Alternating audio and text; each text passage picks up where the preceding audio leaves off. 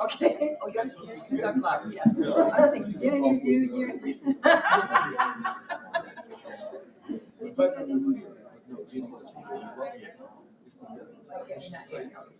Yeah, they will.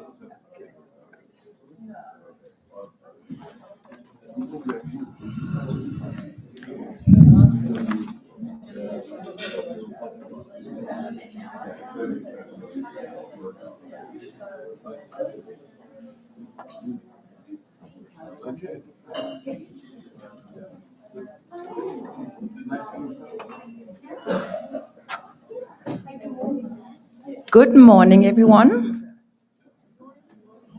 Good morning. Welcome to snowy Colorado. I hope that you have been able to get one of our scarves that hopefully will keep you warm at least through today. I know that there is warmer weather coming later in the week. My name is Hanne Mauriello, and I am the director of UCAR.CPAESS. And it is my pleasure to welcome all of you to the 4th Eddy Symposium here in Golden, Colorado. I know many of you have traveled a great distance, and it is truly an honor to have you all here today. It has been a couple of cold and snowy days in Colorado, and I know that it's going to warm up quickly. Before we get into this symposium, I wanted to let you know that we also have other opportunities that we also partner with NASA on. Since 2017, we have held a heliophysics summer school. This school has both a virtual week of instruction and an in-person week of instruction held here in Boulder, Colorado. You can learn a lot more about the 24 heliophysics summer school on the website listed on the screen. Shortly, I think.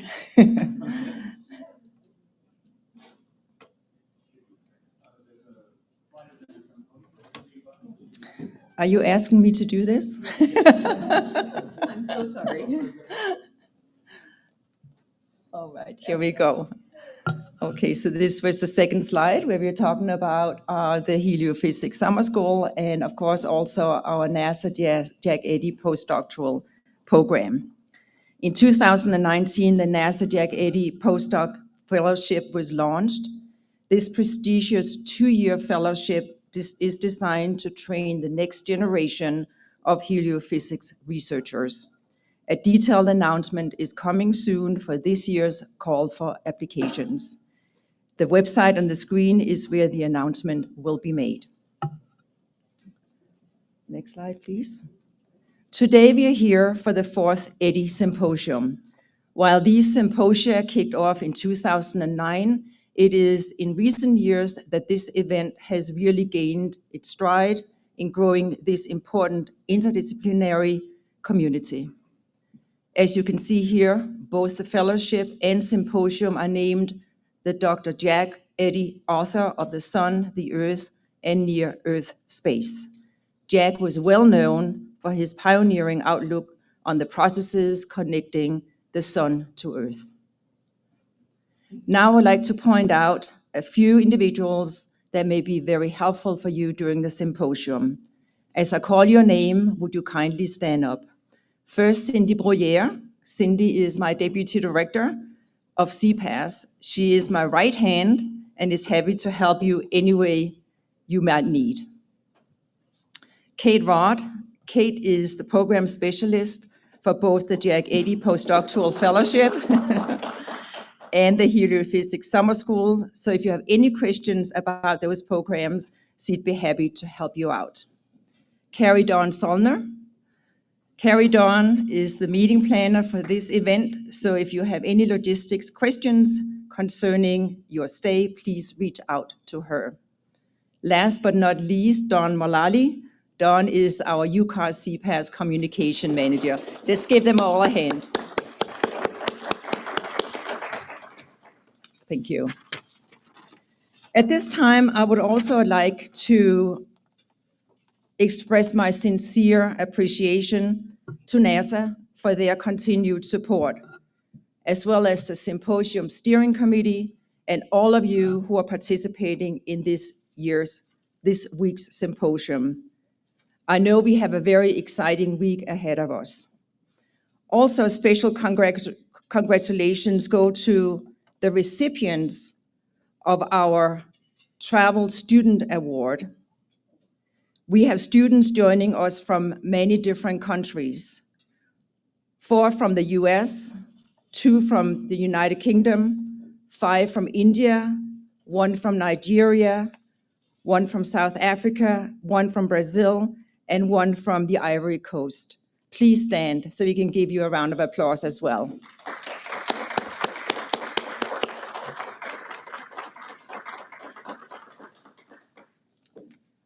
Now I would like to introduce you to someone whom many of you already know, Dr. Lika Guhathakurta.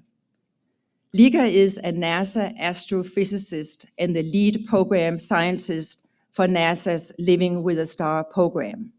She has been our partner since 2007 in expanding educational opportunities in the field of astroheliophysics, and she is the force behind the summer school, its textbooks, and the Jack Eddy postdoctoral fellowship program, as well as this symposium.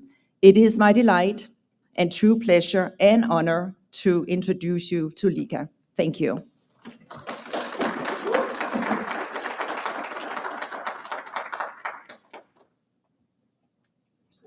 For the slides. So you just press the green button once they load it. Okay. While they're loading it, thank you, Hanne. I used to be the lead program scientist of Living with a Star program. That just never goes away from my name, I guess. It is Dr. Simon Plunkett. You know, the baton has been passed to him for a while now. Would you please stand up, actually, Simon, because the community needs to see the next generation. And I am his supporter and, you know, run errands and give occasional talks, all that. But I think this program, so Living with the Star program, has many components. And this is one part that I'm still overseeing. This is the infrastructure part. So I will try to quickly go over the program that actually has supported what we have today. You know, it's a science that matters. Now, many of you are from the earth science domain, so you might say that earth science is the science that is close to home, right? That is really important for life and society. Well, in space science, Living with the Star program and the science that we do there has been the one that has been built on the concept of life and society. So 100 years ago, of course, the Sun-Earth connection was of interest to only a handful of scientists, right? Solar activity basically had little effect on our daily life. And today, we know that a strong single solar flare can cause havoc with our technologically dependent civilization. And this is getting truer every solar cycle because we are putting more satellites and getting more intertwined with technology. Hanne already talked about this event, the legacy of the frontier thinking, cross-disciplinary gathering that the Eddy Symposia have really come to define. Jack Eddy himself passed away in 2009, and to honor him, you know, one of the forefront interdisciplinary scientists in our field, we had the first symposium in 2010 in Aspen, Colorado. You are wondering, why are we so cold? Why are we here in Golden? be happy that we didn't do it in Aspen or Vail. We couldn't have even made it there because the tradition is to hold this in the mountain.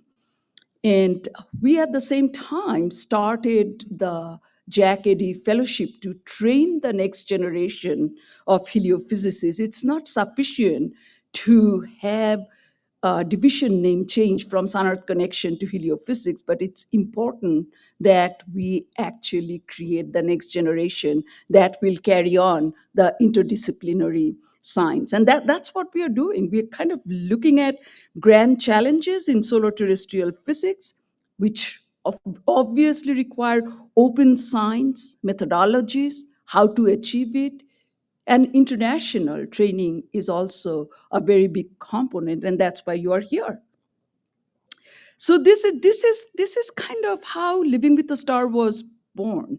When we do science, we often ask the question, why do we do science?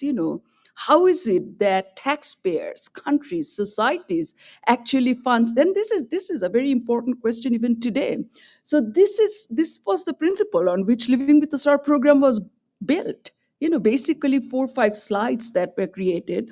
This is from Donald Stokes, Woodrow Wilson School for Public and International Affairs at Princeton University, where he plotted that all research could be plotted on 2 axes, right? Curiosity versus utility. And the result is 3 distinct classes of research. Your basic, pure basic research, which is exemplified by Niels Bohr early 20th century atomic physics endeavor. Pure applied research, exemplified by the work of Thomas Edison, the inventor, and of course, user inspired basic research described as Pasteur. And Living with the Star program falls in the Pasteur quadrant, science that is relevant to life and society. And I'd say society is wherever we human beings decide to go. So for a while, society for us was just planet Earth. Well, if we leave low Earth orbit, if we create settlement on Moon, Mars, wherever it might be, I can go science fictiony, then that becomes our society. And so Living with the Star is a unique NASA space science program which kind of has an equal mix of curiosity and utility. You cannot do science just with utility. Those are our questions, basically. And you may want to ask that null quadrant. This is something I've been thinking about. Maybe I have to write it up. Publication of data that do not produce previously published material or that refute the investigator's initial hypothesis, they never get published. And a lot of times, new people come into the field repeating the same mistakes, right? This is almost like negative data. And maybe we should think about kind of at least creating a volume where you know the pitfalls of wrong hypothesis so that you do not take that path again. It's time to think about it, rethink things that haven't been thought of before. So what is heliophysics? Heliophysics is, of course, it's a made up name. Heliophysics is a unique hybrid between astrophysics and meteorology. So the geospace side of heliophysics, which is magnetosphere, ionosphere, thermosphere, going down all the way to our atmosphere because sun touches everything, that is more kind of treated like the way we do meteorology, earth science. Sun, on the other hand, is an astrophysical object. So imagine combining astrophysics and meteorology. It is beautiful, complicated, and difficult to communicate sometimes. So it has an applied branch called space weather that many of you are familiar with. And then there is a pure branch, magnetic reconnection here. There we are trying to do the forecasting of interplanetary space weather. So in the US, National Space Weather Program was actually started by NSF community. Then came Living with a Star in 2000, from which started International Living with a Star. And there are 2 examples of missions that came out of International Living with a Star. The Solar Orbiter collaboration with European Space Agency, and very recent launch of Aditya L1 mission from India.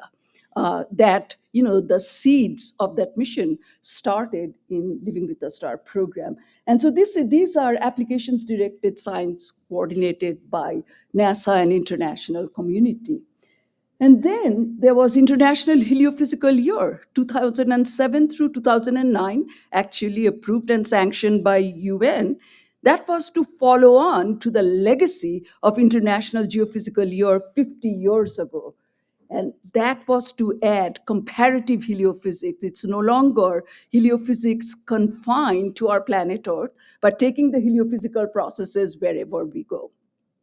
And so this is sort of the broadening of the concept geophysical, extending the connections from the Earth to the sun and interplanetary space. And basically, our understanding began with a very local view. That's all we can do. And as technology developed and international coordination grew, we began to view the Earth as more of a system. And that effort is ongoing. This is the LWS system science for our planet.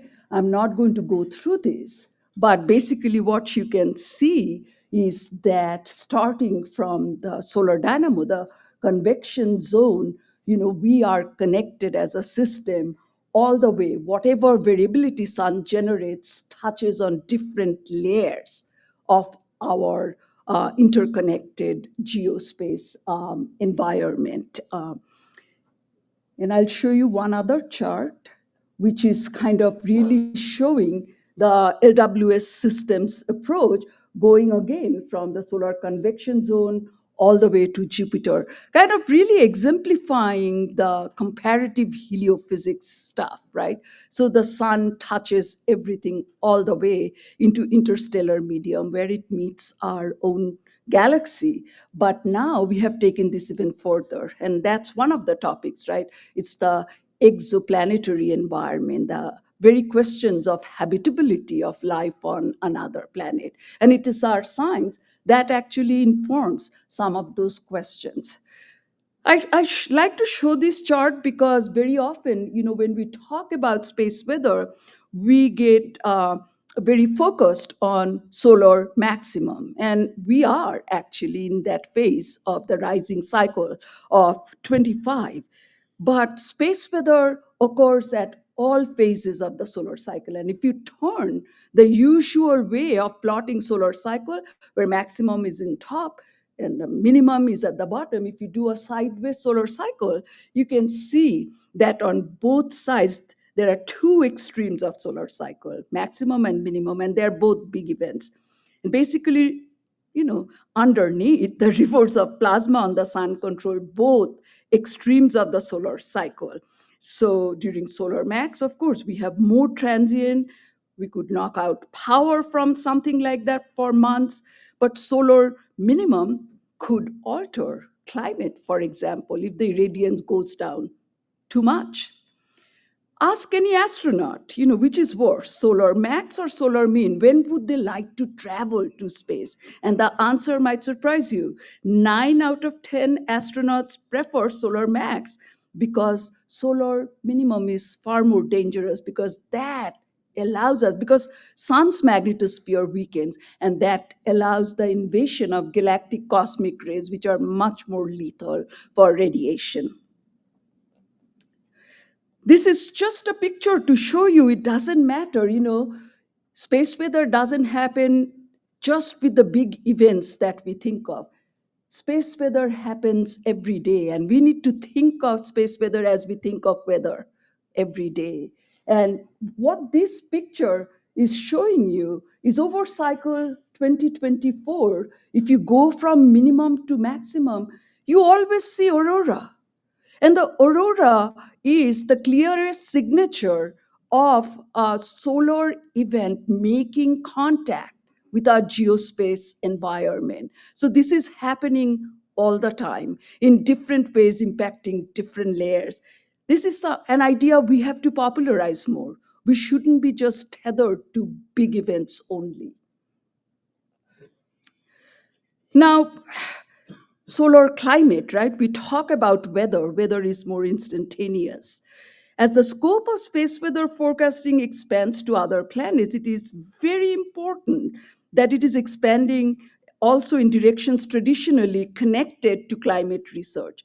And climate, of course, refers to changes in planetary atmospheres and surfaces that unfold much more slowly than individual storms. And so there's no question, of course, that solar activity is pertinent to climate timescales. And I'm not getting into global temperature. I'm just talking about the forcing of climate issues. Now, the radiative output of the sun, the size and polarity of the sun's magnetic field, the number of sunspots, which waxes and wanes as a function of cycle, and the shielding power of sun's magnetosphere against cosmic rays all change over decades, centuries, and millennia. And you're going to hear all kinds of interesting stuff from speakers who have worked on this for a while. Now, what's important to look on the lower right-hand corner there, which is basically plotting spectral irradiance as a ratio of solar max versus solar mean, is that, yes, we know that there's very small variation, only of the order of 0.1% in the visible range of the solar spectrum, right? That's why we sort of say solar constant, because if you look at the sun with visible wavelength, which it just doesn't vary very much. But big changes in the ultraviolet, extreme ultraviolet and X-ray spectral irradiance, it's really, really important in driving space weather and perhaps climate, even though we haven't connected all of this. I think Hanne already showed you kind of all the things we have done with UCAR since 2007, starting the Heliophysics Summer School, then came Jack Eddy Fellowship in 2010, and today I believe we have about 40 Jack Eddy Fellows. They are the future of heliophysics. We created textbooks. I want to bring your attention to textbook number 4, which is actually describing the comparative heliophysics. The title is Active Stars, Their Astrospheres, and Impacts on Planetary Environments. That is the direction we are going with our science. Now, heliophysics science is not for the faint of heart. It is actually difficult science because it combines magnetic field, hydrodynamics, magnetohydrodynamics, chemistry, you name it. It's a combinatorial physics, and it requires many disciplines to come together to make this happen. And of course, here is Jack Eddy. You already saw, he wrote this. Jack was a brilliant storyteller and a writer as well. And this book is written for people without any math background. It's beautifully written. It's available on the UCAR website. You should take a look at it. We are paying really important attention and direction to inclusion, diversity, equity, and accessibility. That's become, it's a buzzword, but it's a good buzzword. It is important that we pay attention to this. And I'd say, in that sense, heliophysics, it falls as a science discipline very nicely into it, because we are so branched out into so many different components. This is the big connector. You can see that every science discipline, whether it's biological, physical research, whether it's human exploration, space science, astrophysics, you name it, heliophysics, living with the stars science, is connected to that somehow. And at the very end, I just want to leave you, I'll let you read how Stephen Hawking described the grand challenge. But it could be that our grand challenge is integration of the knowledge provided by plasma and other models to understand and predict the behavior of heliophysics systems. It's a complex system, and that's what you are here to undertake. Thank you so much. Sorry if I've taken too much time. Jim?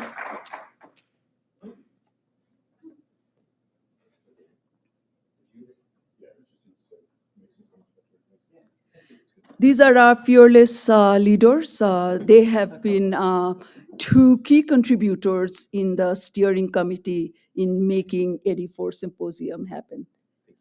And just give a little bit background about yourselves. Thank you. Hi, welcome everyone. I'm Dan Marsh. I'm the co-chair of the Science Organizing Committee for this meeting, and I really would like to thank you and anyone that's connecting online to thank them for coming to this meeting. And I would like to make 2 points. I think one is, and they're around 2 phrases. One is that this meeting is cross-disciplinary. So when the idea here is to bring people from different research areas together. So when you are meeting together in the workshop, and this hopefully is a workshop, many meetings are called workshops, but no one really just works in them. They sort of just sit there and listen. This is hopefully active participation. We've built into the schedule time for you to get together and work together. Being cross-disciplinary, I hope that you will feel comfortable enough to move across tables, listen in on different conversations, and try and bridge these gaps between these different communities to move this very complicated system approach or system that we're trying to understand the science of that forward. And the other part is openness, open science. I think Jim will probably talk a little bit about this, but the idea here is that we want to be collaborative. We want everyone to participate, and we'll be hoping to share tools in which the work that was started in the working groups last summer and is going to be continuing this meeting will continue on, and that you'll build collaborations, and this is just not going to be a one-week activity, but actually will be the start of something really good. So Jim. Thanks, Dan. So my name is Jim Colliander. I'm a math professor at the University of British Columbia, and I also work for a not-for-profit called 2I2C. So I'm here to make some remarks about our code of conduct. So the reason that we're here today is to work together on science. So what does that mean? We want to understand the universe better, and we want to help people who are working towards understanding the universe together to learn how to do so.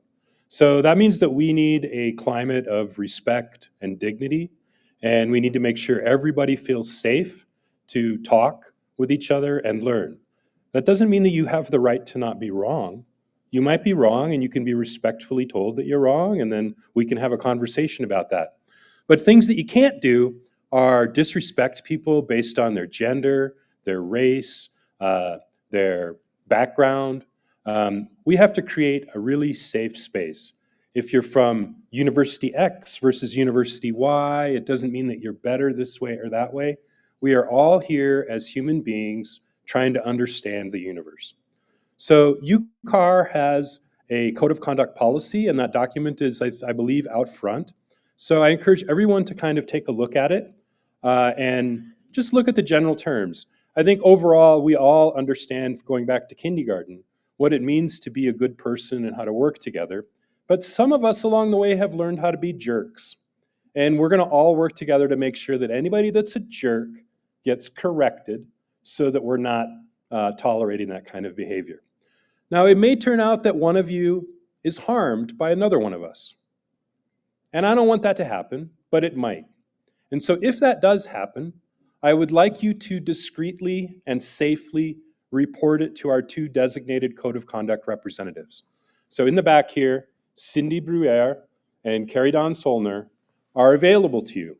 Now, if you do make a report, we are going to talk with them and work respectfully to try to make sure that the person that was a jerk to you has been corrected, and we create safety for you to thrive in this environment. If you look back at the photographs of scientific meetings like this from the past, we did not have women in those photographs. We did not have people of color in those photographs. But it's a new era, and people have talent no matter how they look or where they come from, and they can contribute. And we need to make sure that that's the kind of space that we have, because we need those ideas. So let's science together, okay?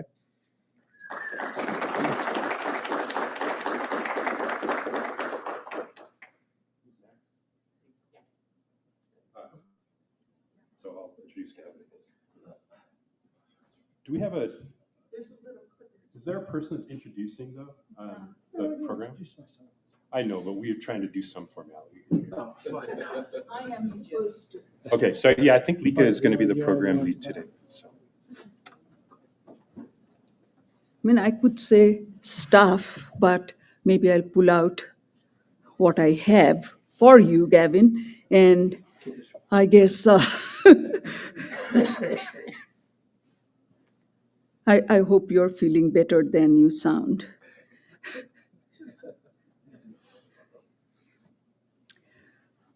So I've known Gavin for a while. Well, because I have been with Living with the Star program, and Living with the Star program had sun climate and space weather. And Gavin has been, very eminent scientist in the field of sun climate.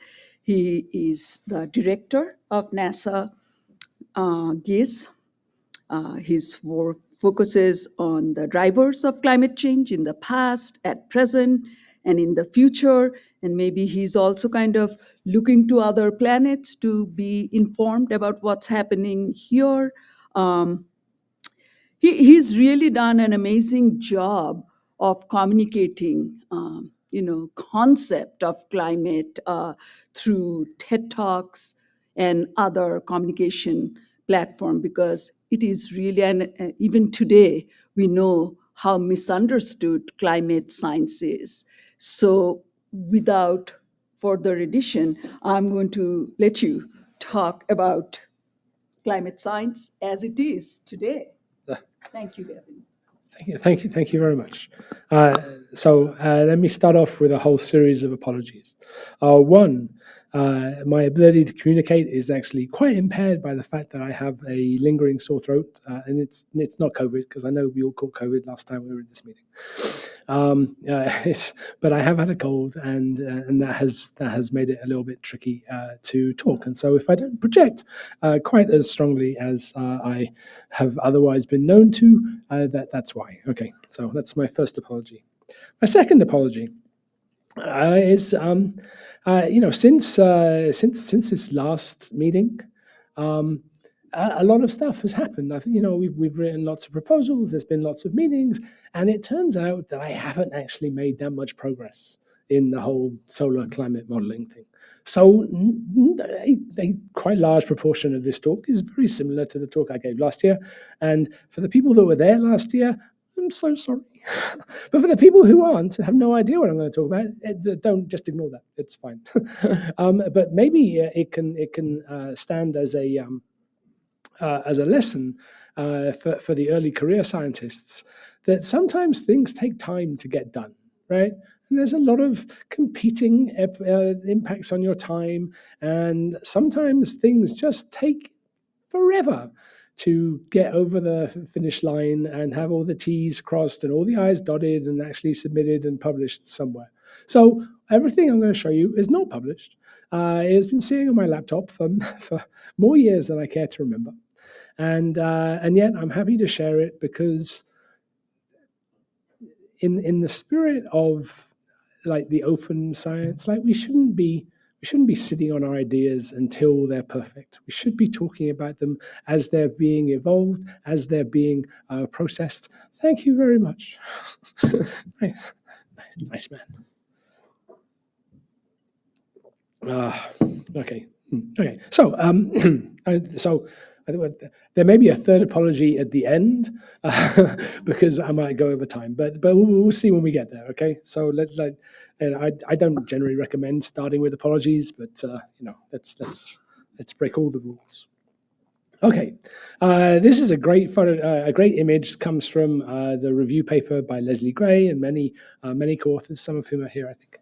On all the different mechanisms that we think of as being important for influencing the solar climate connection, right? So you've got the total solar irradiance coming in, you have the UV, the spectral solar irradiance, you've got solar energetic particles, you've got the modulation of galactic cosmic rays, and then you've got the mechanisms by which they might impact or they were thought to impact things that we might care about in the climate, from the ozone layer, the stratospheric circulation, clouds, sea surface temperatures, wind patterns, the circulation, all of these different things.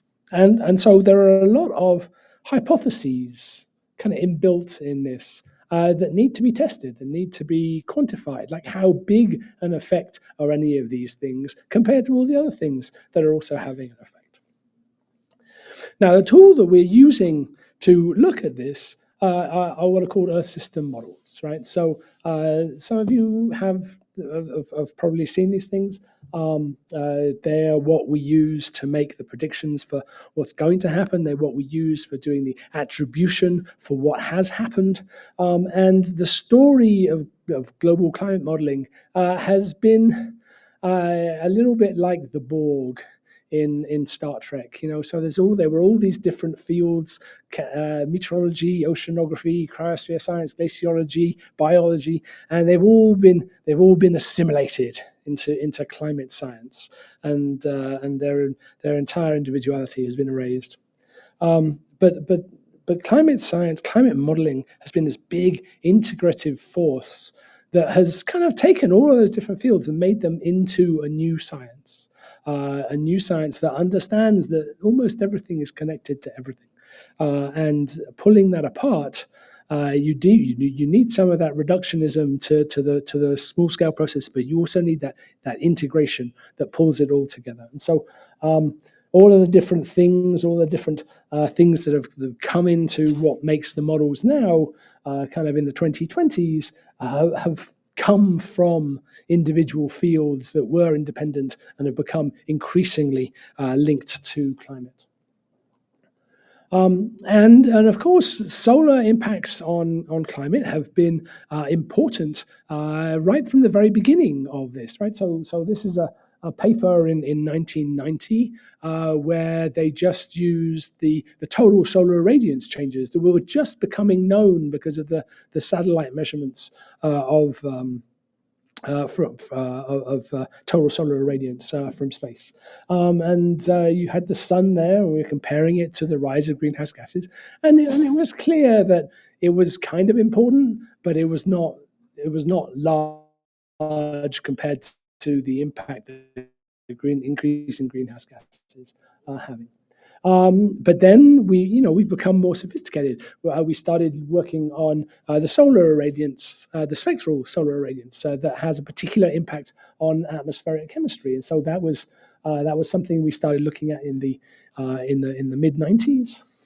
In the late 90s, we started including interactive ozone and showing that the ozone changes as a function of the UV changes actually increase the temperature changes, right? So that was an input, an increasing and amplifying factor. And we were finding then, like this is in the early 2000s, that we could see projections on modes of variability on the climate that up until then really hadn't been thought of as being susceptible to much in the way of forced change. And so I'm going to show you some results here from CMIP 5 and CMIP 6, which were two big international climate model comparison projects that we've worked on. I don't know, this is going back to, I guess, 2012 or so. CMIP 6 is basically just finished.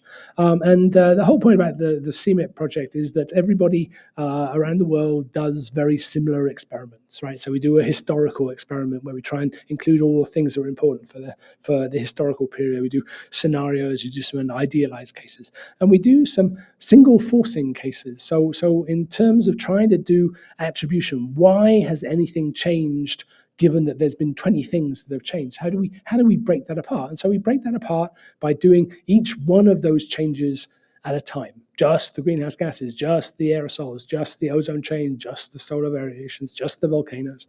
Just trying to see what the fingerprint of change from each of those different things are. And then you throw it all together again, and then you get hopefully an idea of what everything is contributing to. And you find that different parts of the system respond to different drivers in different proportion. What's happening at the surface has a different attribution to what's happening in the troposphere, what's happening in the stratosphere, what's happening above, what's happening in the ocean. Okay, so here's some examples of that.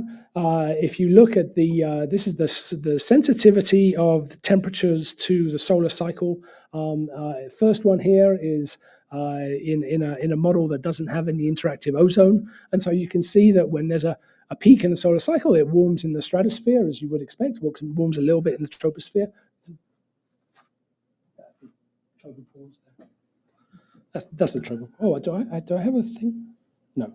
Okay.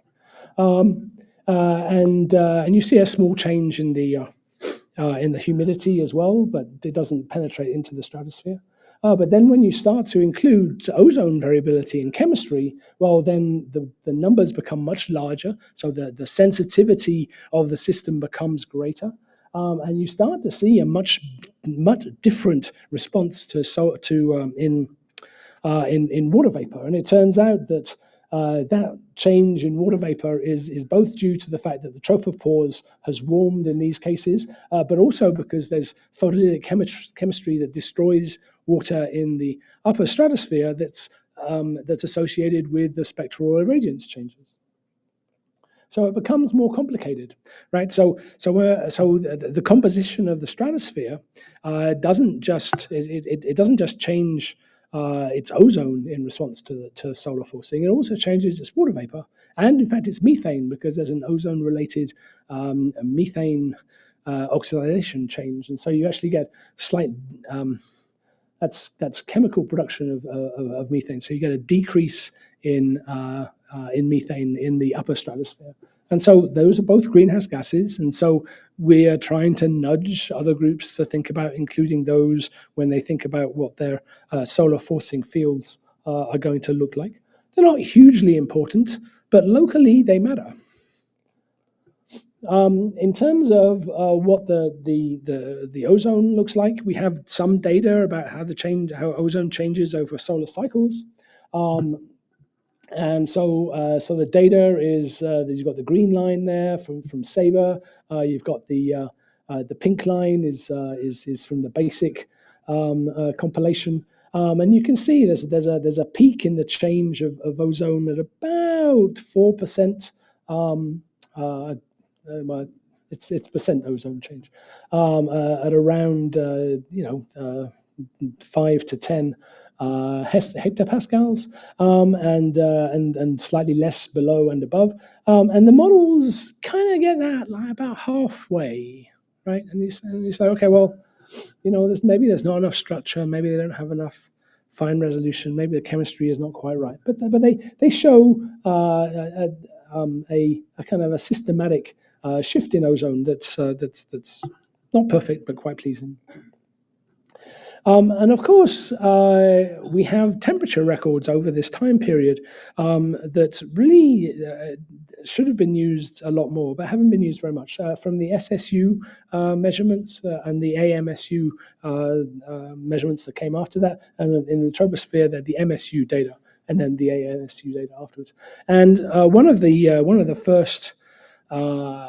first papers to really grapple with what was going to happen with increasing amounts of carbon dioxide back in 1967, Manabe and Weatherald, for which Manabe won the Nobel Prize, because effectively he's the only person that survived from all those papers in the 1960s talking about climate change, but also he's brilliant. So they predicted that we would see a cooling in the stratosphere and a warming in the troposphere as a function of increasing carbon dioxide. And remember, that was in 1967, before any of these measurements had even been thought of, let alone measured. And so, but we see this very clear cooling trend in the stratosphere. Now, it turns out that it's not just carbon dioxide, though, right? It turns out that we've also been depleting ozone, and then there's all these other things going on, right? You can see the impacts of at least 2 big volcanoes in the troposphere. You can see the impacts of El Niños, and then if you squint, you can see in the stratosphere some waviness as you're going down the hill there. That's actually the solar cycle. And so we can look at the magnitudes of these things in a model, and we can compare it to what the data has shown, and we actually get a very good match at all the different levels. But when you only have the solar cycle, you can see how much bigger the solar cycle becomes once you start to include more processes, right? So on this bottom one here, the dashed line is with no chemistry, and then the dotted line is with all the chemistry things going on. As well. And then one of them is a model where we took the chemistry from one model and we just put in the ozone changes, and that actually gives you most of what's going on. So this is a little bit complicated, but I just want to demonstrate. So the bottom line, right? Because this is a little bit complicated. The bottom line is that the solar cycle changes in the stratosphere are completely explained with known changes in physics and solar irradiance and things. There's no place for any missing physics in this of any note. Okay, so let me walk you through this. On the y-axis here, it's the magnitude of the solar cycle, right? So measured in temperature, and it's at different levels in the atmosphere. TLS is in the lower stratosphere. SSU1, SSU2, SSU3 are progressively higher. Weighted higher in the stratosphere, right? Now, the observations, if you just do a very straightforward linear regression of the solar cycle magnitude TSI to the history of the temperature, you get these black things over here, right? So the magnitude of the solar cycle increases the further you go up into the stratosphere, and that's expected. And then you look at the models, and so the red is the models with all the chemistry, and you can see, oh, it looks pretty good at the TLS. It's kind of okay. SSU1, okay. SSU2, quite a little bit off in SSU3. It's kind of a little bit disappointing. And then the blue triangles are the magnitude that you would get just from doing the solar cycle with chemistry or without chemistry. And so you can see that the with chemistry triangle, the with chemistry increases the magnitude of the response by about a factor of 2, right? So it's about a factor of 2 increase. Okay, so you think, well, that's not too bad. But let's break this down, right? Because there's a couple of things here which are a little bit off, right? So for instance, why, when I do just the solar cycle, do I get a different regression than if I did all of the forcings and then regressed it against the solar cycle, right?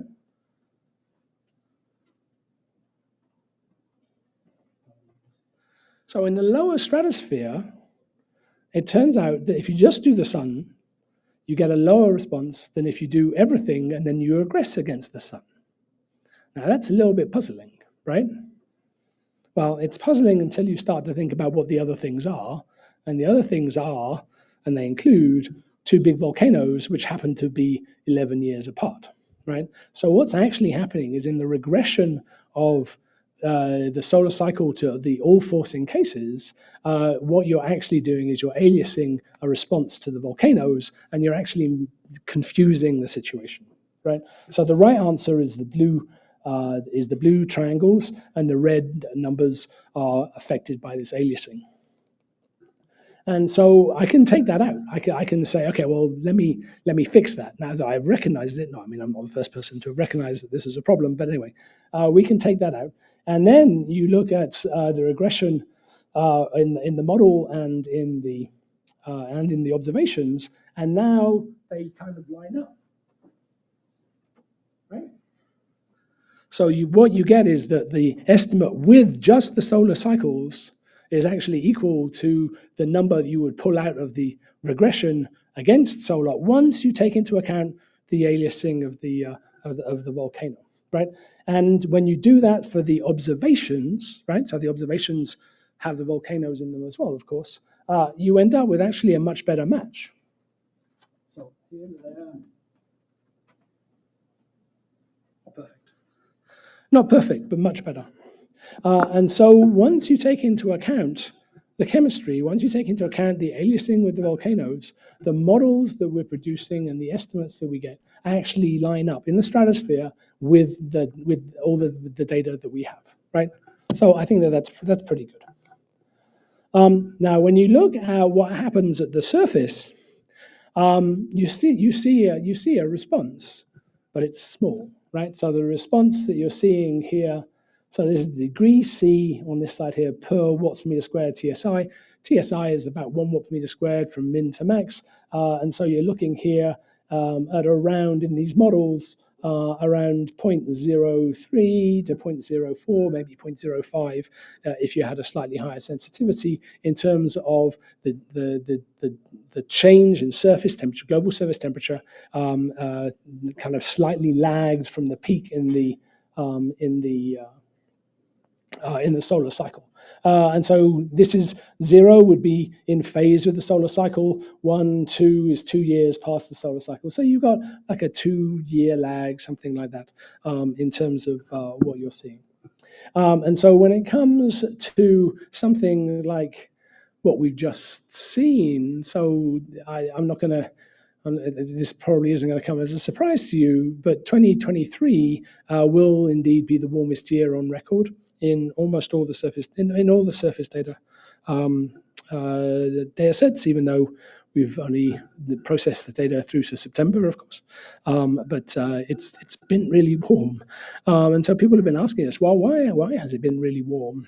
And people have thrown up lots of things, right? Why this year has been so special? People have said, oh, well, there was the Hunga Tonga eruption, water vapor in the stratosphere. Turns out that that's very close to 0 or a few hundredths of a degree. People said, okay, well, maybe it's the emissions from marine shipping, and now they're using low sulfur fuel, and so there's less aerosols and less aerosol cloud interactions. And you do the estimates for that, and again, it's like a few hundredths of a degree. And now you say, oh, what with a solar cycle? We're going into solar cycle 25, and we're about halfway up there. So it's about half a watt in TSI, and so you multiply that by the biggest number that you could plausibly get away with here, and you end up again with about 0.02 watts per meter, 0.02 or so degrees C. And you look at the temperature changes that we had this summer, we beat the records just this summer by half a degree. Half a degree. That's nuts. That's literally nuts. And it's not an error, it's not a mistake, right? It's in everything. And all the excuses that people have come up with for why this might be a forced thing, like they don't even get to 20% of the magnitude of the anomaly that we've had this year, right? So, like, normally I like to come to these things and tell people that we've got it all under control, that we know everything that's going on. And then, the hubris of such a statement, and then the climate comes along and kicks you in the butt. And it says, no, you don't understand everything that's going on. And there's things that are going on you still don't understand. But it's likely to not be one of the usual suspects, right? And so the postmortem on 2023, and particularly the summer of 23, really hasn't yet begun, though I'm already seeing papers proclaiming that they know the answer, not very convincingly. The solar part is not 0, but it's not very large either. And when you look over the longer term, what you find, and that this is a selection of those same models, you can see that the trends from the solar forcings are a long way away from the trends that we've been getting in both the observations and the models, and that's because everything here is dominated by the increases in greenhouse gases. But let me dive a little bit back into the stratospheric changes. This is an example of some open science triumphs, right? So it turns out that the CMIP models didn't archive the diagnostics that you really want, right? So there's a lot of diagnostics that you really want to have that are hard to calculate, or they're not obviously easy to calculate, right? And so one of those calculations are these SSU data sets. Now, in the GISS model, that's an output that just, it's just one of the diagnostics that we produce. But for all the data that was stored in the CMIP archives, you had to actually go back and calculate what the SSU diagnostic would be from the full three-dimensional temperature fields with all the different weightings and things like that. It's a big pain in the ass. You have to download a lot of data. It's not difficult. It's not complicated, but somebody has to do it, right? And that's a lot of data. There's a lot of runs. There's a lot of models. There's a lot of groups. And so somebody had to do it. And so luckily this year somebody did it. So Ben Santa and his group. And they looked at 9 models from CMIP 6, not including the GISS model, which I admonished them for, but they they did what they did, and their point was to say, look, that trend, the overall trend in the stratospheric temperatures, is actually well captured by all of the CMIP models, and that's good. And it turns out that it doesn't really depend on how high the climate sensitivity is or anything. It's just a very straightforward radiative transfer calculation, and pretty much models get that trend correctly. But if you look at the details of these curves, you see, like, you can see some kind of where the solar maxes are, right? They're not doing so well. And so if you try and pull out the solar term in this, in the same way, like you're underestimating it. It turns out that the models that they looked at there didn't include the chemistry of ozone changes. They didn't include the things that we showed increase the temperature signal by a factor of 2. And so you can see that while the large scale trends are well captured in the bulk of CMIP 6 models, the details maybe also of the volcanoes and the ozone response to the volcanoes are not as well captured. And so there's still work to be done on making these models more capable.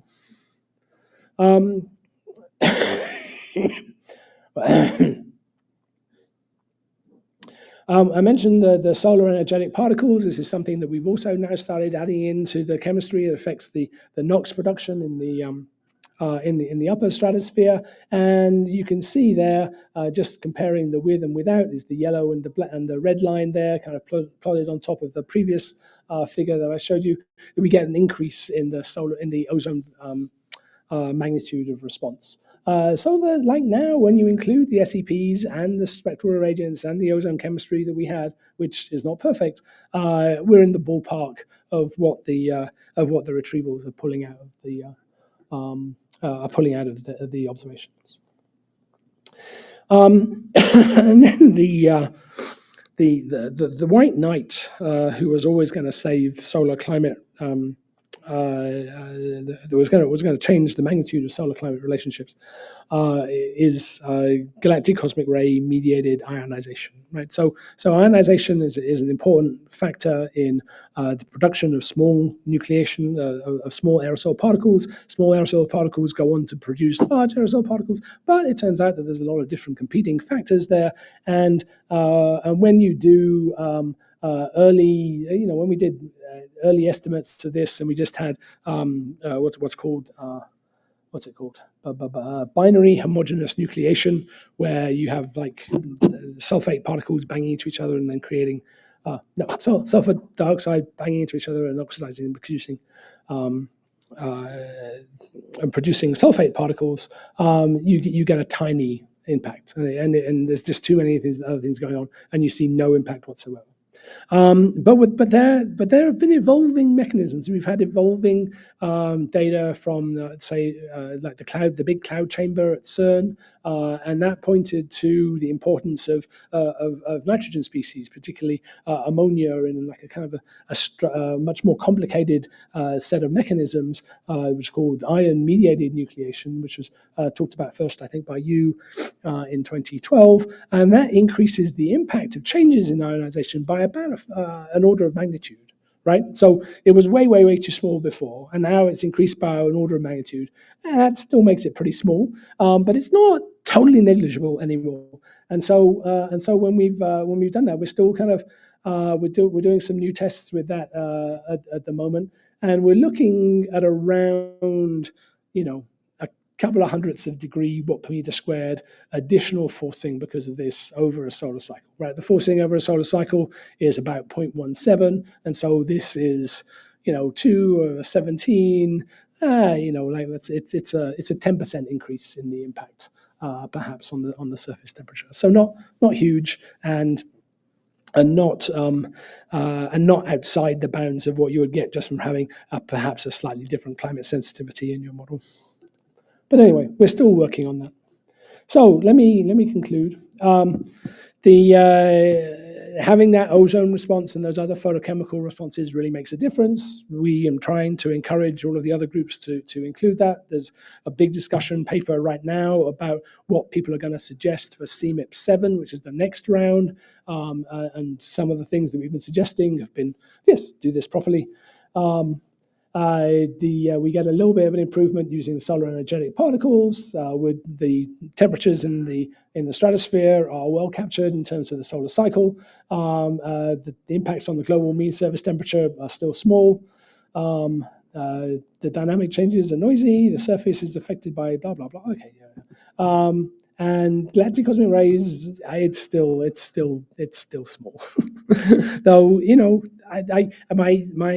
people who do the aerosol stuff, and I say, why do you keep asking me about this stuff? Like, it's always going to be small. I said, well, just do it. We're just doing it for completeness. It's okay if it's small, but it's not going to give us enough. Just do it. So I've been trying to kind of coax them into doing these tests, and so they are finally coming around. Anyway, so we still need work. So this is where we started, right? This is what we've been doing. Yes. There's still a little bit of a question mark there, but basically we're doing that too. So anyway, thank you very much. So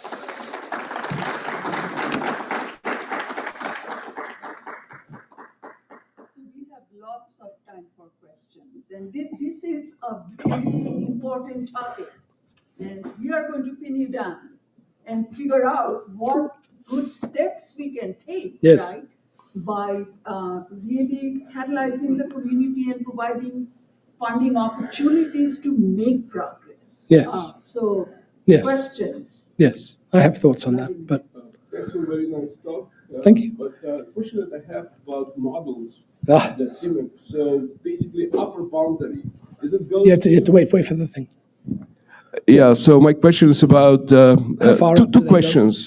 So what's your upper boundary? Mm-hmm. Because looks like the upper boundary plays a very important role, right? do, In chemistry, yes. especially in oxygen, through dissociation. So is that 60 kilometers? That what I traditionally know, or? Yeah, well, so some of our models in CMIP5 were at 55 kilometers, 0.1. And then CMIP6, we had one version that was up at 85 kilometers. And our new version now that we're prepping for CMIP7, they're all at 85 kilometers. So that's outside of the stratosphere, and so the stratospheric processes are good. I mean, it's still not good for the mesosphere. It's still not good for space weather type stuff. But it goes up to kind of where you don't have to worry about local thermodynamic equilibrium breaking down and stuff. So, but it allows you to have the stratospheric circulation and the impacts of the mole top not affect that. So yes, so we've over the years we've moved up and up precisely for the reasons you mentioned. And my second question about the first Lika mentioned El Nino and the La Nino and some kind of a correlation with solar cycle. Well, I don't know whether it's true or not, but my question is that have you done any simulations to show how? My understanding is that El Nino, La Nina are driven by trade winds, right? So yes. Whether the impact of the solar activity through the stratosphere and mesosphere and stratosphere impacts the trade winds that can impact the El Nino. So there is a pathway by which that might work, but when we look at the correlations, what we find is that ENSO has a very complicated spectra. It's not one thing. It's like and like the QBO, like the MGO, we find that if we do long runs, we'll have periods where there's like a 30-year period where there's a very positive correlation, and then a 30-year period where there's a very negative correlation, and a 30-year period where it's basically nothing. And so what we find is that the internal variability of these things is such that it's very hard to pull out something that seems to be robust. And with the observational record that we have, it's not enough. It's not enough. So it's conceivable, but it's kind of marginal. And so, Thank you. Other questions? Yes. Lisa. Yeah, thanks. That was a great talk. I'm curious on the interdisciplinary side, what kinds of collaborations are you having with the solar scientists as well? Yeah. When you're incorporating SCPs, Right. TSI, that kind of thing, how does that work? And are you working with other scientists at Goddard, for instance, on Right. the heliophysics side? The answer should be more than we actually are. But we are working with people. So obviously, we're not creating our own TSI composites. I think we're using Greg's or variations of what's coming out of Judith Lean's efforts there. The SEP data, we used the CMIP6 compilation that was put together by people like Bernard Funke and Katya. Who am I thinking of? Katya, yes. And so we're piggybacking off community efforts that have been made. Now, you mentioned, what could we be doing better? We should be operationalizing these things instead of like one-off compilations that we do for CMIP or something. Every year, these things should be updated. Right, they should be updated so that we can run up to last year with observed forcings. And right now, the forcings that we have through the processes that we've been able to do, they only go up to 2014, and now it's 2023. It's almost 2024. This is almost 10 years out of date, right? And not only has it not been updated, our opinions about how things changed in the past have also changed, right? So things need to both be updated and redone on a regular basis. And these things are not funded, right? So everything is a volunteer project. It's like somebody who's just interested in doing it, and somebody gets fit, they get voluntold to do it. And that's not sustainable. It's not fair. Right, so we need to provide, each of the disciplines that go into the input data sets for these models. They need to provide funding for people to keep these things up to date, because almost every, I don't want to say everything in climate change goes through the models, but a vast amount of science goes through the Earth system model effort, and if we want that to be more useful, more applicable, more relevant, more salient to questions that people have about climate adaptation and attribution and projections, we need to all be like making sure that this is as up to date and as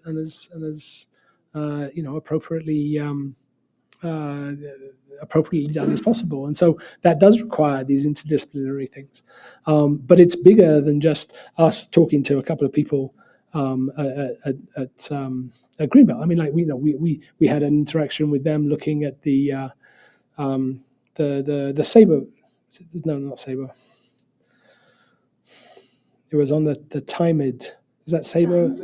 Yeah. Okay. Yeah. So we talked with them about how to interpret that data, and that had not been used to compare with GCMs before we had done that, right? So there is work that we could be doing collaboratively, but there are community things that are much bigger than us that really need to be funded above and beyond that. I'm going to make a comment on this and then pass on. I'm going to keep track of time. Yeah, we have time. This is. Thank you for the question, Lisa. It's really important, and we have to stop dilly-dallying and do what needs to be done. So we're talking of open science. We have data available, we have models available, we have high-end computational platforms, we have tools of AI, ML. If we can't do this now, when are we going to do this? And what does it take? So we have three sort of thematic areas, right? And sun, climate, society is one of those. It would be wonderful if we can come up with some kind of white paper concept, at least give us some of the basics of what needs to be done. And let's start there, let's bring agencies together that can work together. Because and this is an international thing as well, right? Absolutely, but it would be wonderful if we can get the seeds started. We are here to do something and bringing people together. Yeah. Okay. Absolutely. Yeah. So earlier this year, we wrote a proposal. I'm just going to reply to this question. I said earlier this year, we had a meeting at the International Space Science Institute where we have formed a working group to develop the forcings for the next CMIP 7. It is a volunteer activity. No one asked us or ordained us to do it, but we have a group of people that know the energetic part of precipitation, solar variability, and everything. We've been working with people outside that group. We have a white paper, Gavin commented on that, that discusses our plans for trying to develop the forcing for the next data set. We're totally open. We want as many people to contribute, provide comments for this to help us make this forcing data set the best. So yeah, but as Gavin said, no one's funding us to do this. This is scientists getting together in a room and saying, what do we have at our disposal? So the question is, though, how do you sustain that, right? You can't sustain it if it's just a bunch of people in a room just thinking that it's a good idea or something. If we want things to be done on an annual basis, operationally, people need to pay for it. People need to say that is worth doing. And look, here is 0.1. It doesn't just something that makes sure that people do it every year, right? And so it's not we're not talking huge amounts of money, but we are talking like a little willingness from the funding agencies to see that these are small amounts of crucial investment in maintaining both the role of this science in those conversations, but also allowing us to do more, better, and more salient science. I mean, right now we're bootstrapping our way along. Right. Even just last year at this workshop, we had a discussion and I sort of shared some open source tools about how to generate energetic particle precipitation rates to be used in climate models in near real time. And so that source is out there on GitHub. We're trying to build these tools for people to use, but again, it's not, it's individuals trying to create these tools, and it's not a concerted effort to make these things available. So we are kind of running out of time for the next talk, but we have this thematic focus area for working group. It's very important. What I want to add is that our current administrator in the Science Mission Directorate, who is a former heliophysicist, came to one of our meetings and said, if you want to do something, if you want to build system model, whatever, if you concentrate on sun climate, that's an area I can see supporting. So this was a while ago. I don't know if you remember, you were probably not there, or I don't know whether you remember, Simon. I think it behooves us not to put together a systematic plan. Okay, and let's see where we can go. This is the right time. I'm sorry, I think we have to go to the next talk, but we have working group meeting. Another round of applause for Gavin. Thank you.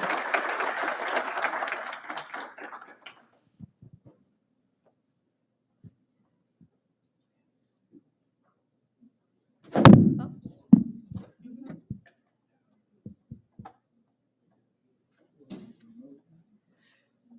I think the next talk is supposed to be a remote presentation. Do we have it lined up? Okay. So the next talk is large-scale UV waves in the solar corona and their diagnostic implications. Wei Liu from Lockheed Martin Solar and Astrophysics Laboratory and Bay Area Environmental Research Institute. And I think our co-collaborator is Mengjin, who is here in the audience. And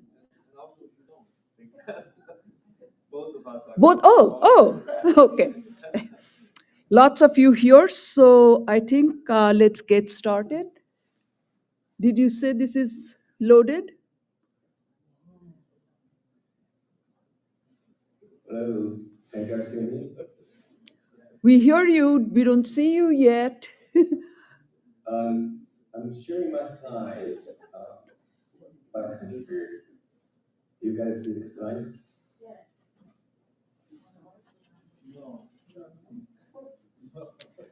Bear with us just a bit. We don't have the slides on the screen yet.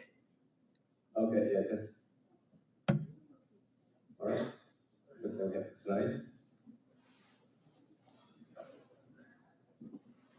Very good.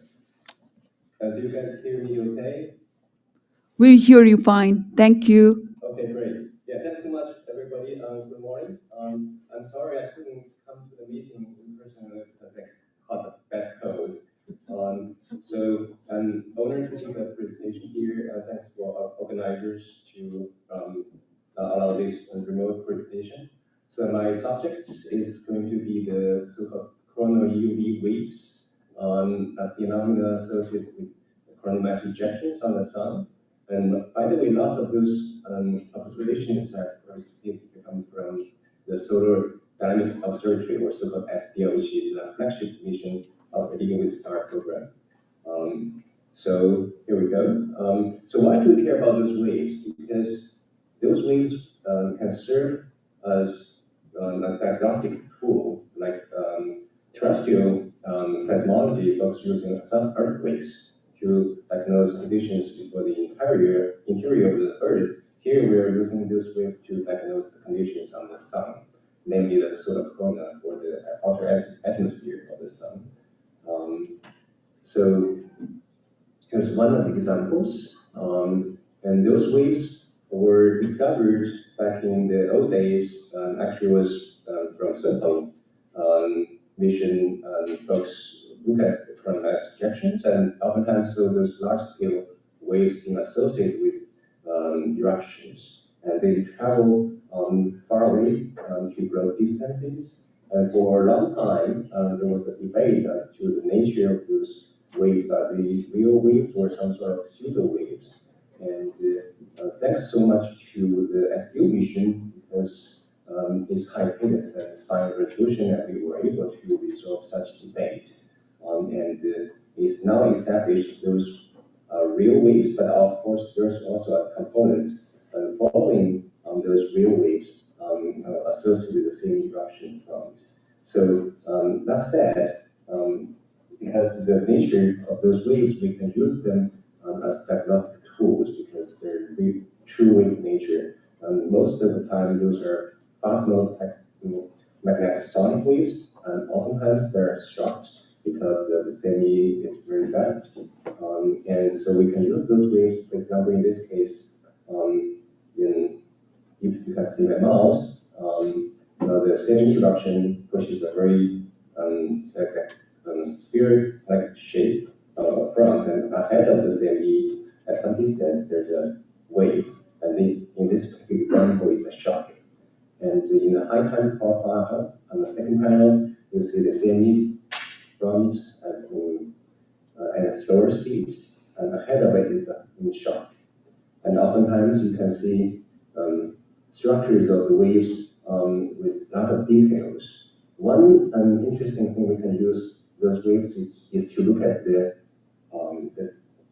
sort of different filterograms or different passbands of the UV emission, because those are produced by plants at different temperatures of ionized gas, and by looking at different channels. For example, in this case, we're looking at several UV channels, 171, 193, 211 angstrom from the sun, from the SDL, we can look at different temperatures of the plasma.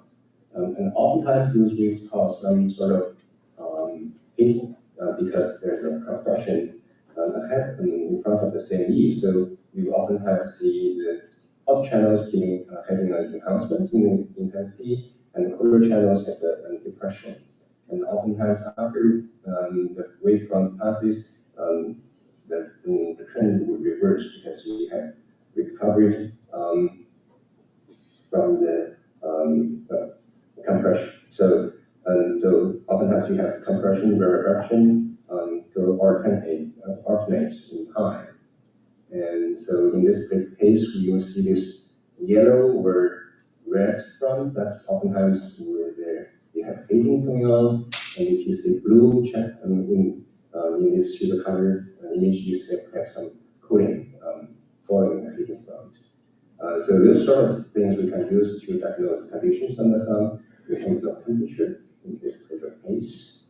And also you can see because the sun or the corona is structured, it's not some homogeneous medium, so it's highly structured. When a wave passes by, it will trigger some oscillations of local corona structures. Oftentimes the eigenmode in oscillations can go into many cycles. For example, on the left you see this is from a single eruption. You have a zoo of oscillating oscillations from different corona loops. Oftentimes those long loops can have longer oscillation periods, or shorter loops will have shorter oscillation periods. So by using these oscillations and look at their periods, damping time, and amplitude, velocity, all of those information can be used to diagnose the conditions of the sun, in particular, sometimes magnetic field strength in the corona, which is very difficult to measure directly.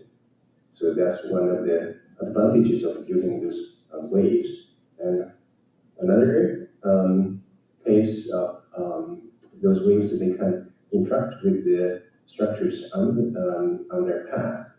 For example, this is another eruption happening on the east rim, rotated by 90 degrees. So what you see here is a wave being generated by the same eruption, and it passes an active region on this path. And you see, interestingly, the orientation of the wavefront has changed upon its passage of the active region, because active region has stronger magnetic field, and therefore faster magnetic sonic wave speed. So when the waves passes the active region, the area where active region is located would have higher wave speed. So the increasing angle of the wave front has changed upon the passage of the active region. And we can use such information to get history of the wave fronts. So this is a series wavefront over time, and you can use a simple high-density principle to trace out the wave vector to get the wave propagation direction and speed, and therefore you can use that to map out the fast magnetic sonic wave speeds in the corona, and also to get magnetic field strength from this sort of simple diagnostics. With that said, I'm going to dive into another example of one of the extreme events that has manifestation of some of the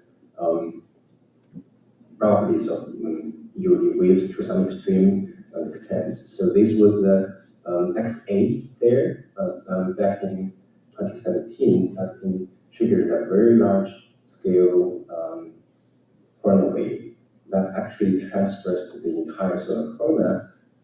So that's, in a sense, is really a truly global wave.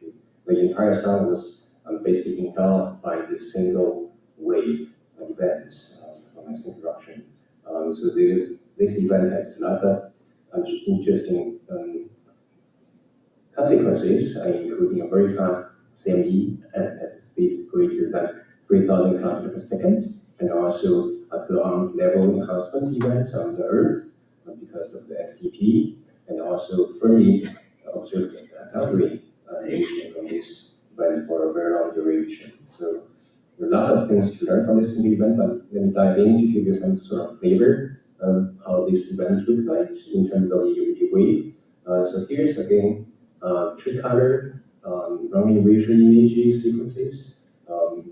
Basically, you see this wave was happening on the west beam, and the wave fronts travel away from the wave from the rupture center, and you see the leading front is yellow and reddish. That's this indication of heating, and followed by bluish color as an indication of cooling.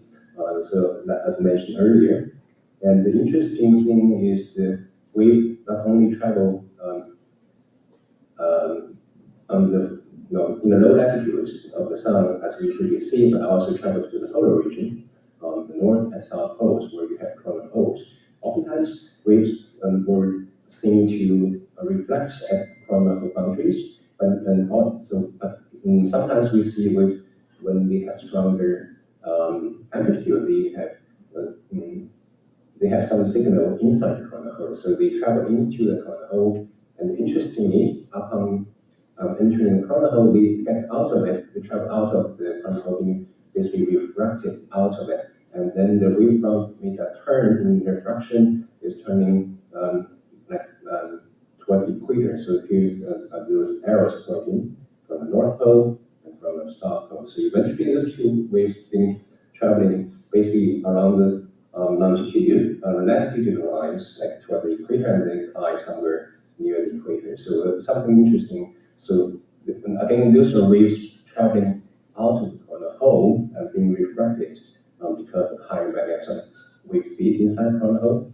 As on the right hand side, you see this space-time pulse showing the wave traveling as a function of time in the horizontal and vertically, and as its function of distance. So you see two wavefronts traveling and eventually collide. So this some manifestation, those waves are really global in scale, and we can look at some detail of waves traveling when they hit the coronal hole in the poles.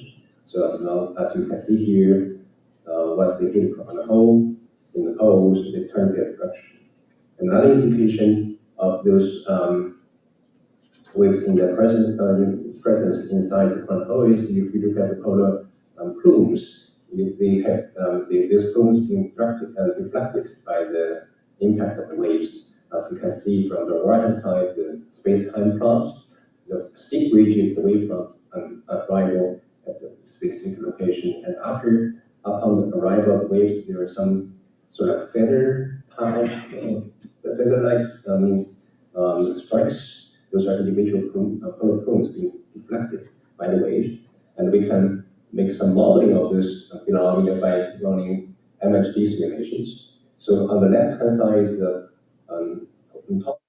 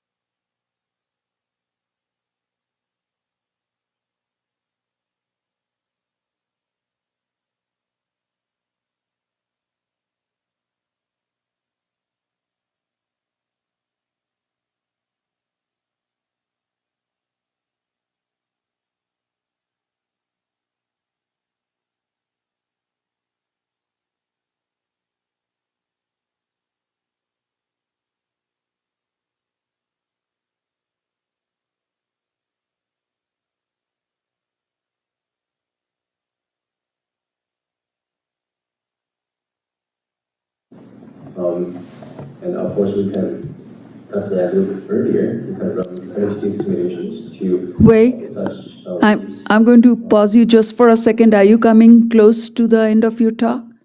Yeah, almost. Thank you. That's a long slide. Yeah, so those are MHD simulations we run so-called Gibbs and low flux insertion into the corona and then in triggering some eruptions, and we can compare the corona wave signature with observations. And here's some modeled space-time profile from the simulation where you see they reproduce some of the interesting phenomena, including reflections at the on the boundary, and also higher speeds inside the protocol. The last point I'd like to just highlight is that those temperature responses. What you see here, as I mentioned earlier, at the quarter channel of 171, you see those waves appear as dark at the wavefront. And so if you look at the higher temperature channel, 193 channel, you get enhancement. So that's an indication of heating. And on the opposite side is after the wavefront, you have enhancement in the colder channel, but depression in the hotter channel. That's an indication of cooling. So you can use those information to look at the thermal response of the plasma, and oftentimes you do have oscillations of different structures, as mentioned earlier. But in this particular case, you have an anti-correlation between the hot and the colder channels. They have very nice anti-correlation indicating heating and cooling cycles of those oscillations triggered by the waves. And we can do more detailed analysis, so-called differential image measure analysis, to look at such thermal responses of the solar corona.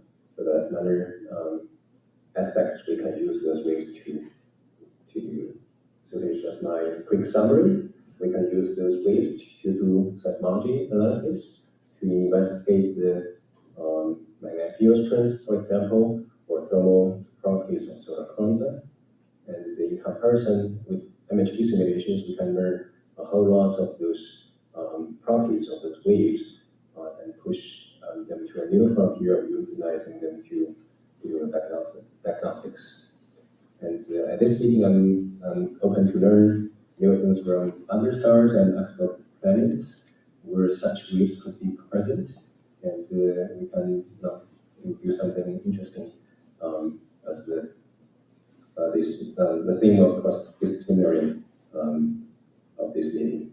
All right, thank you. I will stop here and move on to questions later on. Thank you very much. This is actually very interesting, and I hope that you and, of course, your co-Is are also here will be able to participate in the one of the thematic areas that this leads to. We'll take two very quick questions, running a little short on time, and come back after the student presentation if we have more time. Do you have some quick questions that you would like to ask Wei? Yes, Ming. Hi, Wei. Thanks for the nice talk. So a very quick question. So you show very nice analysis about the UV waves observed by SDOAIA. I was wondering, the observational point of view, do you think we have enough observations now to analyze, to understand the UV waves, or what kind of new observations we need in the future? Of course, we have a lot of information in terms of spatial and temperature coverage from SDO. But the one interesting feature I'd like to have is spectroscopy, namely Doppler sheets or line with information. So for such information, the upcoming news or UVST from the solar emission provide some new insights. So with that, we can do more detailed diagnostics for seismology. Also, polar viewing. Yes, We'll come back to that later. This meeting is all about discussions, that's going to be facilitated from some of these talks. We're going to go to our next talk. That's a student presentation. Can the geostationary operational environmental satellite, also known as GOES, ultraviolet measurements predict the X-ray properties of flares? And this is going to be presented by Abigail Mthethwa. I'm not sure if I pronounced it correctly. Sorry for that. From University of Johannesburg, Sansa. Can you pronounce your last name for us, please? It's Mthethwa. Greetings, everyone. My name is Abigail Mthethwa. I am a first-year master's student at the University of Johannesburg in South Africa, also affiliated with the South African National Space Agency. So my research project is on determining if the geostationary operational environmental satellites ultraviolet measurements can help predict the X-ray properties of solar flares under the supervision of Dr. Snow and Prof. Winkler.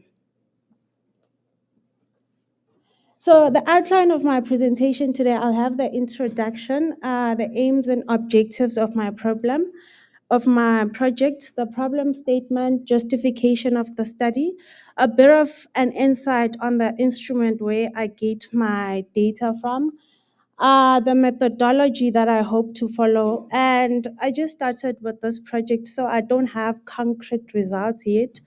But yeah, I'll talk a bit about the analysis I've made so far, and I'm open to corrections and suggestions, and also future work. So solar flares have remained a prominent subject of exploration in the field of solar physics, playing a significant role for the study of space weather. A solar flare is a short and intense blast of high-energy radiation from the sun that occurs when the sun's magnetic field gets entangled and snaps. So what happens is that the magnetic field lines get twisted in the corona just before a flare happens, and then magnetic reconnection happens, and the energy moves down along the field lines into the transition region and the chromosphere. And then what happens is that the plasma in the chromosphere heats up, and then the flare is seen in the magnesium 2 index. And then the plasma in the transition region heats up, and we see the flare in the helium 2 or the Lyman alpha.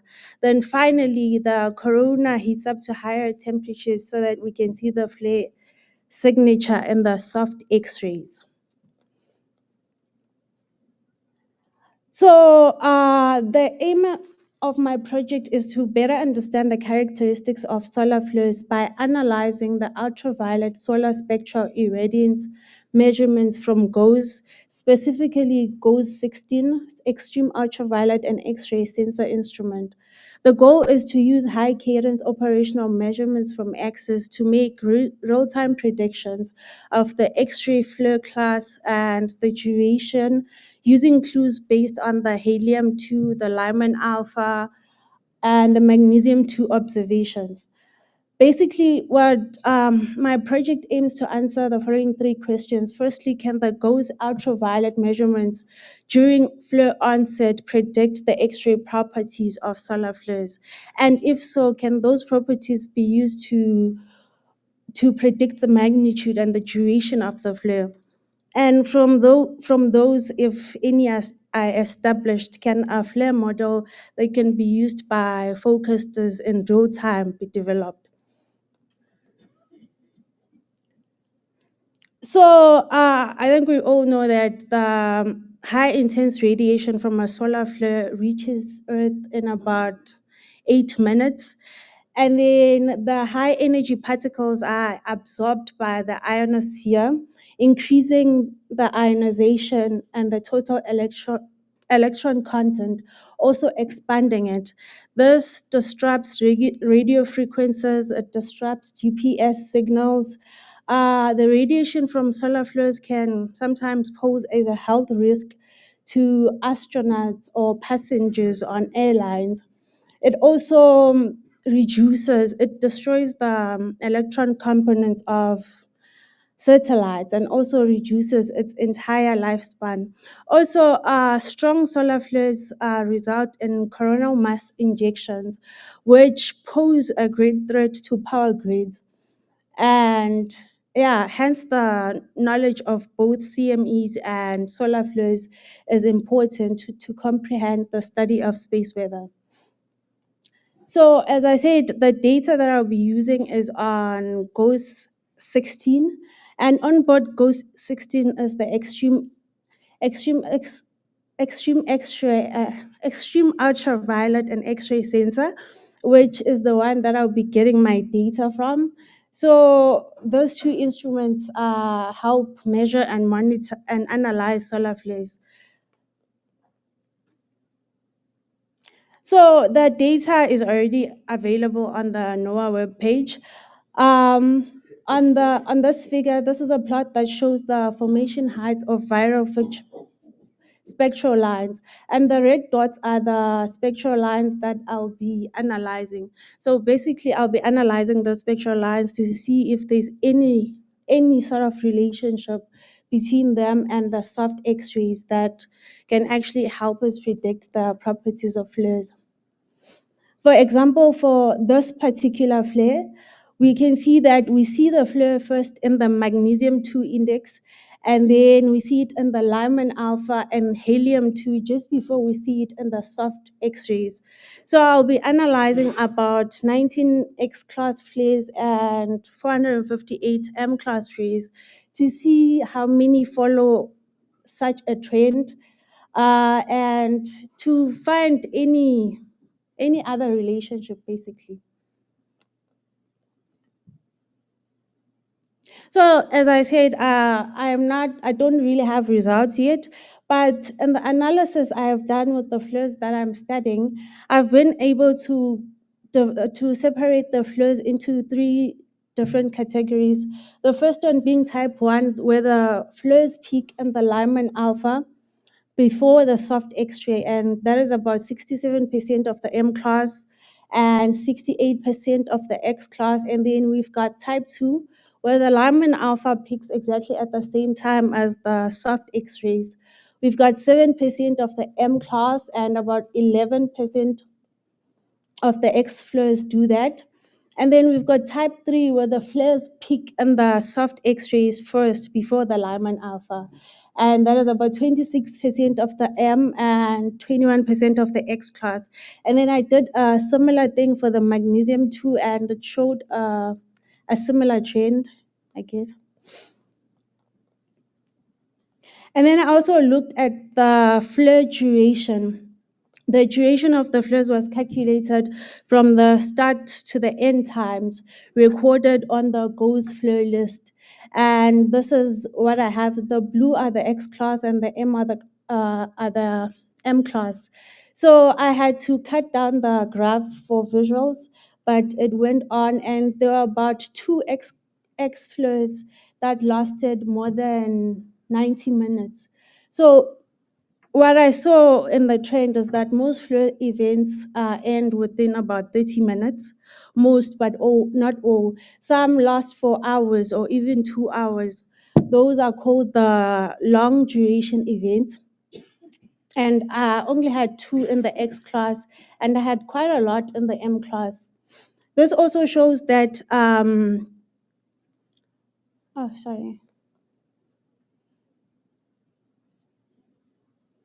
This also shows that the strength of a flare does not really have any correlation with how long it will last.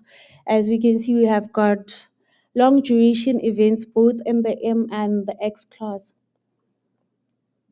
And then I also this is an example of a long duration event, which is the X 2.2 flare of July 2017.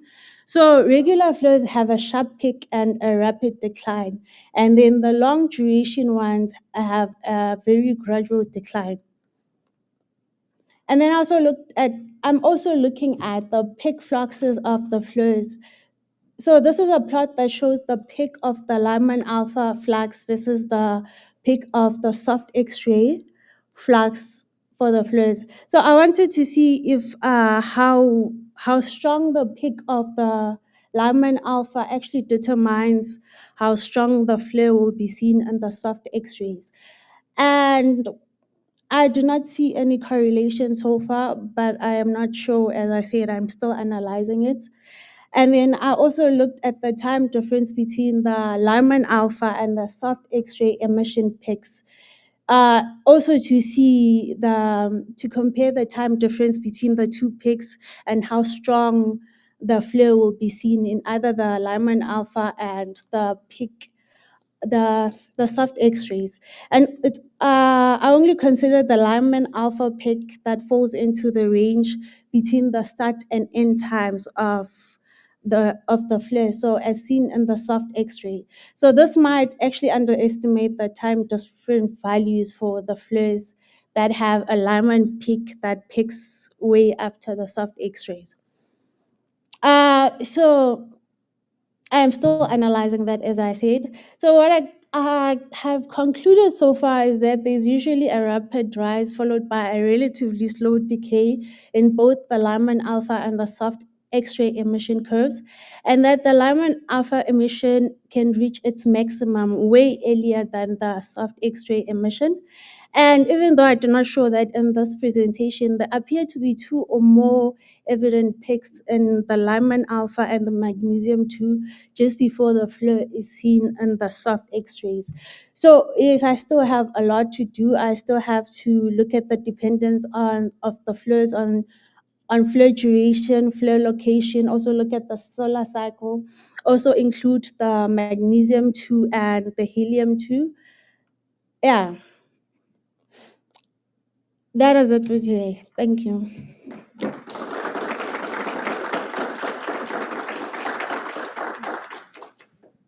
There'll be some questions, Abigail. Well, I was going to say that's a very nice presentation and choice of our topic. I had a quick question, and are you planning to include other data set outside of GOES, something like Solar Dynamics Observatory? Someone had suggested that I do that because the data on GOES does not have the flares it only recorded flares from 2017 up to date. So it does not have the other solar cycles. So yes, I would definitely consider doing that. And that there are many people here actually who'd probably be able to give you more insight on that. Do you mind if we open it up for just few questions? If people have questions, comments? Yes, Andres. Yes. So I think yes, there are several people here that I think you should talk to. I can talk with you. Okay. And one of the things that I think is nice about what you're doing and you can take full advantage of is, since you're working with the time series, you can extend back in history farther than if you were focused on images, for example. And so it seems like in this moment you are focused mainly in the last cycle, but you could extend to older GOES satellites that make the same kind of measurements and include much more statistics in your analysis. Okay. Okay.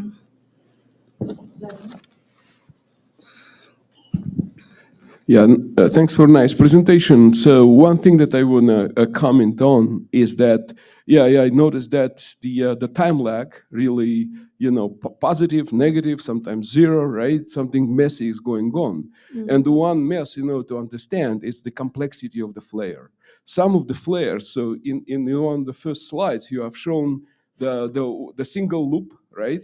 And then evaporation, that's how we understand the whole dynamics, but that dynamics comes from a single loop. However, we know that, especially with big flares, they come with an ensemble of loops. Okay, so you have like hundreds of loops, and there is a propagating disturbance. Basically, the whole data that you're using, without looking at the complexity, basically suffers from this kind of a confusion between, are we looking at the more complex events or more complex events? The one might be suggestion will be to look at some of the data might be from SDO, some to look at the detailed pictures and hard X-ray data, because the hard X-ray data are better precursor of the impulsive phase, where, compared to those Lyman alpha, because it's optically thick line that forms of the whole range of heights. And so due to the scattering, it's hard to understand, when the peak will be. Okay. Thank you. Thank you. And let's give a round of applause to all the presenters. I think this is our scheduled break. Thank you.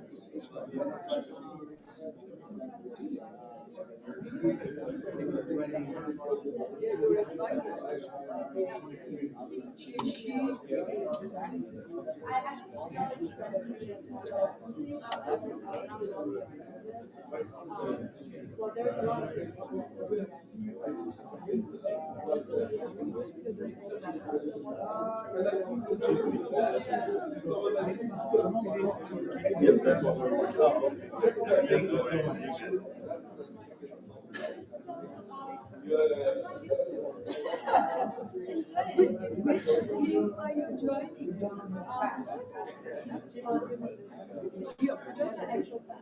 Awesome. We need more people there.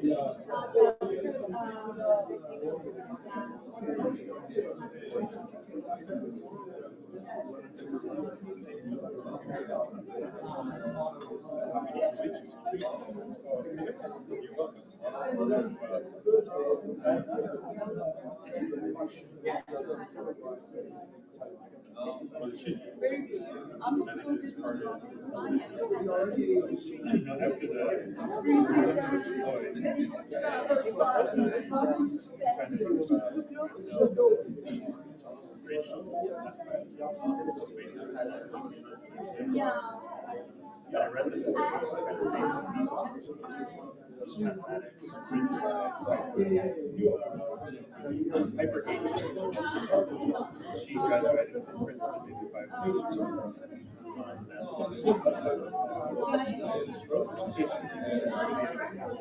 So like, it's kind of like part A and part B, but part A is part B is questions, and part A is more like a dialogue about perspective. So when I met in Princeton, despite all my privilege, someone at the top goes up and talks to the top, and that's where a lot of the research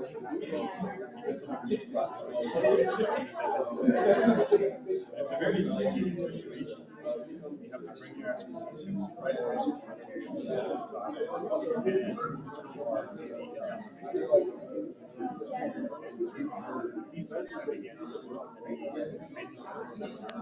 From the perspective so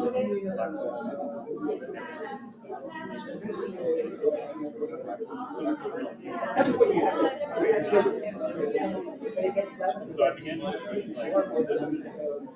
study hierarchy.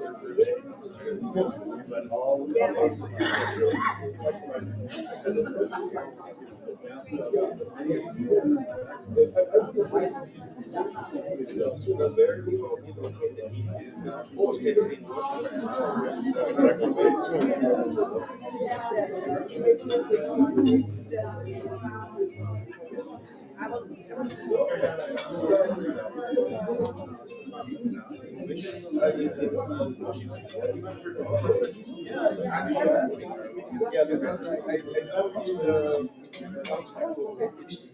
there are some remote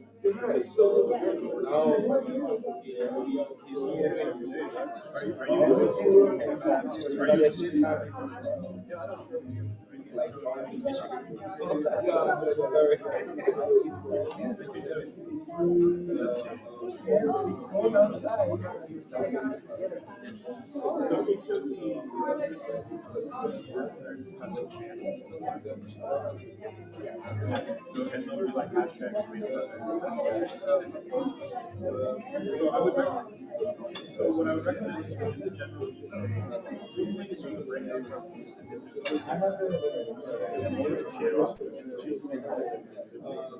then I will follow up with this. So there's some people who use the same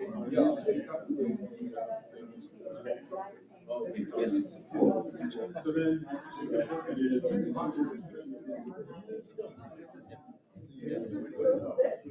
I will, yeah.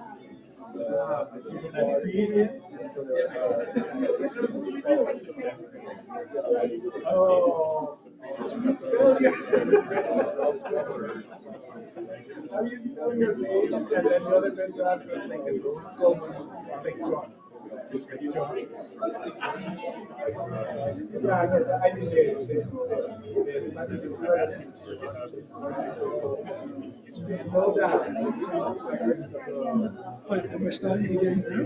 10:45. I do believe it's 13:45. Just looking Oh, is it 10:45?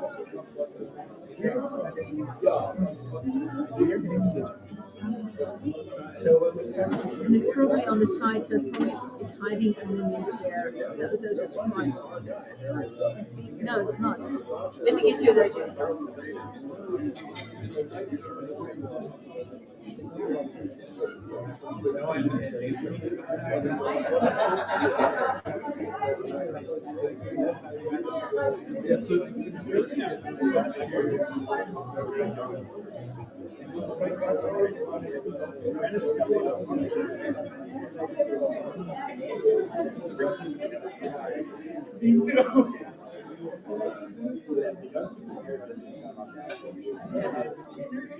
All right, there we go.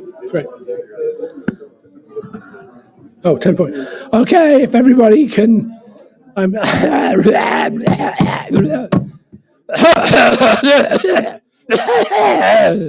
Hey, if everybody can sit down so I don't have to shout, that would be great.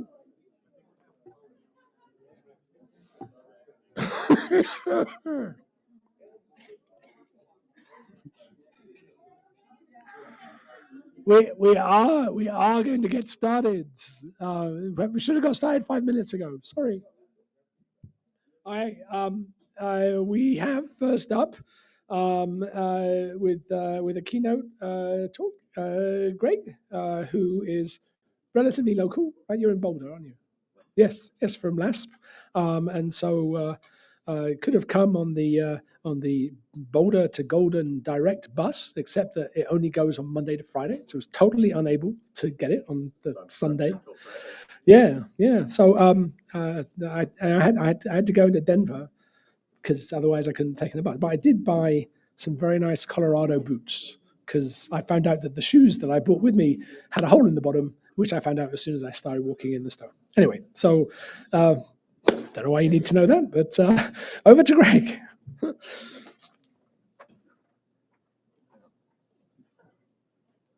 Thank you, Gavin. And I'm going to be talking about a security alert.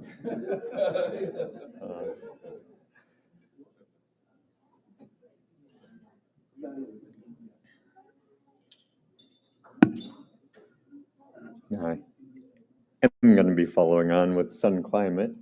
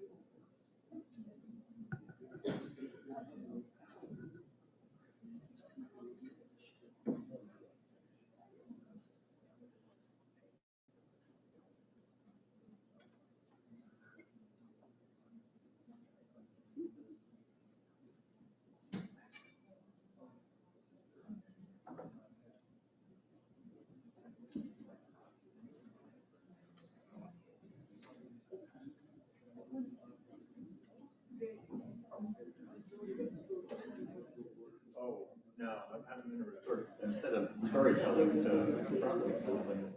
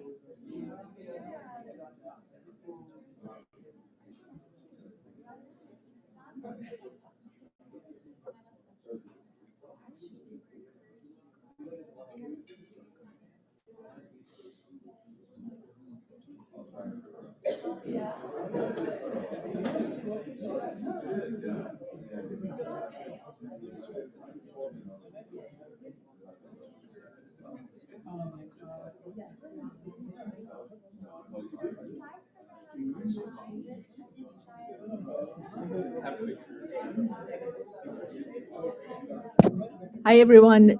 We're just having a little bit of an issue with getting the slides up. While they're doing that, I went up to get something warm. I noticed you're all dressed warm, which I'm very happy about. Apologies for the fact that it's probably colder inside here than outside. They've been trying to crank up the heat and blew a circuit and have the electrician out. So the electrician should be here in 10 minutes and it should hopefully warm up at some point today. So bear with us. Thanks for being great about this.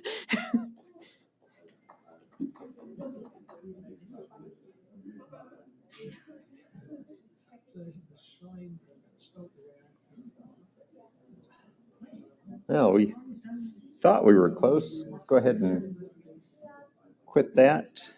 And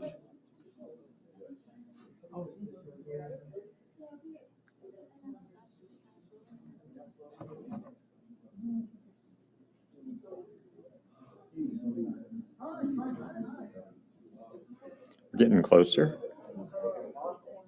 Alrighty. Gavin didn't show this, but he helped make it. These are temperature anomalies for the last 150 years around the globe. And you can see warm areas redder, blue area is colder, time progressing, years on the upper part. Things were reasonably mellow till the last few decades, and then you can see how red everything gets. And so that's what climate is doing. Like I said, I'm talking about sun climate. That's all I know about climate. I do a lot more with the sun. So Jim talked earlier about, I'm going to be the jerk who comes here and comes to a sun climate thing and says, no, it's not the sun. It really is other things that are causing climate. So no, it really isn't the sun. Gavin was much more polite. He showed a graph with time of the solar contribution kind of going along flat here at the bottom and the anthropogenic effects shooting up through the ceiling. But he didn't quite come out and say, no, it's not the sun, stupid. But no, it's not the sun, stupid. But the sun is still one of the natural contributors to climate change, and therefore we need to know what it is doing, because as we go about trying to regulate the things that we can control, there will be some things that we cannot control. But Jim. Where that photo was taken? It's credited to friendsofscience.org. I don't know where it was taken, though. Oh, is it? Okay.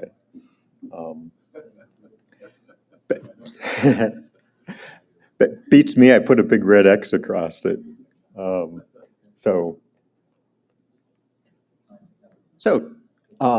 This is the total solar radiance. If you simplify climate, it's incoming radiation and outgoing radiation. And the difference between the two is what's changing our climate.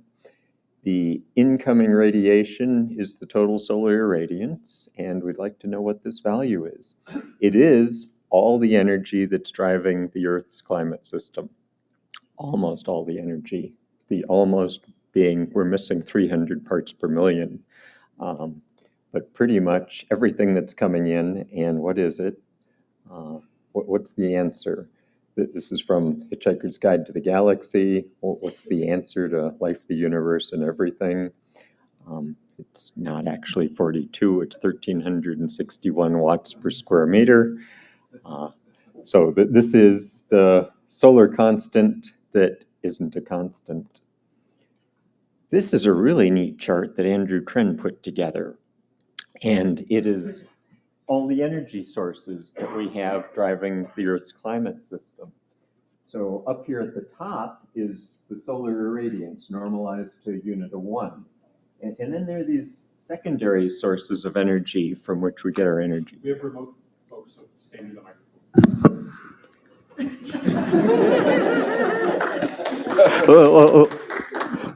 Like I said, I'll be the jerk here.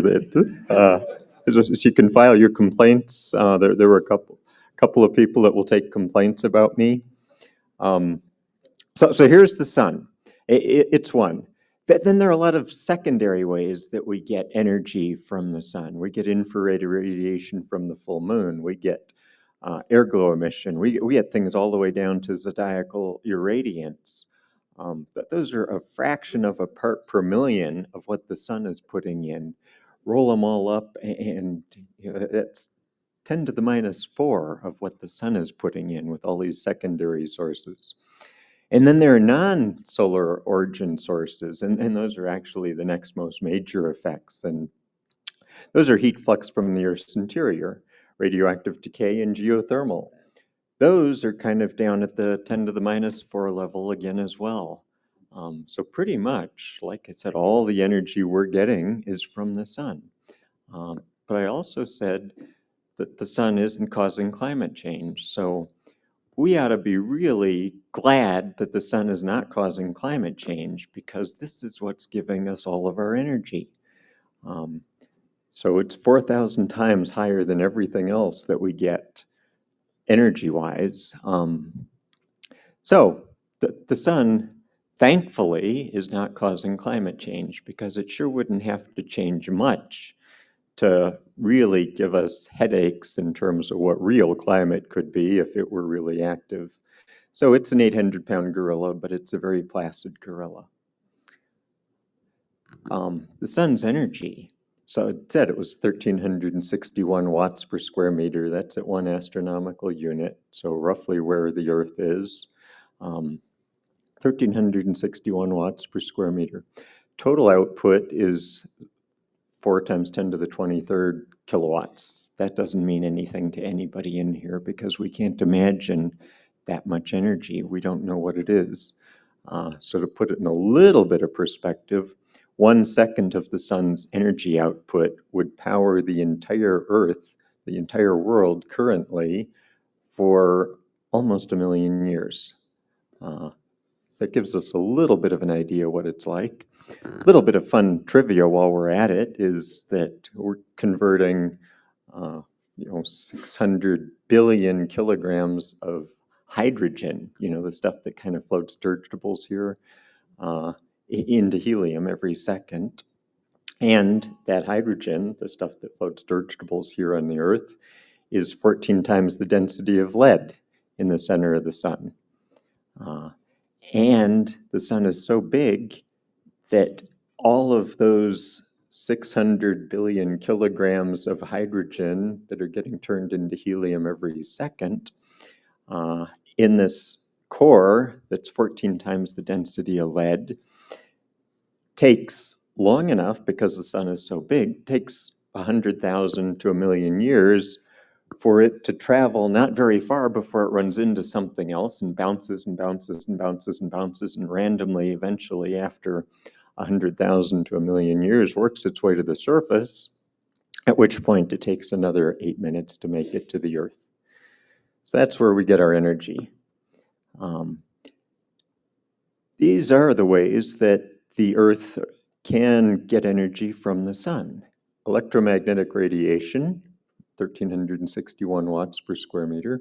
Energetic particles, protons, electrons, they're exciting. They do neat things. Solar wind, again, exciting, does neat things. But in terms of energy, those are down 7 orders of magnitude from what we get from just radiation from the sun. Oh, and then there are these galactic cosmic rays that try as he might, like Gavin did, and has improved things and made them stronger. They're still pretty insignificant in terms of what they give us energy-wise. So I'm mostly going to be talking about the electromagnetic radiation. This is a plot to picture the sun, obviously, to start with a couple of big sunspots from the Halloween storms in 2003. But the curve is the total solar radiance and how it varies. Total solar radiance is all of the spatially and spectrally integrated light from the sun. It's the solar constant. And it's 1,361 watts per square meter. As sunspots come across the sun, you get a short-term decrease in the energy that we see from the sun. As big spots come across the sun, you get a bigger decrease. And this was a period during which we had a couple of the biggest sunspots that we've ever recorded in total solar radiance. That was a 0.34% decrease in the output of the sun, largest decrease that we've measured during the spacecraft era. So, the solar constant's not a constant. TSI, total solar radiance, is 99.97% of the energy we get, basically all the energy powering the Earth's climate system.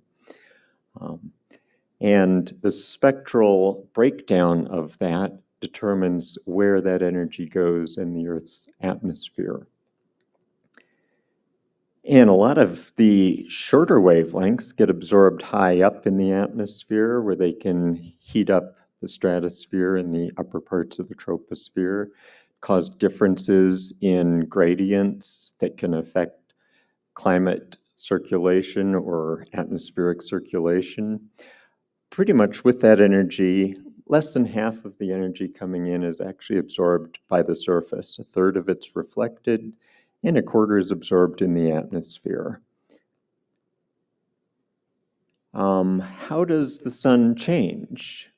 These are measurements offset to each other, but 45 years of measurements of total solar irradiance with the different colors coming from different instruments, correlations to sunspot number in black at the bottom. But over a few minutes, the sun changes kind of at the 100 part per million level on 5 to 10 minute time scales. And this is from convection and oscillations. Over a few days, like you saw on the previous plot, it can change by up to 0.3%. Over the 11-year solar cycle, you see variability that's at the 0.1%. That is where you start to have an effect on climate. Those other effects are too short to really affect climate. But over an 11-year solar cycle, you do start to see some effect on climate from solar variability. On evolutionary timescales, because the sun is gradually getting warmer currently, it changes by 1/10 of a part per billion per year. So not something we're really going to notice. But the part we would most care about for climate is centuries. And there it's kind of at the maybe 0.05, maybe up to 0.3%. That's the part we most care about and the part we know the least about. Know the least about it because we don't have measurements that go on that long with that good of stability. But that's the part we would most like to know about, and that could have a much more direct effect on climate. Here is a plot of solar evolution. Our present sun kind of shown as 4.5 billion years old, roughly. But over the last 4.5 billion years, it has gradually gotten a little bit brighter and a little bit warmer. So that's the gradual part, the kind of 1/10 of a part per billion per year change that it's doing. And that does. I'm going to start with those longer time constants, and then we'll work our way up to things that we can fathom a little bit better. But there is this kind of, the sun used to be a lot cooler than it is now, and yet we know we had liquid water on the Earth, and how can that be? And maybe it was greenhouse gases that helped keep a little bit more of that energy here on the Earth and keep things warmed up. So possible mechanism that the quieter, older, younger sun that wasn't as warm as the one we have now did manage to still have liquid water here on the Earth. Another one is maybe it wasn't always water on the Earth. This is always a fascinating topic of snowball Earth. For the most part, carbon dioxide in our atmosphere gets absorbed by the oceans, gets absorbed in rocks with silicon or silicates and weathering. There's photosynthesis that takes some of the carbon dioxide out of the atmosphere. And meanwhile, our volcanoes and geothermal are putting carbon dioxide back into the atmosphere. And the last 100 years or so, we've been helping with that system a little bit as well, putting carbon dioxide into the atmosphere. But naturally, those things have kind of balanced each other as long as we've got a reasonable amount of the surface of the Earth as real surface instead of as ice. But the idea with snowball Earth is maybe if the polar caps extend a little bit more, they start reflecting more sunlight. And as they reflect more sunlight, things get colder, and then the ice grows more, and then it reflects more sunlight, and things get colder. And you kind of go from one extreme to the other. Once the ice gets down to 30 degrees or so in latitude, you're not going to stop it. It's going to just make things so cold that pretty soon you'll freeze over the entire Earth. But that will stop all of these carbon sink mechanisms. And once the carbon sink mechanism stops, it's not going to stop our volcanoes, so they're still going to be putting up carbon dioxide. You'll have this completely snow-covered Earth. Volcanoes would still be putting up some carbon dioxide, and eventually there'd get to be enough up there that things would start to melt. And boy, now you've got enough carbon dioxide in the atmosphere that once the equator starts to melt off a little bit, it absorbs, that dark ocean absorbs a lot more incoming sunlight. gets a whole bunch warmer and things go out of control the other direction really fast. And so you can kind of bounce between these extremes. But so fascinating, possible couple of times, few periods, luckily a long time ago, when the Earth do have some indications that it was frozen over for something on the order of 1 million years. Other ways that the sun can affect the Earth is by changes in orbital dynamics, changes in precession, tilt of the Earth, eccentricity of the Earth. These all have characteristic signature periods that are realistic and do seem to correspond with changes in climate on very long-term time scales because of the distance or the orbital tilt towards the Earth. So a way that long-term the sun and climate are linked. Those are relevant and do have climate signatures, but they're on time scales that it's hard to get people too excited about. So let's jump a little bit closer to the present that people can be more directly excited about. We've got a 45-year-long uninterrupted series of spacecraft measurements that tell us what the sun has been doing from more than 15 different NASA, ESA, and NOAA instruments. They're getting more and more accurate with time. Since we have had overlap, we can string those measurements together to put a composite of what the sun has been giving us in terms of energy for the last 45 years. We have longer records via proxies of the sun, and those are things like geomagnetic fluctuations, aurora sightings. Sunspots are a big one that I'm going to talk about a lot more. Cosmogenic isotopes that extend back in time and give us some good indication of what the sun has been doing on longer time periods than the current measurements. But we have to link all of those proxies as we extend knowledge of what we think the sun was doing back in time to the direct measurements that we have, which started in 1978. We also have, in a way, proxies of what the sun is doing because we can look at a lot of other stars and see how variable those stars are with time and how normal our sun is as a star or how normal stars are as the sun, how variable the sun really is compared to other stars. So here's how you kind of do reconstructions. You take your measurements. Because they overlap, you can put them all together, and you can take that composite record, correlate it with sunspots, which are in black, take that record, which is a over 400-year-long record of measurements of sunspots, back in time and estimate what the historical total solar irradiance was as a function of time. This is flat because sunspots never get to go negative. But there are other indications that maybe on long time scales, the sun varies a bit more. And using some other ideas of how the sun may have varied long term, there are different reconstructions that do have secular trends to them. And you see a couple of times on here, like the late 1600s when the sun was pretty quiet, didn't have a lot of sunspots for quite a while. Ooh. I'm having too much fun, Gavin. And we can correlate those with, but thank you, with cosmogenic isotopes that we can take back 10,000 years in time. Here's some of the measurements of sunspots. Thank you, Andreas, for digging this up and putting it into a neat little publication. These are drawings, early on drawings of sunspots. And here's some more modern versions of sunspots, but you want to put together a record of what the sun's been doing, you've got to link both of these. Those ones on the left are probably a little too big of a sunspot because the person was probably a little more interested in getting all the detail in there than the photograph where the camera really doesn't care about all the detail as much and doesn't exaggerate any of it.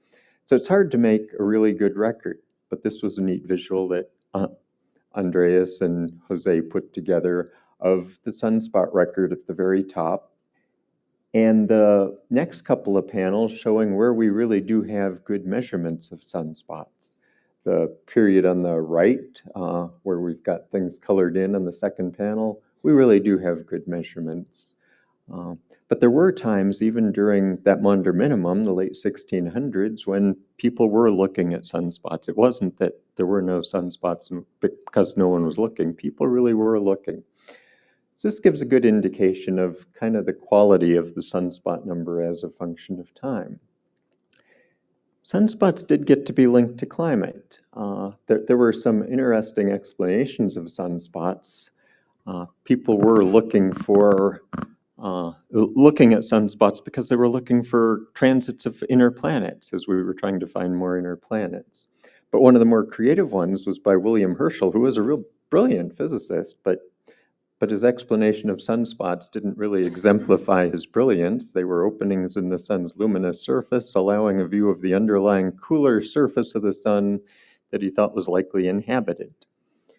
So that wasn't as good as some of the other physics that he did, but he did also produce the first publication that linked the sun and climate. And that was a correlation of the price of wheat with the number of visible sunspots and some sort of rational explanation for why they might be linked.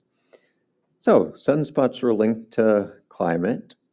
There is this Maunder minimum period from 1645 or so for the next 70 years when there are very few sunspots.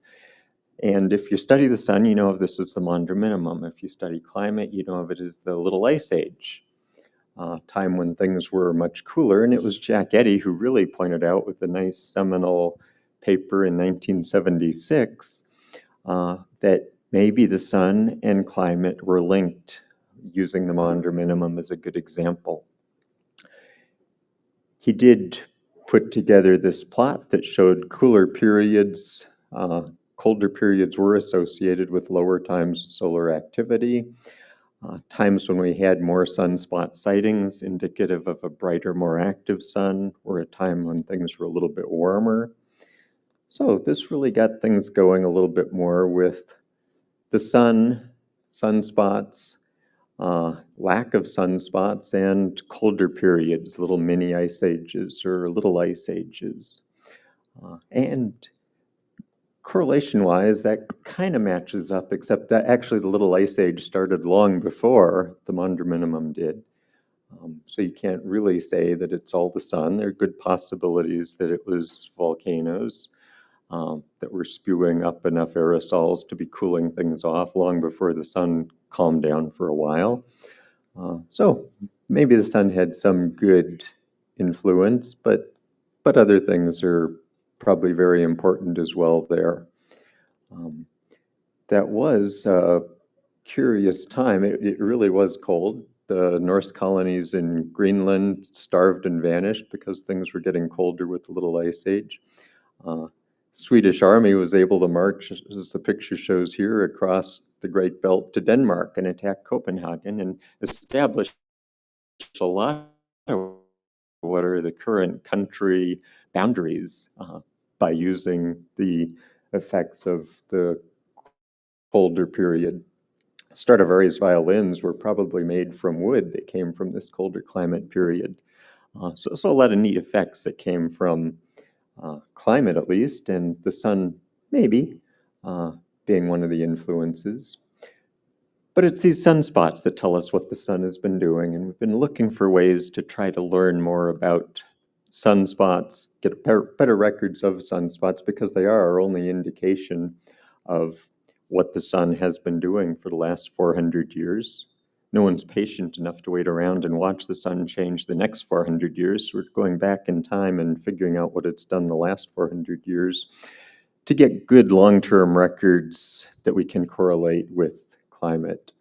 And to that effect, we have published a lot of new data and discovered a lot of new data on sunspots over the last few years. So we're coming up with better reconstructions of sunspots for 400 years, modeling things up via activity, on the sun based on the new sunspot records that we're creating, telling us what the magnetic features are on the sun. So we're coming up with pretty good models that tell us what the surface features of the sun have been for the last 400 years. And again, this helps link the sun to climate with a little better accuracy based on more accurate historical records.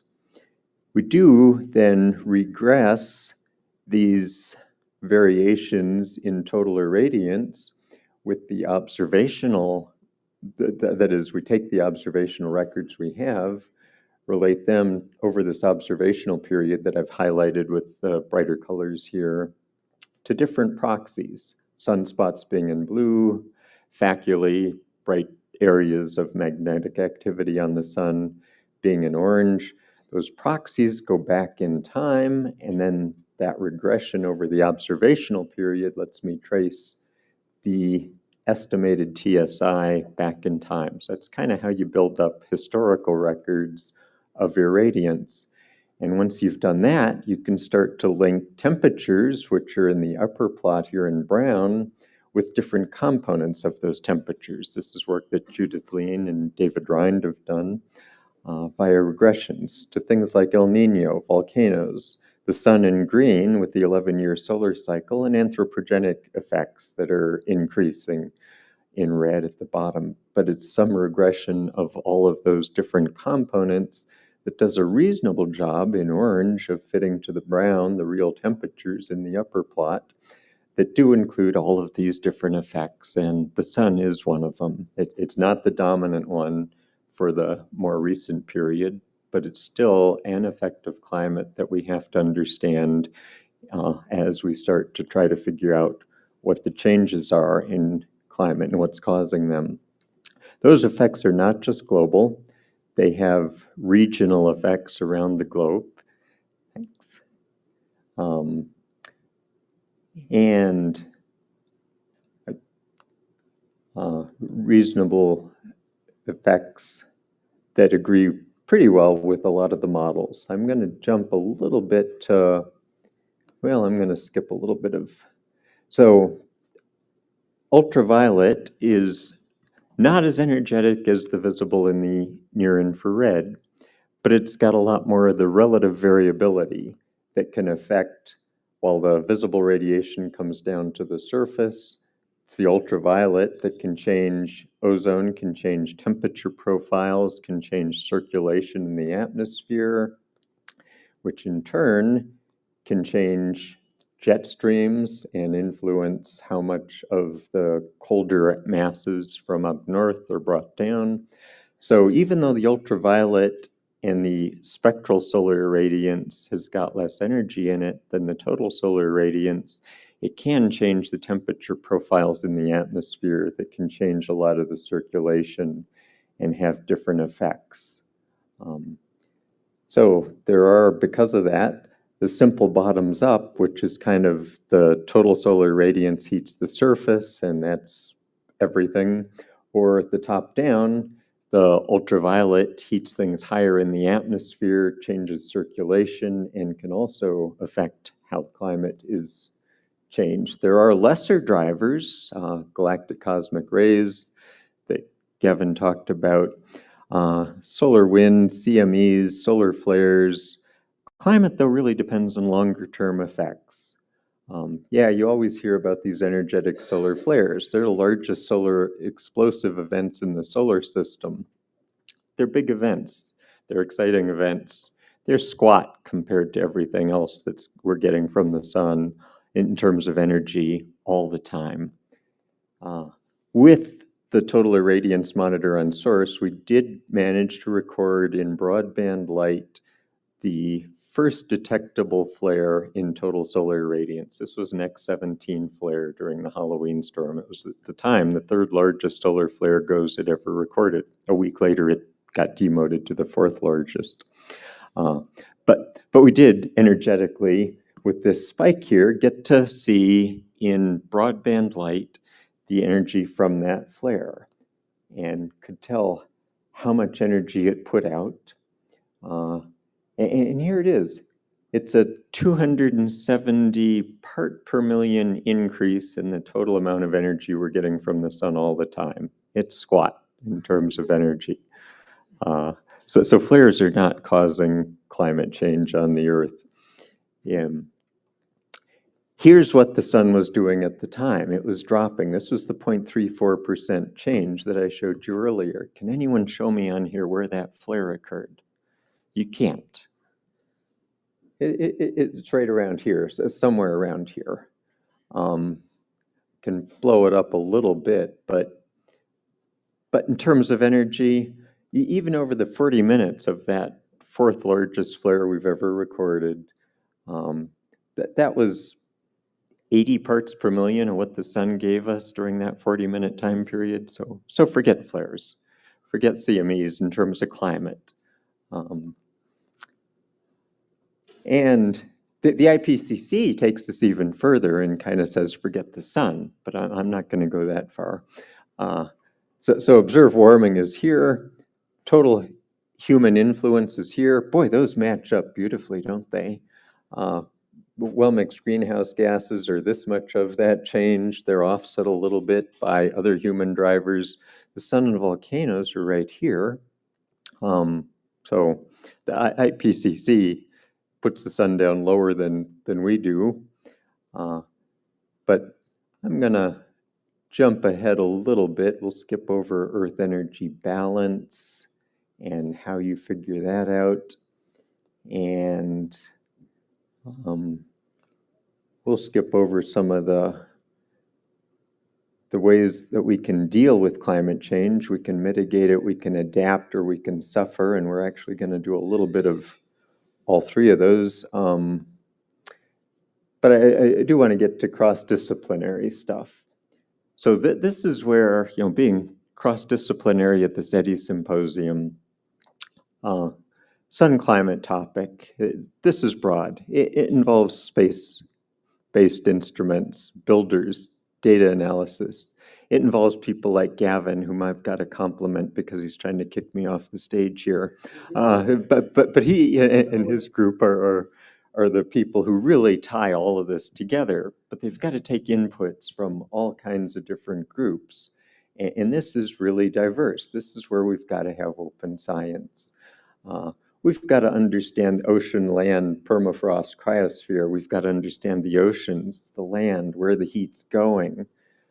We need observations from long-term observers. We need sunspots. We need rainfall, river levels, fires, CO2, greenhouse gases, stellar variability researchers.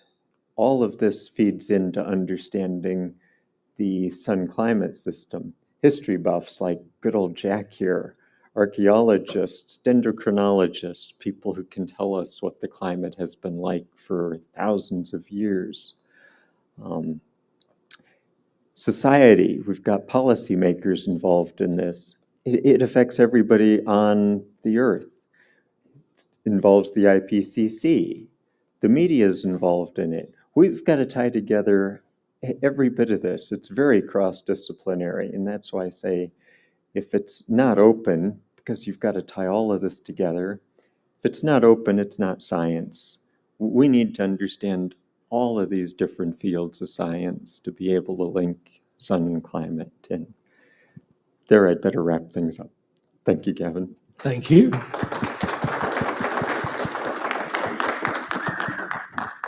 Despite your, excessive eloquence, there is still time for questions. So, Lika.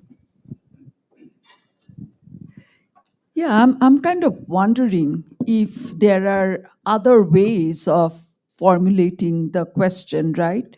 I mean, is it that size matters or size doesn't matter? Do we talk about energetics as the most fundamental thing? Because we do know that there is no linear relationship between climate and what we actually see coming from the sun. We know that. We haven't been able to create a physical mechanism. At the same time, we see, Jack and others, we see evidence of climatic imprint from in the bottom of the ocean to tree rings to everywhere. And what is that path? So you talk about solar flares. We are tantalizingly kind of trying to analyze the changes in chemistry, the chemistry that changes the transport, and how all of these tie together, right? It is not talking about climate only for the last 50, 60 years. It is climate in general. It's not global temperature, it's climate. So how do we formulate this question and kind of get a better physical insight? That's kind of something I still struggle with, don't understand very well. And I wonder if, maybe simpler planetary environment like Mars or whatever, if we could get a core sample from the moon, what can we do to get a better handle on these questions? It's not TSI. We understand that, but what is it? Because we have evidence that we can't quite explain. We have a lot of, the way we do it is to try to get away from the more modern period, to go back in time to when it was much more naturally driven. That is, climate was driven by natural effects. It's still driven by natural effects, and that's why it's still important to keep measuring those natural effects, even though they're being swamped right now by anthropogenic effects. But to understand it, the cleaner period is to get back before the anthropogenic effects were quite as big. And so that's why going back in time with these historical proxies is the best clue, I think, to tell us what the sun was doing, because we're looking at a cleaner signal there without dealing with the anthropogenic effects. And even for the anthropogenic period where we're influencing climate ourselves, as we think about trying to set policies for what we can influence, what we can control, there's still going to be natural effects where we're not going to set policy to regulate the sun or tell a volcano when it can or cannot erupt. So we still need to continue the measurements of natural effects, but to better understand them, it's a little cleaner to go back in time. Could go to other planets, but the greenhouse gases might not be the same on Venus particularly, or Mars particularly. So it's still better to work on history on the Earth. Thanks for nice overview of TSI effects, if any. But one question is the naive question, would be that the impact of solar flares and associated energetic particles on the atmospheric chemistry of polar vortex. I mean, I understand that some subsystems of our planet are more in tune than others with chemistry. So, for instance, if you have during solar maximum, you have the high frequency of X-type flares that can give you SAP events, and they will create nuxes, and nuxes will live long enough, longer than the average period between two successive events, so that you can have some kind of an accumulation of nuxes that can change the overall dynamics of the polar vortex, for instance, which will change the whole dynamics, right, of the region. I don't know whether that's a question to Gavin and to you, whether those kind of studies have even been done. I mean, sensitivity studies. Yes, you need some good amplification mechanism. Some of those effects would need a good amplification mechanism. And that can come through NOx, and it can come through long-term changes that you could induce once you get a system going. It could come from a whole bunch of flares happening one right after the other, perhaps. But still, energetically wise, it's simply not there. So it does take another amplification mechanism on the Earth. And the galactic cosmic rays were one example everybody seems to get excited about that just hasn't shown up yet. I think my only like footnote on that would be, people kind of underestimate how much noise there is in the system, regardless of changes in the outputs, right? Just the internal variability of the polar vortex as a function of waves coming in from the tropics, storm systems, El Niños, is massive. And so finding small signals in a very, very noisy environment, it's hard. And it's easy sometimes to fool yourself when you look, because we look for patterns in noise all the time, right? We're attuned to that. And so it's not that it's impossible that there are such patterns, but you have to be super, super careful about not getting fooled by noise. And there's a lot of noise. And they're probably location dependent, right? Yes. Yeah. Okay, but we have time for a couple more questions. Yeah, Ankush has a question online. He said, very nice talk, just a question. How does regional climate variability is linked to global changes induced by solar variations? Question, where is the coupling taking place between global and regional variations? That is a neat question, and one that I don't directly have an answer to. The correlations that I showed are just that. They're correlations. That is, what the plot I showed came from Judith Lane and David Rind, and it did show with either an 11-year period or long-term periods of solar variability where things get affected on the Earth. But in terms of understanding it, I don't. Gavin and Dan here may know a lot more about what causes the regional effects from solar. Solar, because it's kind of a fairly uniform brightening of the Earth or change in energy of the Earth. But it really shouldn't be affecting regional things just from that simplistic model. But maybe either Dan or Gavin could add a little more as to why we know regional effects. I'll refer you to my previous answer. There's a lot of noise in the system, but we could take that to the next discussion period. I think that's a little bit too complicated to get into here. But there was one more question. Yeah. Thank you, Greg. So I really like the catchphrase you have in the box at the bottom there about if it's not open, it's not science. And as you know, we were both at the Sun Climate Symposium a couple of weeks ago. That was also in the mountains, but was quite a bit warmer than here. Yeah.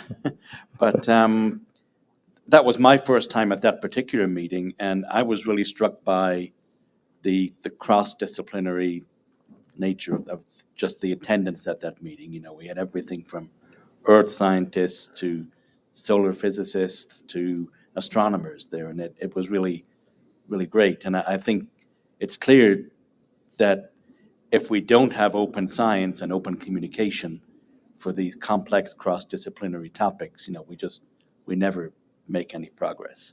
But that's not a question. The question really was that you're talking mostly here about TSI variability, but when you get into looking at the spectral variability, obviously that, as you know, affects different layers in the Earth's atmosphere.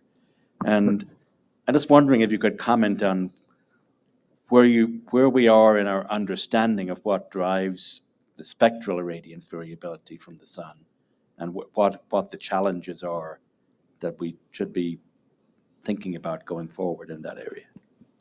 Yeah. So it was just starting in 2003 that we really started taking good spectral solar irradiance measurements across the entire visible and near infrared region. And we've now got those pretty continually. So that's starting 20 plus years later than we started the TSI measurements. They're much more difficult measurements to make because you're dealing with each bandpass with much less energy, so they're not as stable long term.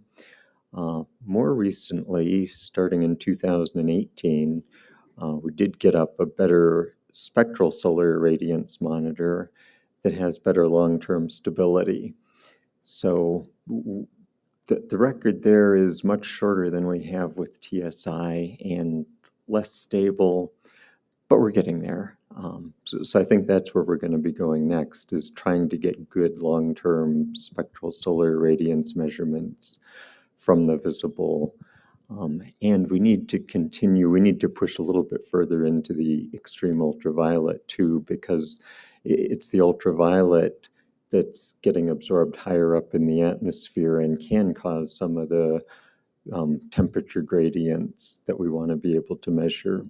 So we need to continue those, but with good stability. We've got good measurements for short-term changes, 27-day or a few solar rotations. But just over the last 5 years or so, we're starting to get measurements that are good over the 11-year solar cycle. So we're getting closer with those new measurements, but I think they're going to be leading to a lot of important changes that we can use in global models, climate models. Thank you very much, Greg. Another round of applause. All right, now we have another student presentation. Lin Tan. Do you have her slides? Yeah.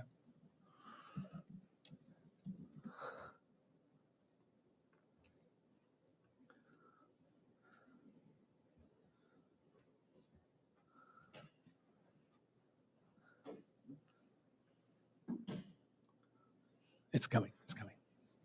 I'll put up when you have 2 minutes left. Okay.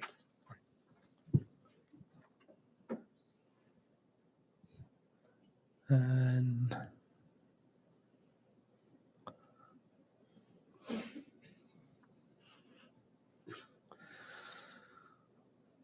in the meantime, we do some exercises. Give us more.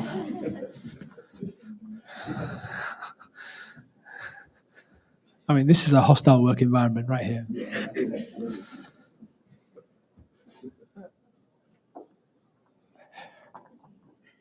This is not an example of global warming. It can't be global warming because I'm cold right here, right now. Okay, here we go. Yes, extremes.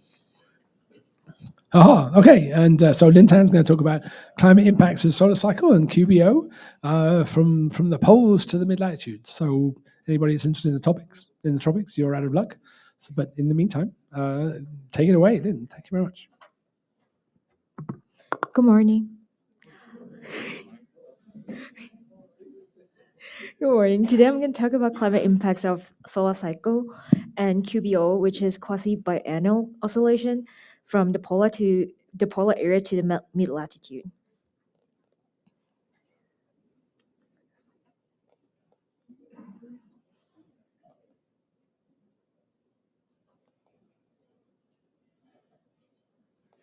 And my name is Lin, and these are my co-authors.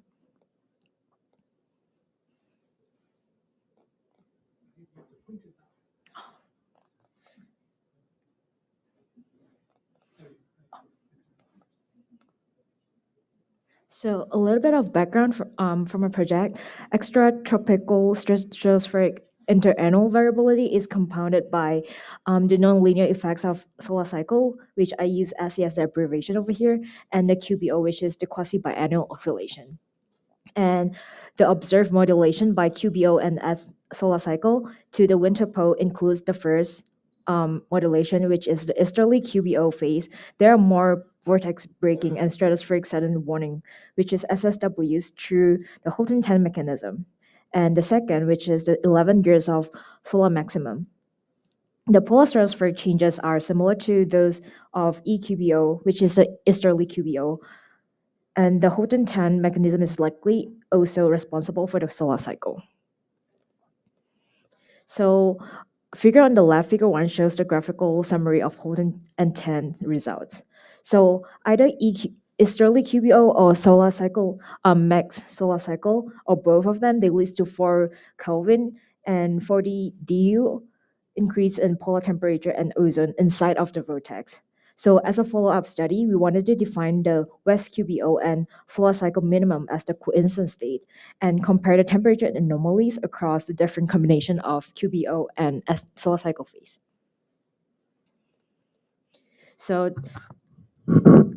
The The objective of this study is we wanted to study the indirect impacts of the coupled effects of QBO and solar cycle together on the mid-latitude temperature. So the highlight of the idea is we wanted to use 60 years of the data of NCAR reanalysis data to examine the effect of QBO and solar cycle on the mid-latitude by looking at the temperature anomaly of the three excited states from the quiescent state, which is we define as the westerly QBO and minimum solar cycle. So some detailed methodology. So the West QBO index was defined when the zonal wind above Singapore is greater to 4 millimeter per second, while Easterly QBO was identified as -4 meter per second. And the annually average solar flux is used to define the solar maximum, which is greater or equal to 140 SFU, and the minimum would be lesser or equal to 125 SFU. So in this table, we could see that the quiescent state right over here is defined as the West QBO and solar cycle minimum, and the rest is what we wanted to compare with. So this is the result. So this is a figure that we have from the stratosphere. So a planetary scale cold anomaly in the stratosphere around 10 to 50 hectopascal over North America is observed. So this basically indicates the exchange of air masses between polar region and the mid-latitudes during the major warming event.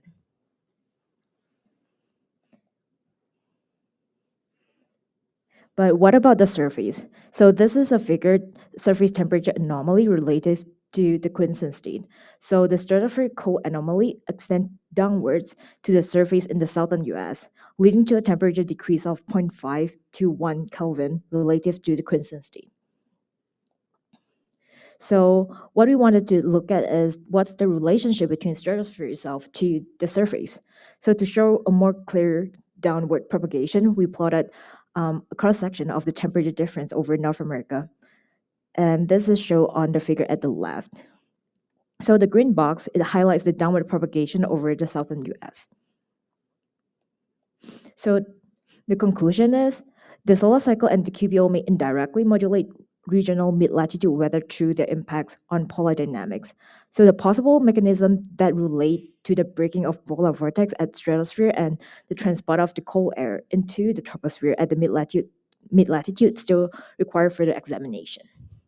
Thank you.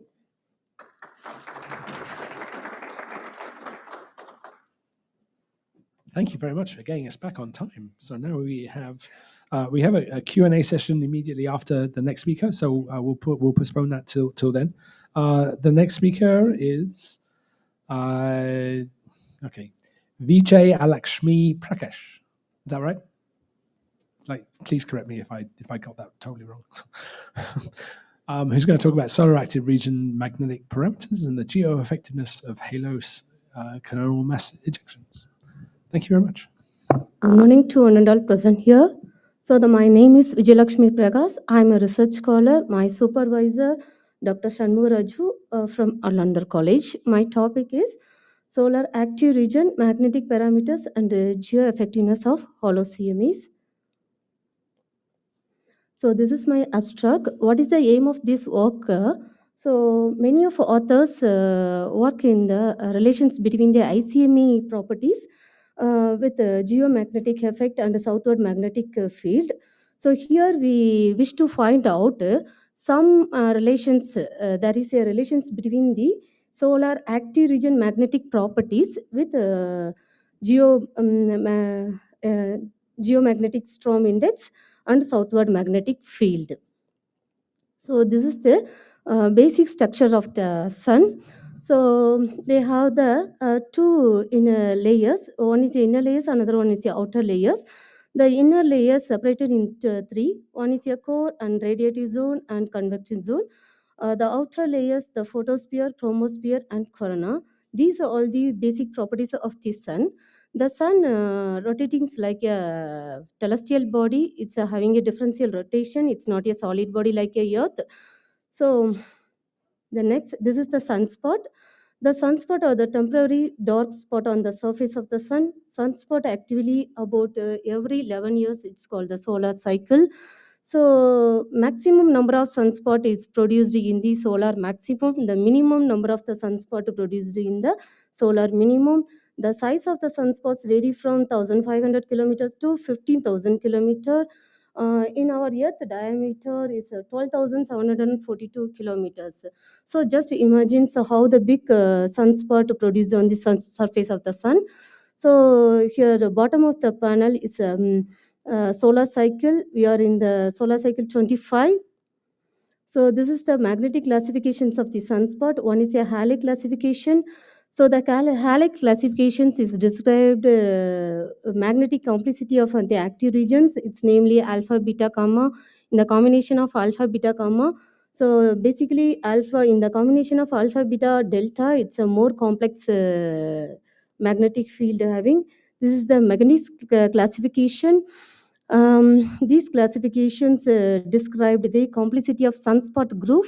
So it's namely the three letters identification. First letters identify juris class. Second letter identification the distributions of spot in the penumbra of the principal spot. The third letter indicate the distributions of spot interior of the group. This is the active regions. Active regions on the sun is on the area which is especially strong magnetic field from the most of flare and coronal mass ejections coming from active region. So here the sharp we are using the sharp parameter for our studies. Sharp parameters means the space weather HMI active region patches. So each patch is having a unique Hart number. Hart number means HMI active regions. These are the keywords of the sharp parameters. One of the examples of US flux, the total unsigned magnetic flux. By using this formula, you can calculate the US flux of active regions. So here the 16 sharp parameters there. This is the solar flare, the sudden brightening in the sun surface with the emissions of the enormous energy release up to the order of 10 power 25. It's a mistake, it's a joule. So by using these formulas, you can able to find out the total magnetic energy of the sunspot. The flare classified in the 5 categories based on the intensity of the flares. So A, B, C, and MX. M is a extreme level. X is a extreme level. M is a medium level. So rest of 3 is the small level. These are the properties of flares. So the release the large amount of particles, energy, magnetic field from the sun, that is called the coronal mass ejection. This CM is basically classified the 3: hollow, partial hollow, and limp. So when they ejected in the 360 degree, it's called the hollow CM is greater than 120 degrees. It's a partial hollow. So emitted from the limb, it's a limb CME. These are the kinetic properties of the CME's speed, acceleration, mass, kinetic energy. So this is our motivations of this work. The many of already earlier I said the many of authors working relations between the ICME's properties with the geomagnetic properties. So here we try to know about any relations that in the solar active region magnetic properties with the geoeffective properties. This is our data. We selected the 31 front-side geoeffective hollow CMEs from 2010 to 2017 in solar cycle 24. So this is our criteria. So each active region should be identified by separate HMI active region patches in order to check the connections of the DST index and southward magnetic component with the photospheric magnetic parameters. So here we are using these 4 short parameters. One is your total unsigned magnetic flux. So absolute value of net current, vertical current helicity HC, sum of the absolute values of net current per polarity JZ, surface integral of photospheric magnetic free energy density is rho dot. This is the one of the examples of short vector magnetogram of active region 12297 on March 2015. This is the graph relations between the solar source regions with a DST index. From this graph, we conclude that most of geo-effective hollow CMEs originated from the disk center of the sun.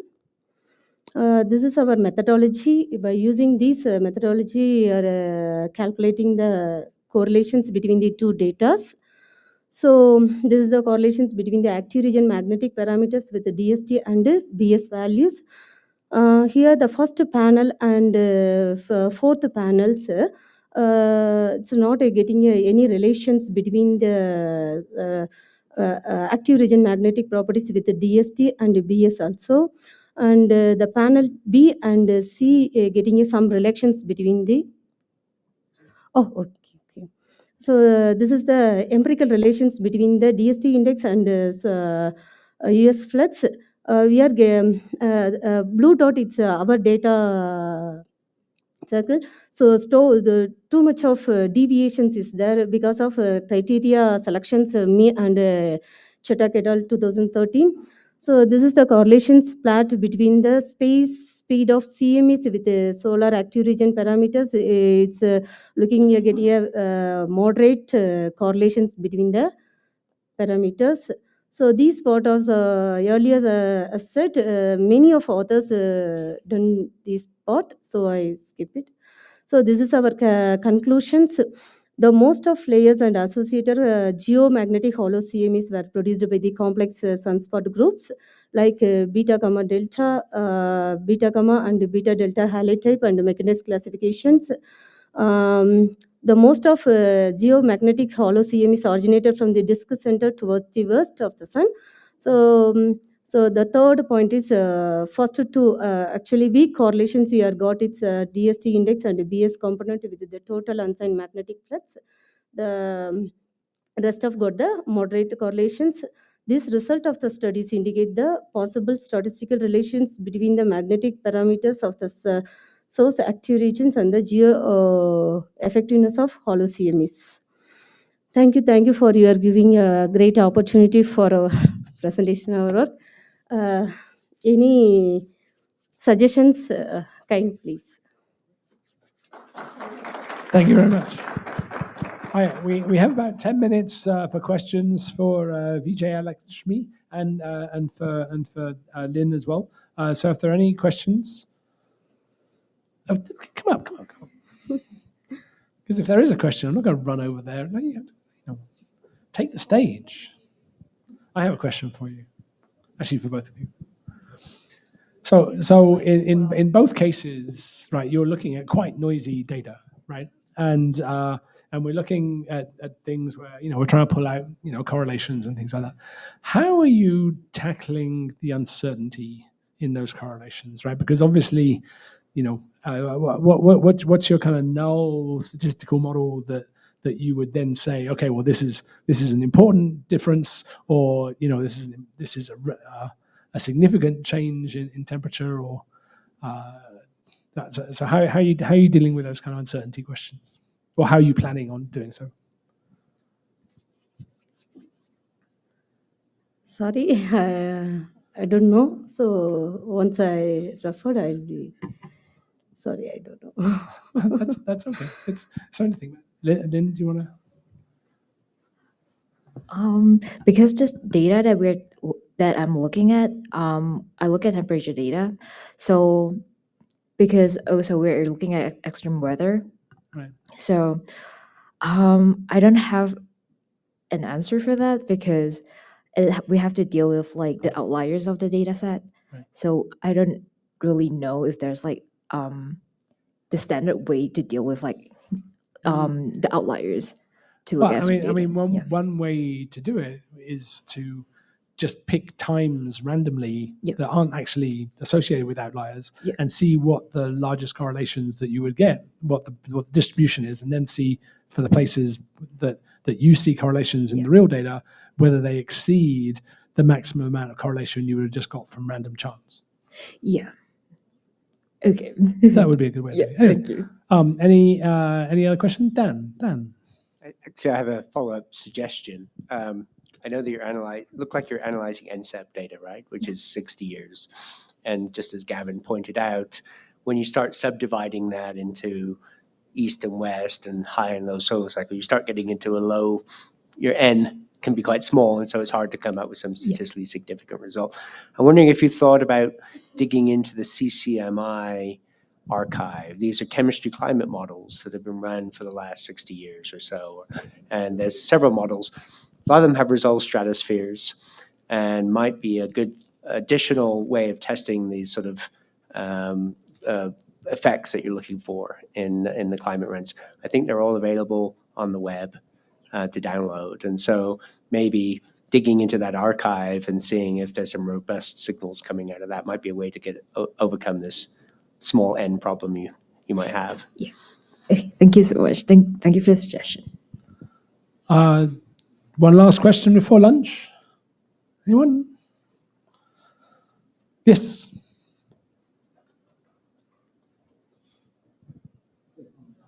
I shall come to you.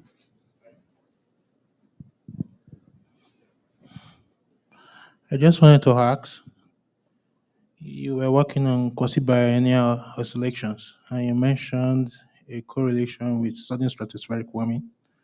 So I just wanted to be curious to find out whether the mechanism of both events are the same. That's all. Oh yeah. So the QBO is an oscillation that occurs over stratosphere. So like it occurs basically at what is it called? The equator, and then like it would affect like the stability of the polar vortex from like the previous literature. So if we are at, if I remember correctly, like westerly QBO, if we're at that phase, it's more likely for us to have like a weaker polar vortex. So there might be higher ozone inside the polar vortex. That's how we know that the polar vortex was actually weaker. My question is for Vijay Didi. So you have studied the DST correlation with the sunspot and all. Have you look at for the number density and the velocity contribution to the geomagnetic storm? Because as we know, BZ is one of the driving factor, but another NP and V, they are also contributing to the dynamic pressure, and it can cause the magnetopause boundary shift towards the 6 area and cause the major geosynchronous satellite disturbances. So have you thought about it? Yeah, yes, but a little bit yeah, thought about it. So Okay, so something to think about and discuss further, perhaps. Okay, we now have an hour and a half for lunch, which is on your own. So there's lots of places up and down the street. That was the idea, right? Yeah. Do you want to tell them? I sort of want to sneak in here, so thanks for sharing. We do have an hour and a half, but we also wanted to use this space for all our early careers to get some time with our scientists that's been around a little bit longer. So we have an informal early career session. So if you wanted to sneak out for like 45 minutes and grab a lunch and bring it back or something along those lines, we would like to just have some informal time for our early careers to mingle and talk to people that has established the heliophysics summer school and this symposium. So enjoy. The sun's out. Have fun.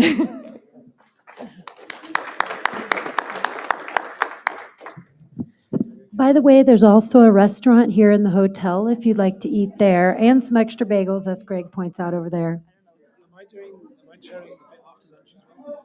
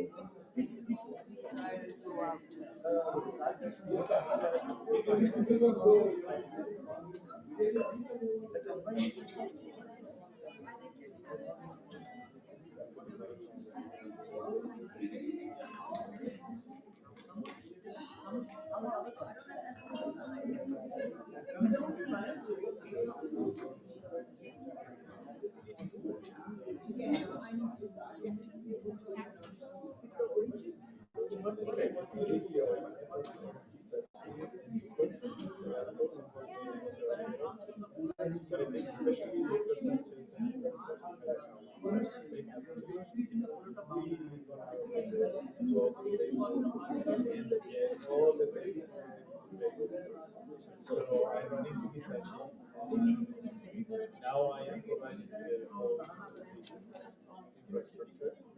So it's crazy. Because now we have almost every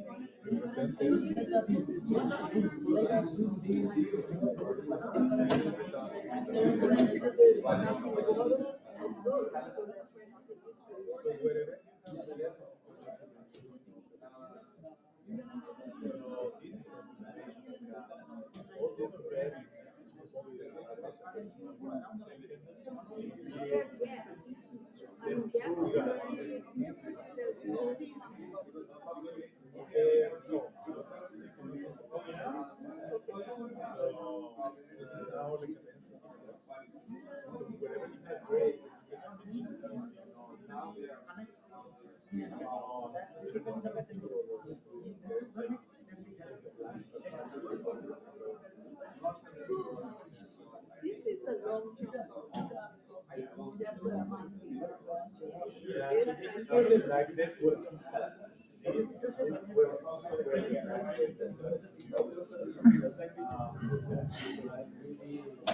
And I keep going, like right where I normally put it, right?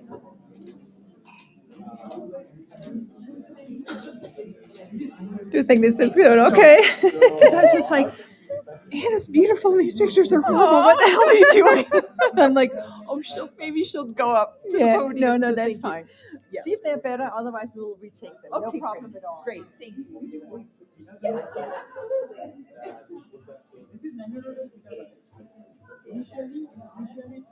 And so that's the challenge. When he was telling me a story about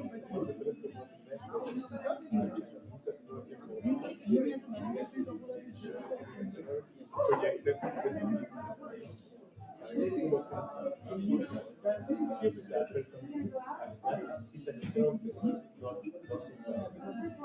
so that's I think the program we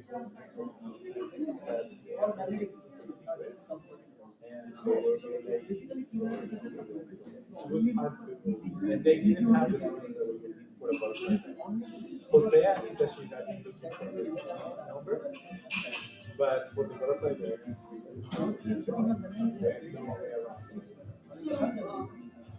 It says, and took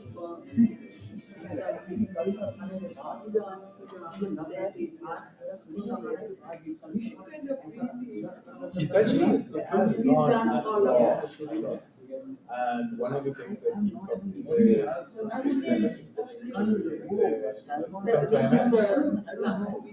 yes, he was talking about eclipses during the moon. He tell us something about this.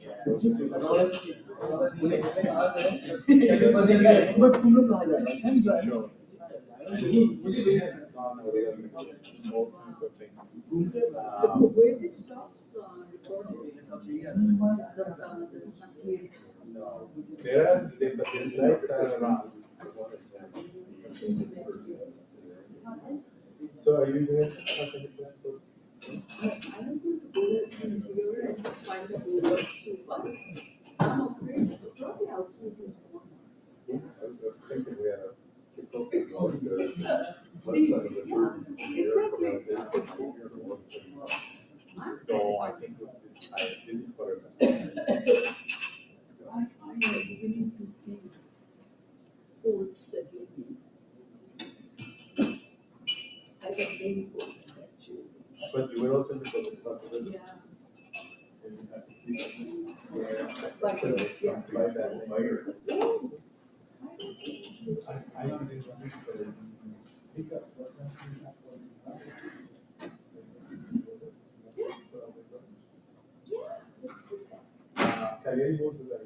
Oh, really? Okay. Okay, yes, definitely. And I also want to talk to you.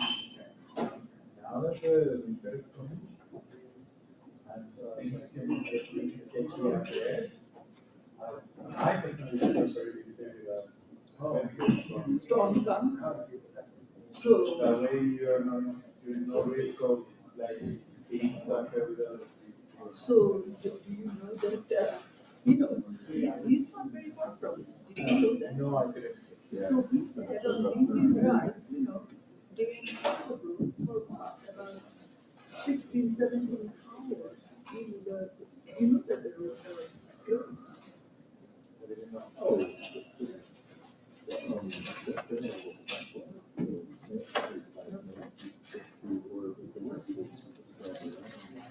Left hand then.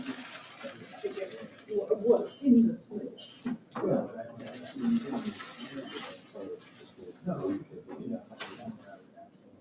So I just moved the. Oh, good, you got something outside here, nice. It's good. That was very good. There were really big clothes, both days. So 46 to Old State, people are coming from.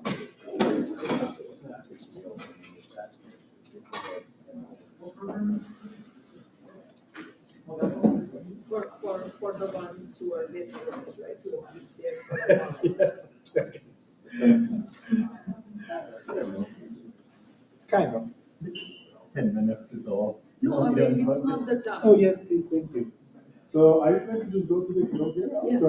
Yeah, I'm just doing. I can use a I roll won't,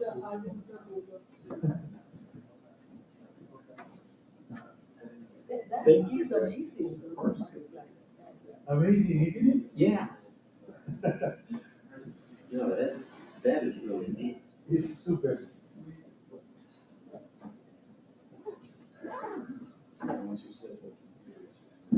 So I'm very excited, and I think we can use the butterfly to inform better the cycles amplitudes themselves. Yeah. And so the combination of the two may help. The amplitudes come from the total number, but the butterfly is also the attitude. That's right, it's the spread. But also the stronger the cycle, the higher the latitude of the sports at the beginning of the cycle. And so it also includes information about strength. There's a lot of inference to be drawn. Yeah. Yeah, more than just the amplitude.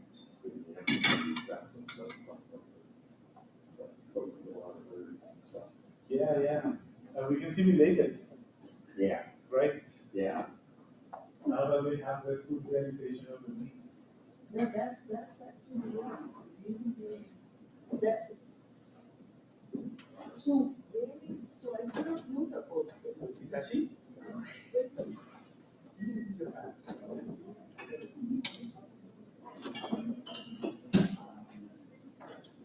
You want to join us, Greg? I think I'm going to just go outside and warm up. Oh, guys, they're got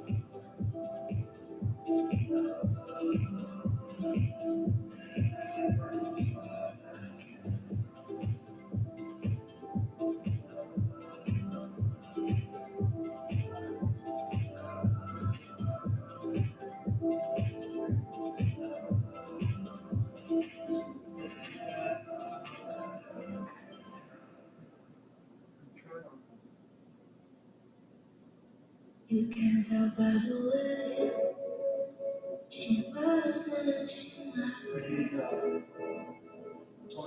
You can tell by the way she talks, she moves, and works. You can see in her eyes that no one's searching. She's my girl, my super girl. And she said, it's okay, I got lost on the way, but I'm a super girl. And super girls don't cry.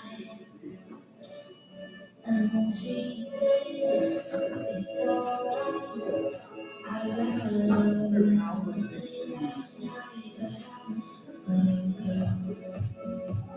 And super girls just fly.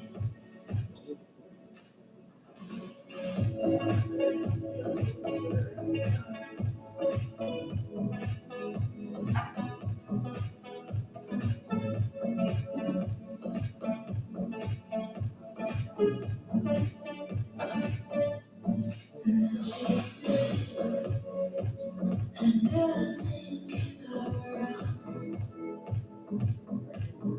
when you're in love. What can go wrong? Then she laughed, the night turned to day.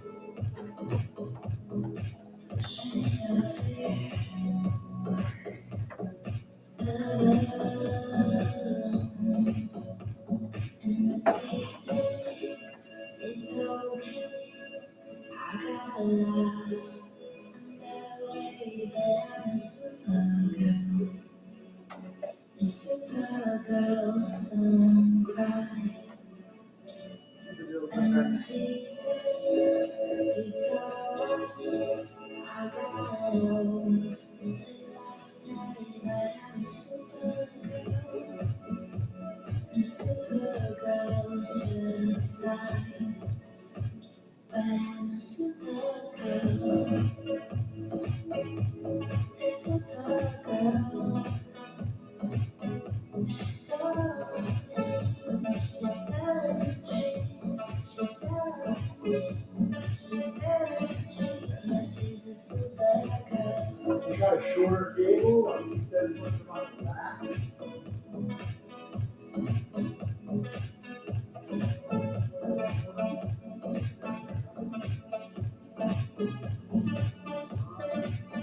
She's a super girl.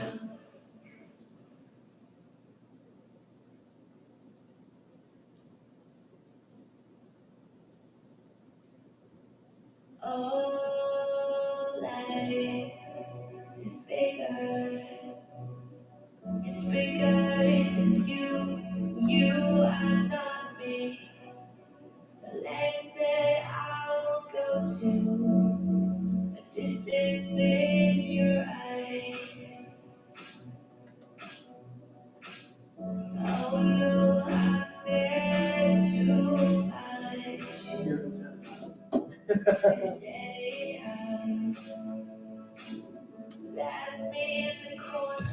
Oh, that's why. That's me in the spotlight. I've been one. The wrong hour. Trying to keep out with you, and I don't know how to do it. Oh, you have said too much. I haven't said it done. I thought that I heard you laughing. I thought that I heard you say, I think I thought I saw you try. Oh, it's bigger. It's bigger than you. You are not me. The place that I go to, the distance in your eyes.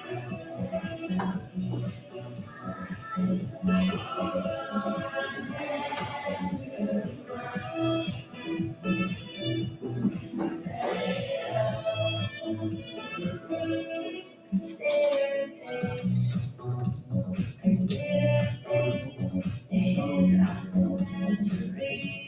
Consider this, slip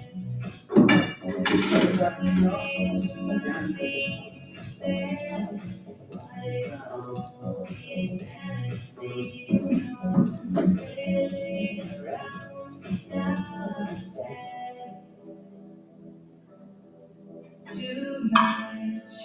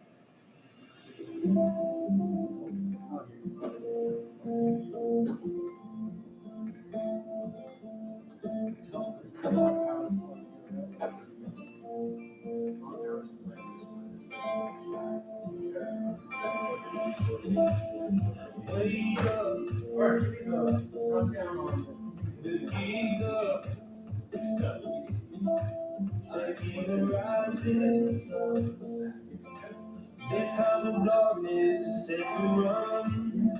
'Cause I think the sky is amazing. I saw my car, yeah, I'm leaving this town. I don't mind the walk 'cause it saves me. I lost my phone, it don't faze me now. My soul is free, I run. Yeah, I count the days with my heart. 'Cause I long to feel alone. They say I'm crazy, I keep moving on. 'Cause I'm living my life under the sun. 'Cause I'm living my life under the sun. It's a new day under this golden sun. I found a new way to give you all my love. Yeah, I'll burn with this desire. It's over.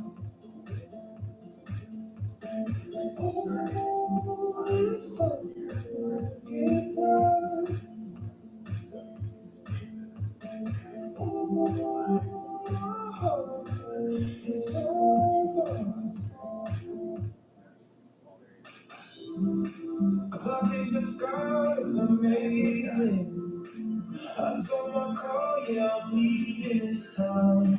I don't mind the walk 'cause it saves me. I lost my phone, it don't faze me now. My soul is free, I run. Yeah, I count the days with my heart. 'Cause I long to feel alone. They say I'm crazy, I keep moving on. 'Cause I'm living my life. Yeah, so.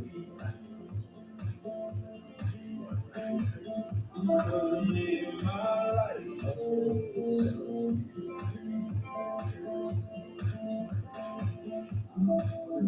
My soul is free, I run. Yeah, I count the days with my heart. 'Cause I long to feel alone. They say I'm crazy, I keep moving on. 'Cause I'm living my life under the sun. 'Cause I'm living my life under the sun. 'Cause I'm living my life under the sun.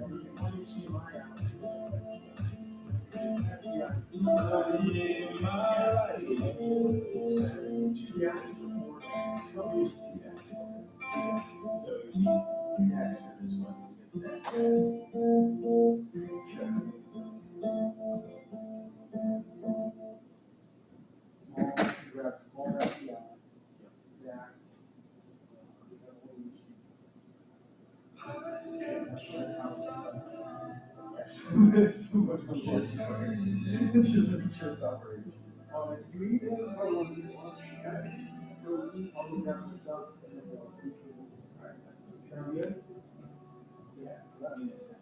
It sounds.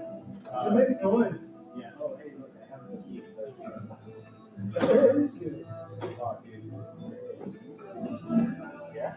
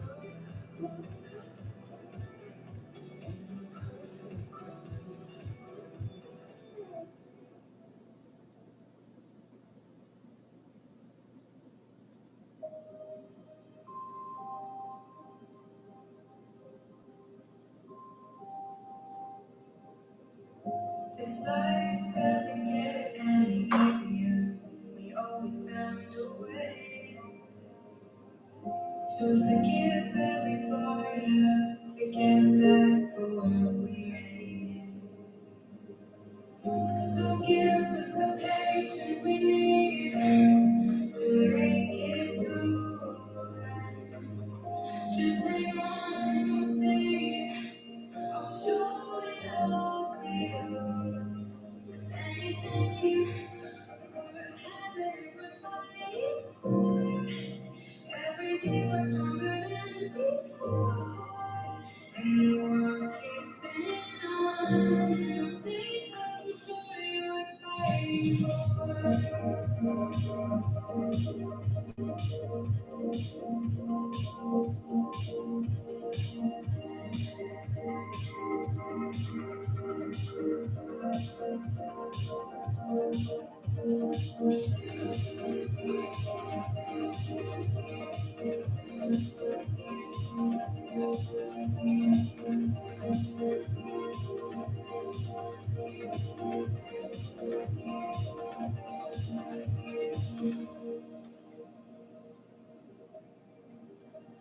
So give us the patience we need to make it through.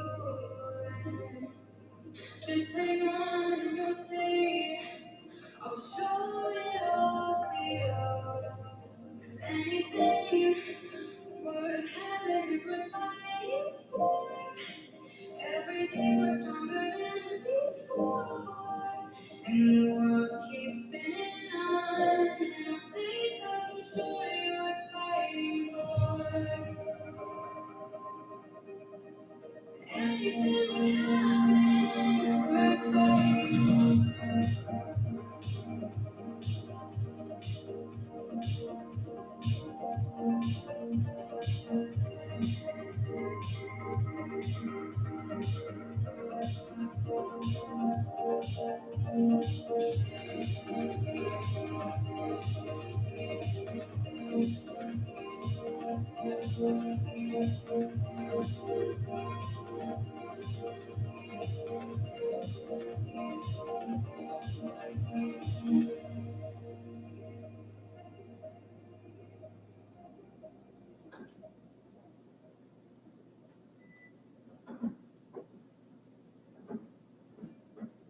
I've been thinking on you, Chantal. Actually, I've been thinking on you all the time. I've been thinking on you. I've been thinking on how soon love you should.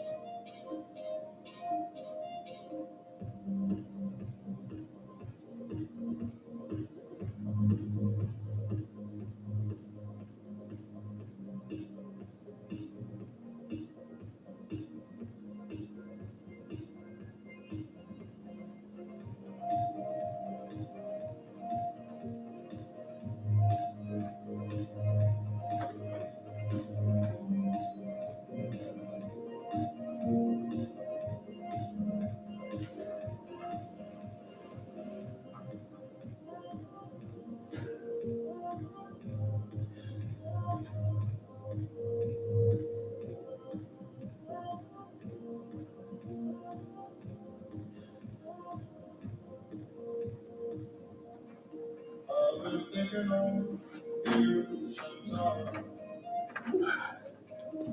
Actually, I've been thinking on you all the time. I've been thinking on you. I've been thinking on how soon love you should.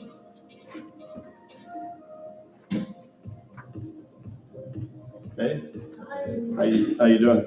I'm good. You good? You look like in Nigeria or like Africa. I am. Oh, really? From nice to meet you. Nigeria, that's alright. I like it. How are you? I have in Zimbabwe French in my school. Oh, you do? Yeah. Where do you go to school? In Nigeria? Oh, you go to school in Brazil? So you live in Brazil. So this is new to you.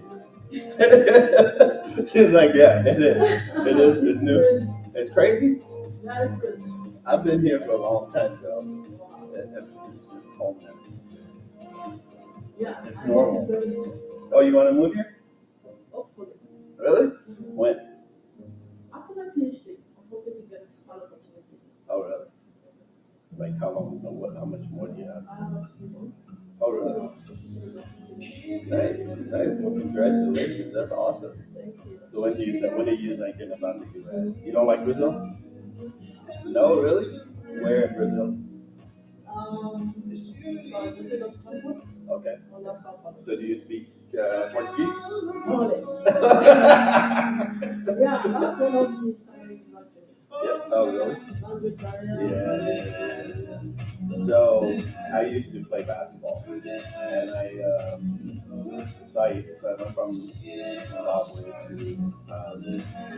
to France, and then I went back, and then I came to the U.S., and then I left and I went back to France, and I came back. So yeah, so I've been back and forth for a while, but I've been in the U.S. for a long time. Yeah, it's nice here. Where would you move to?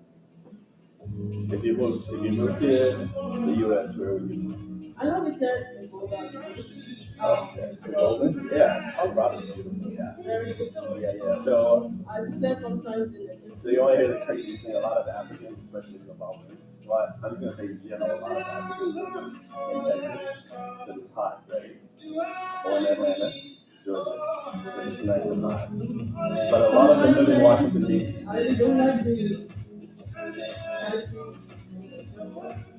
Yeah, I don't like. So I don't like all. I don't like Texas. I don't like Georgia. I don't like. There's always problems. Yeah. Colorado is like that. So there's only. I think. The problems. I think there's only. I've only met 2. But there's a girl that works here with me. She came in a year ago, but and I met her on accident. So you really don't meet a lot of Africans here unless you go to the other side of town. There's a lot of Ethiopians and Somalians. There's a lot. You don't run into a lot of Nigerians because they're usually all in like Texas or Atlanta or like DC, like Washington DC. And all that stuff. Yeah, you don't hang around here. Nobody likes it. I have friends in Texas. Yeah, I'm like, you guys gonna come visit? They're like, no. It's too cold. I think it's beautiful. No, it's only so.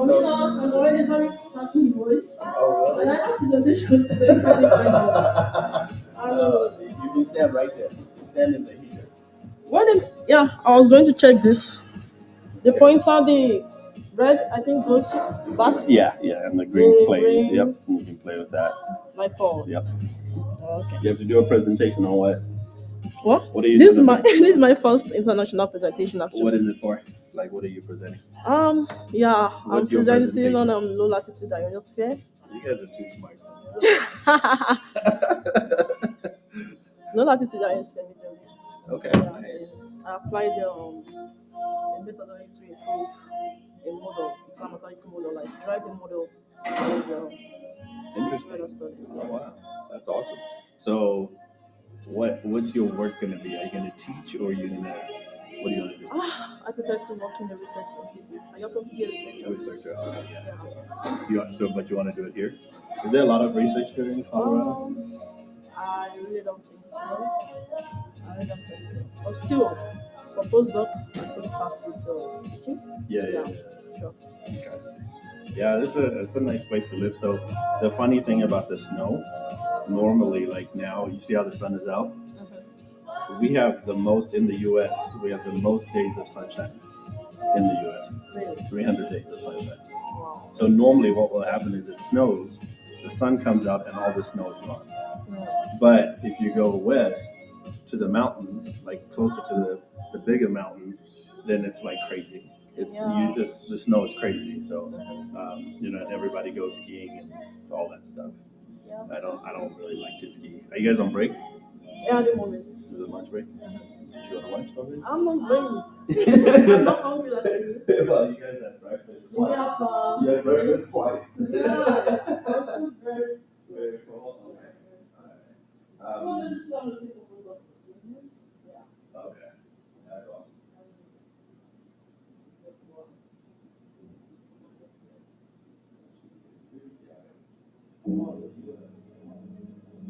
It's nice. It's you know, a lot of people also think that it's not. Like Colorado is really expensive. Like it's super expensive. Like, you know, I tell people a one bedroom apartment in Colorado costs you yeah, it's just your rent. We're not talking utilities.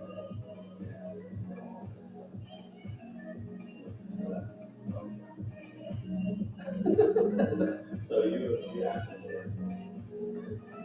so a lot of people have I've been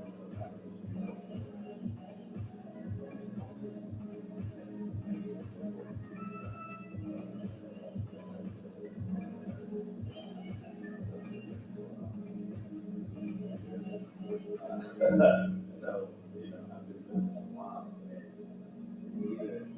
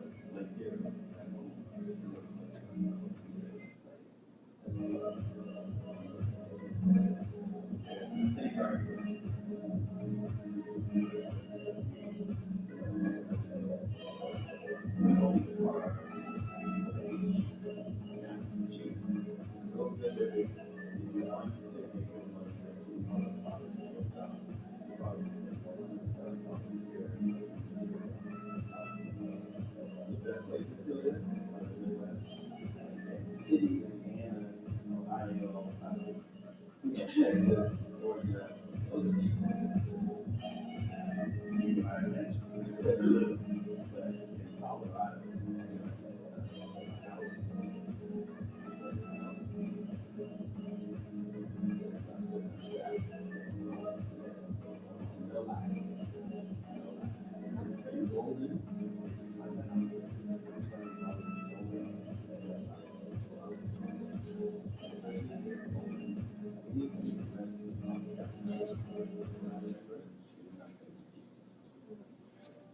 if you start going to like Boulder, Boulder's one of the most expensive to build in the country. Cause it feels like I'm floating in space, but I'm standing here alone again. All fingers down the line to say It's one of the Oh my God. Yeah, drink hot tea. Where's your scarf? Where's your scarf? You got it.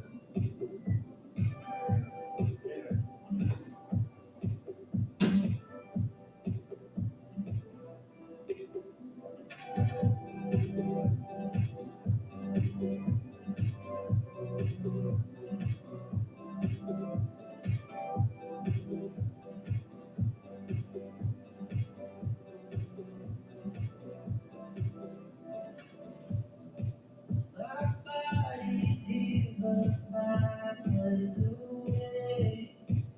So I'm still standing on my own again. And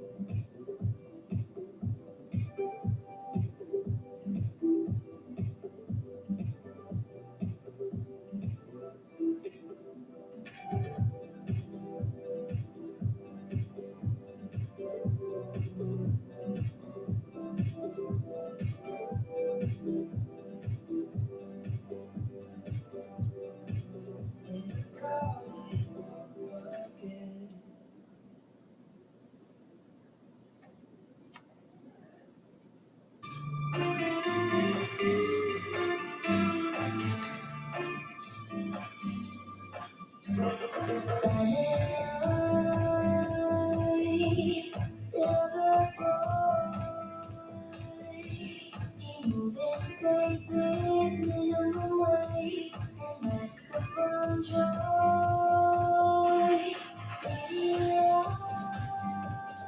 lights and business lights. When you request equal desire for higher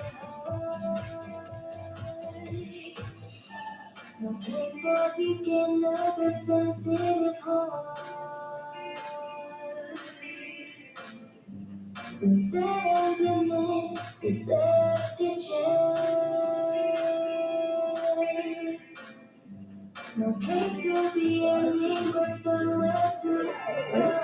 So that's this one. So that's full blast. Yeah.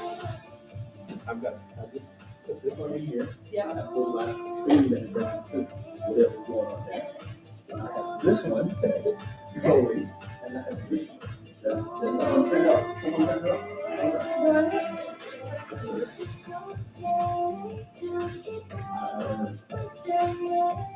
Can you turn that off?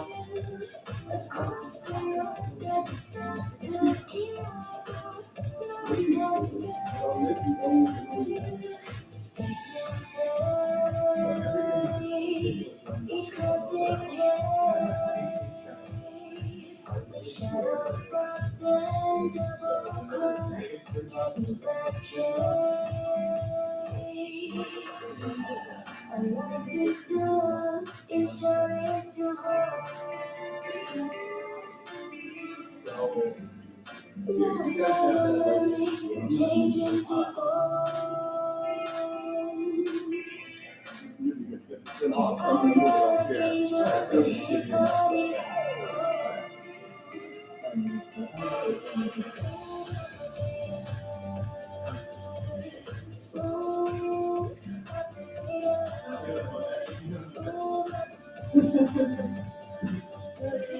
Alright, so I'm just gonna create a setup. So yeah, so I'm gonna, that one's just right now. Okay, cool. Hopefully. Yeah. Hopefully. Just gonna get breakfast. And then apparently it looks like he's going to be here for 3:24.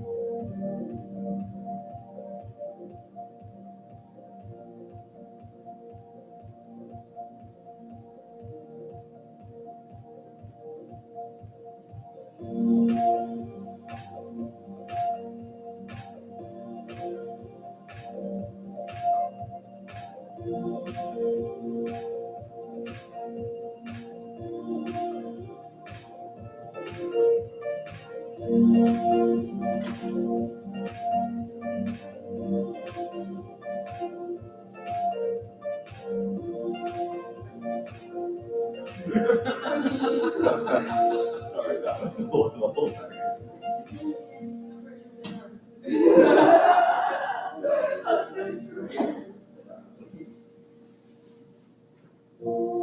I tried taking notes this morning, but a lot of the stuff is saying climate, which is not me at all, but since you're sitting here, so.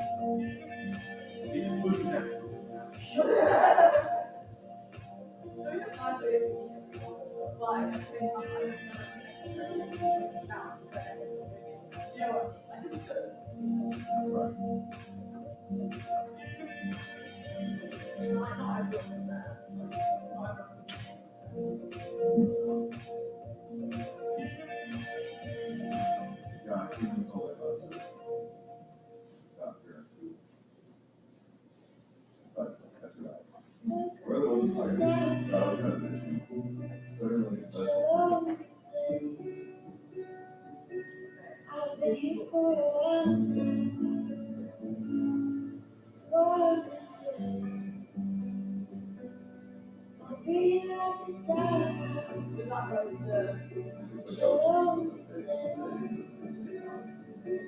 If you want, you can ask me.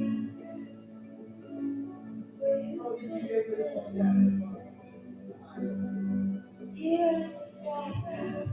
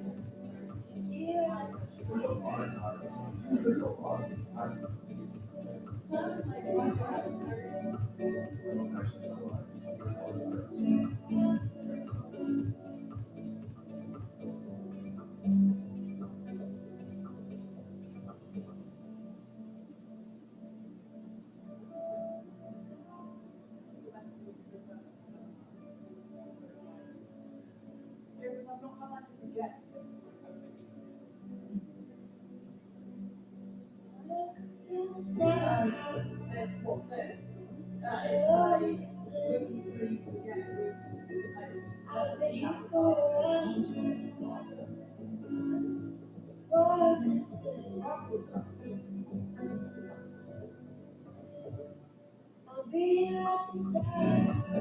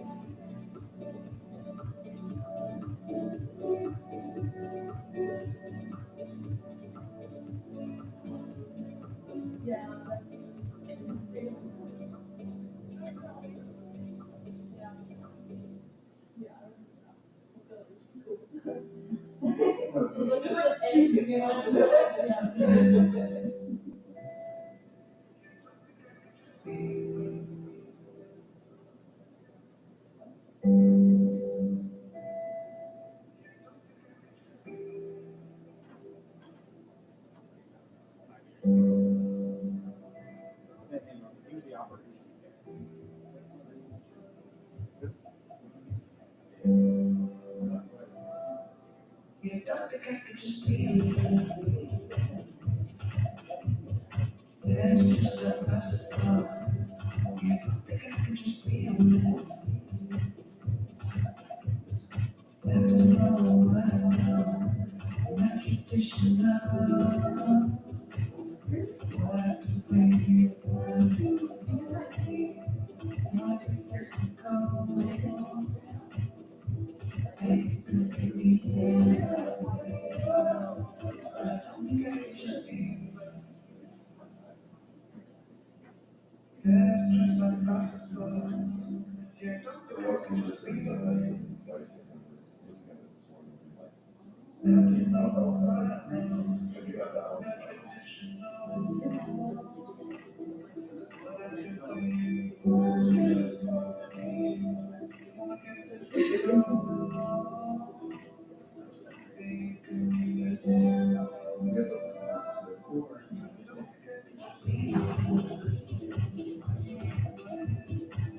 There's just a massive problem. You don't think I could just be a man.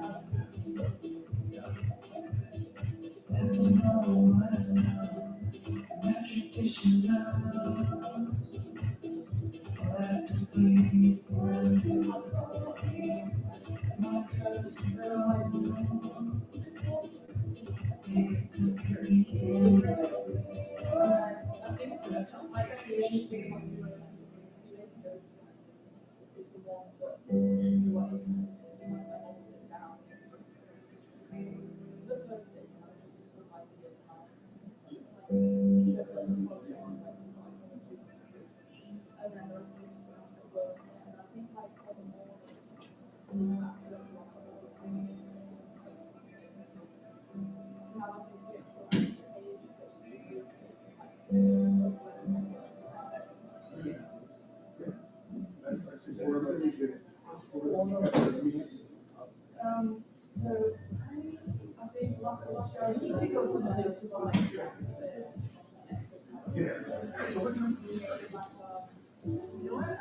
Are we on schedule? Okay, so we are on schedule. Yes.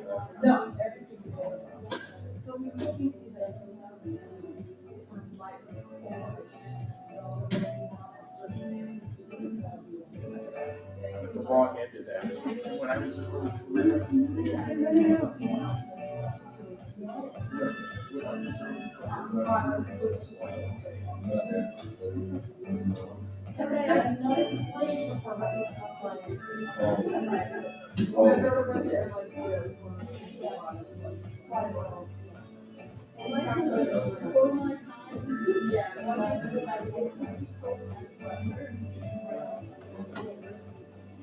But I feel too attached to them to get rid of it. But I can't believe it.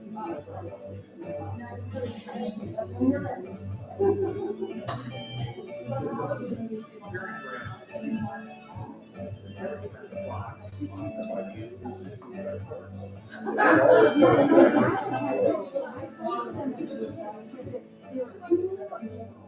Colors, or I just remember sorting them on the carpet.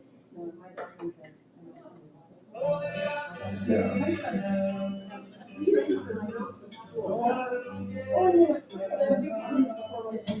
Yeah, a little bit.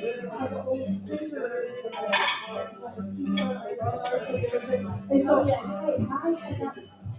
You can tear it all off. Yeah, we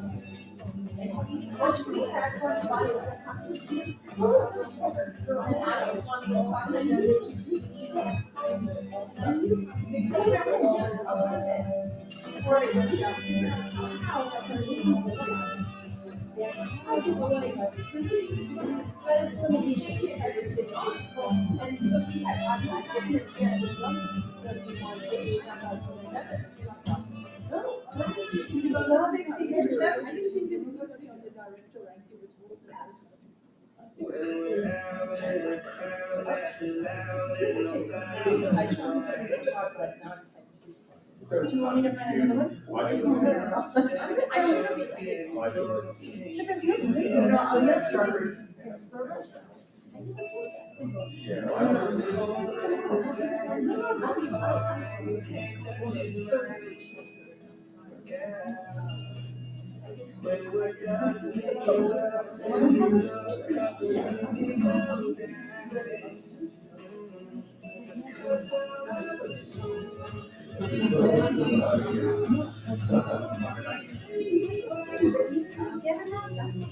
can, if it's finance, this will probably all be over there. But that's a very nice spot. Well, that's what I was saying, so like if you walk out and cross the river, you have to cross the air, that side is a better view on the opposite side, but it's not. It's close to the other side. And then there's down the other side, you can, this is like, it's sort of a, because we're more situated on this side.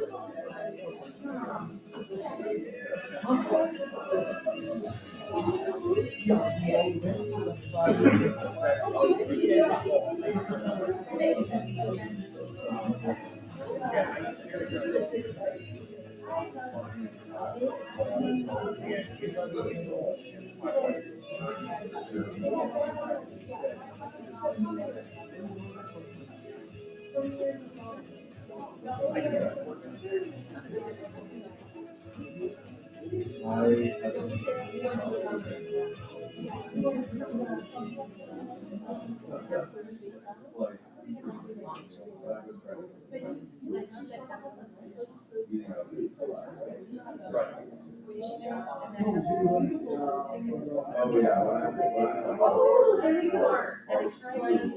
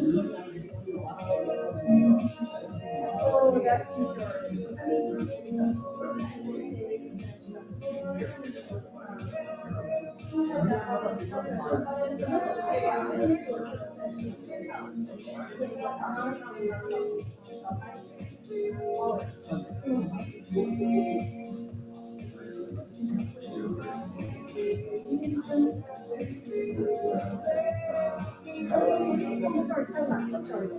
That's the art factor. Well done.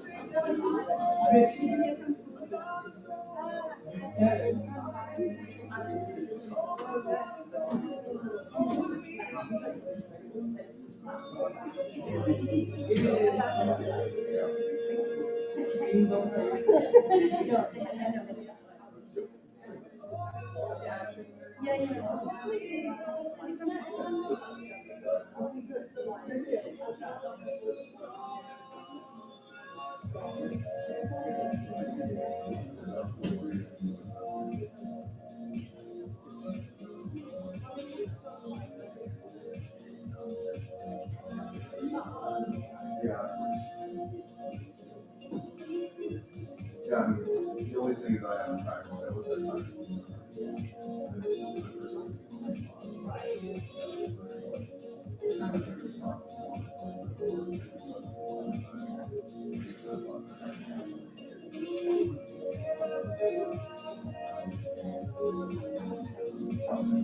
Oh, it's just like, not like TV shows.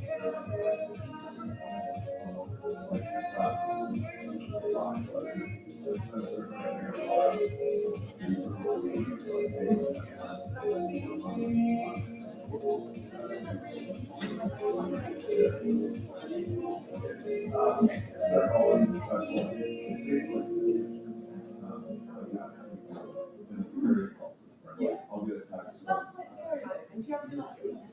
Yeah, literally, yeah, I'll be like, oh, you have now, you go home. Yeah. Yeah, I say no. Why would you not take it? That's my goal, hours. The producer will text me like, hey, there's a door on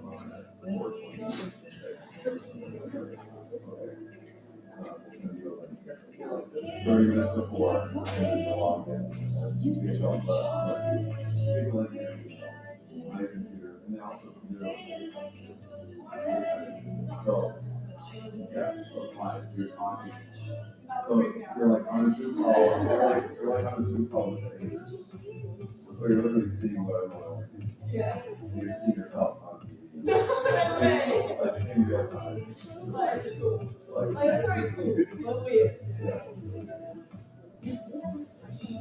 Check, check. So they'll, they'll will say, oh, the target has to go. They always do that. They always go see you there. Yeah. Usually it's like, it's not on.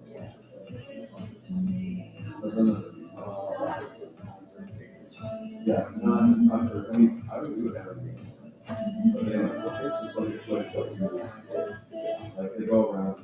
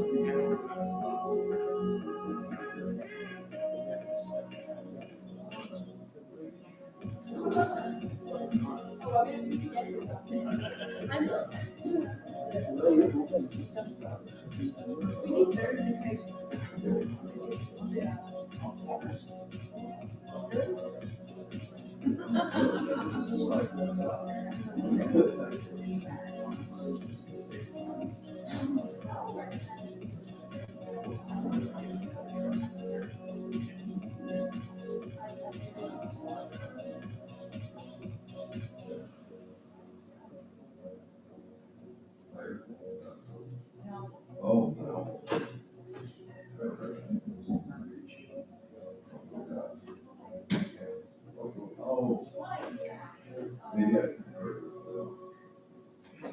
Maybe I can hear it.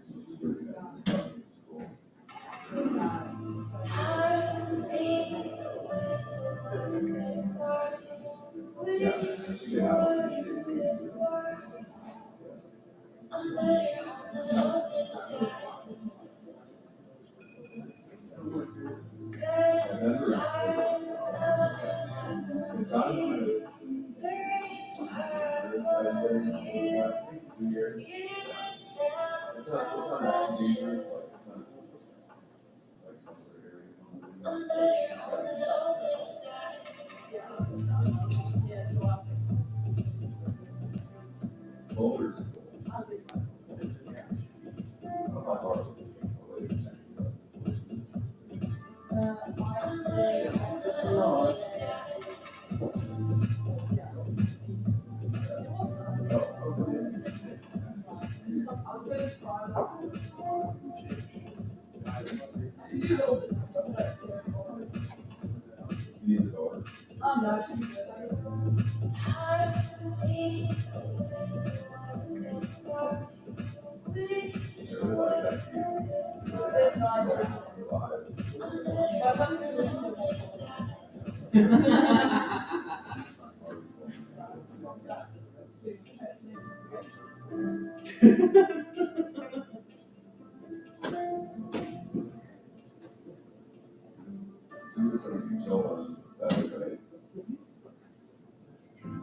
I wanted to say Abby and I'm over there.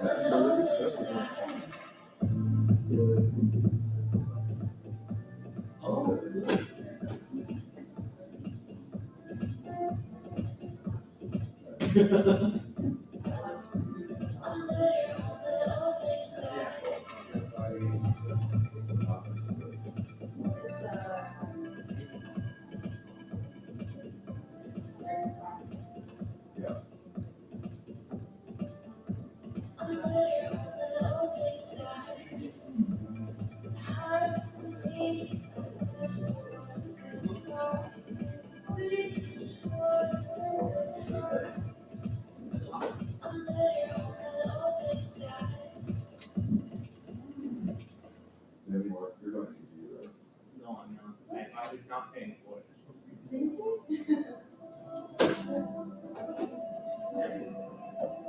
Sorry?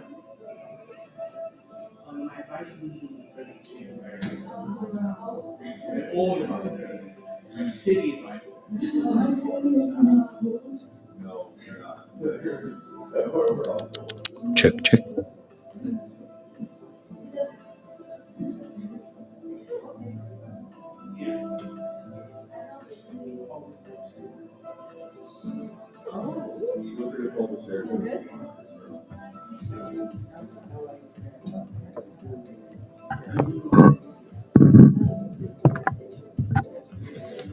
Check, check, hey.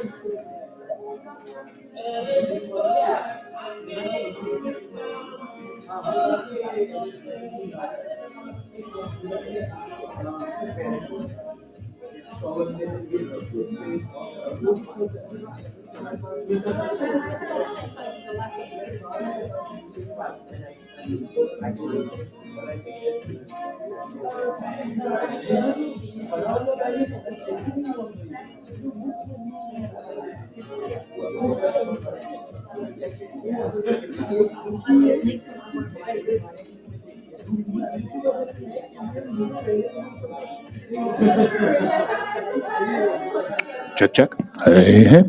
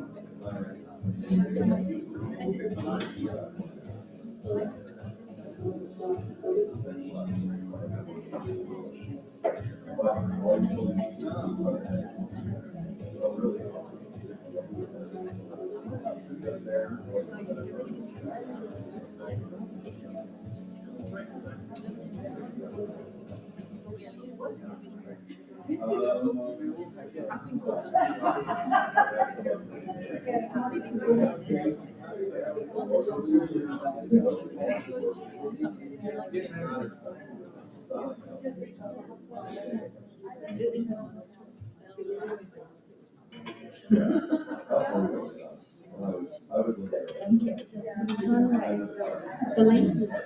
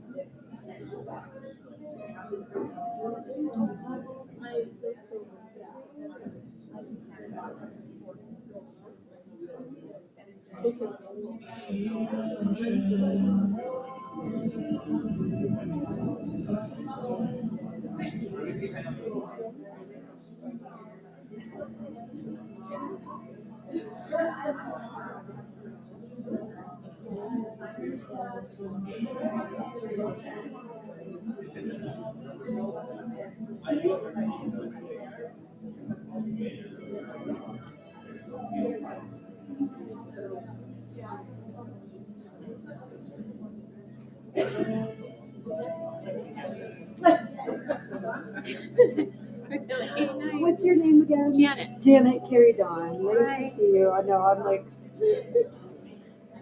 the electrician's supposed to be here. Well, I hear really. Oh, lovely. It's gonna be a great addition. I'm like, hey, so would you like to play here? I was taking pictures.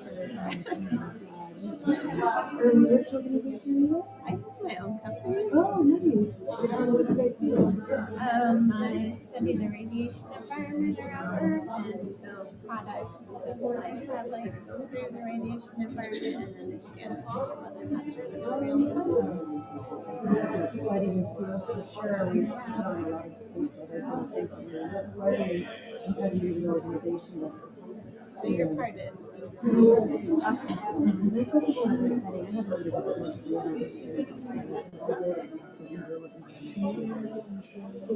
so I'm really happy to be, active involved in science in some way and form that, yes, I'm almost done with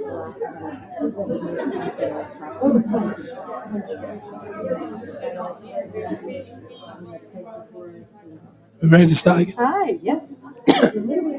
Okay. Are you ready to start again? Okay. Are you ready to start again? Okay. It seems that nobody was session chair for the next session. So, like the Speaker of the House, the last person that is stays there until they vote for somebody else. So you're stuck with me for the next little bit as well. Our first up is Michael Little. Do we have? Oh, there he is. And do we have those slides? So you have 10 minutes. I'll give you a heads up at 2. And then some more student presentations before Dan tells us the work that we're actually supposed to be doing. But first, Michael. Thanks. You can yeah. Hi, everybody. Can you hear me okay? All right. So let me start by running a pop quiz on you guys. So how many people here consider themselves to be primarily a domain scientist, a heliophysics scientist? So a few, okay. How many people think that they're primarily artificial intelligence, machine learning, that kind of thing? 2. Okay. How many of you think that you are pretty good at both those things? You really have a pretty good understanding of both those disciplines. All right. Anybody think they know how computing works at scale? High performance computing, okay? Oh, hey, that's probably the majority of the people in the room. So interesting, okay. So I'm gonna talk for just about 10 minutes on, and I'm not an expert like you guys who've already spoken and the ones who are gonna talk later, but I wanna give you some things to think about, particularly as you start trying to understand how to make open science work in this area. So next slide, please. Oh, that's right. I forgot. Yep. I can see we're going to have dueling motion things here. So there are 2 topics at NASA that are currently getting a lot of attention that I wanted to bring up this afternoon. One of those is the concept of foundation models and its subset, which is it's perhaps taking over everything else, and that's the large language model. How many people have used ChatGPT? Okay. How many people, and maybe I shouldn't ask this question, how many people have used ChatGPT to write a paper that they turned in? Nobody's done that. All right. Yeah. So foundation models are an AI construct that take advantage of a number of different recent developments. One of those, of course, is very large volumes of data. But that data needs to be carefully curated data, not just random data, which is one of the problems that we got into with OpenAI. When they first started doing their testing, they had just collected everything from the internet and had a lot of fake news and, racist, homophobic stuff in that collection, and they had to go back and clean that up. It also takes advantage of the new processors that are available, the GPU type processors in their current state, which are extremely powerful and have very large data volumes, and that allows you to process those large quantities of data. PyTorch is the generally accepted software package that's used to run that pre-training of those models. But pre-training a model is very expensive, and you may have seen the more recent talk that says that it's really, not a democratizing influence to build these kinds of models, because only a few organizations in the world can have access to 10,000 GPUs in order to train these models in a timely way. When ChatGPT was first being introduced, or when it was first being developed, they found that about 800 gigabytes of data would take 128 GPU processors a week. And Amazon doesn't have 128 GPUs that they make available to people. They have them that they use themselves, but they don't have that many available that you can actually use in that kind of a bulk. NVIDIA does, and Microsoft does. And so finding a way to get access to that to do the pre-training is a big step. Not only that, you can't just pre-train the model one time. You have to tinker with it for a bit in order to get it to do what you really want it to do and to make it reusable. And ChatGPT, the version that was released just last November, I think, took a month of 100,000 GPUs running pretty much full-time for a month, because they ran several models through it. They ran a lot of data through it. And the result was what you see, or what you saw when it was released and everybody started playing with it. And why do we do that? Well, it's pretty expensive to build these things, but if they actually work the way we envision them, the way the Stanford guys who wrote that paper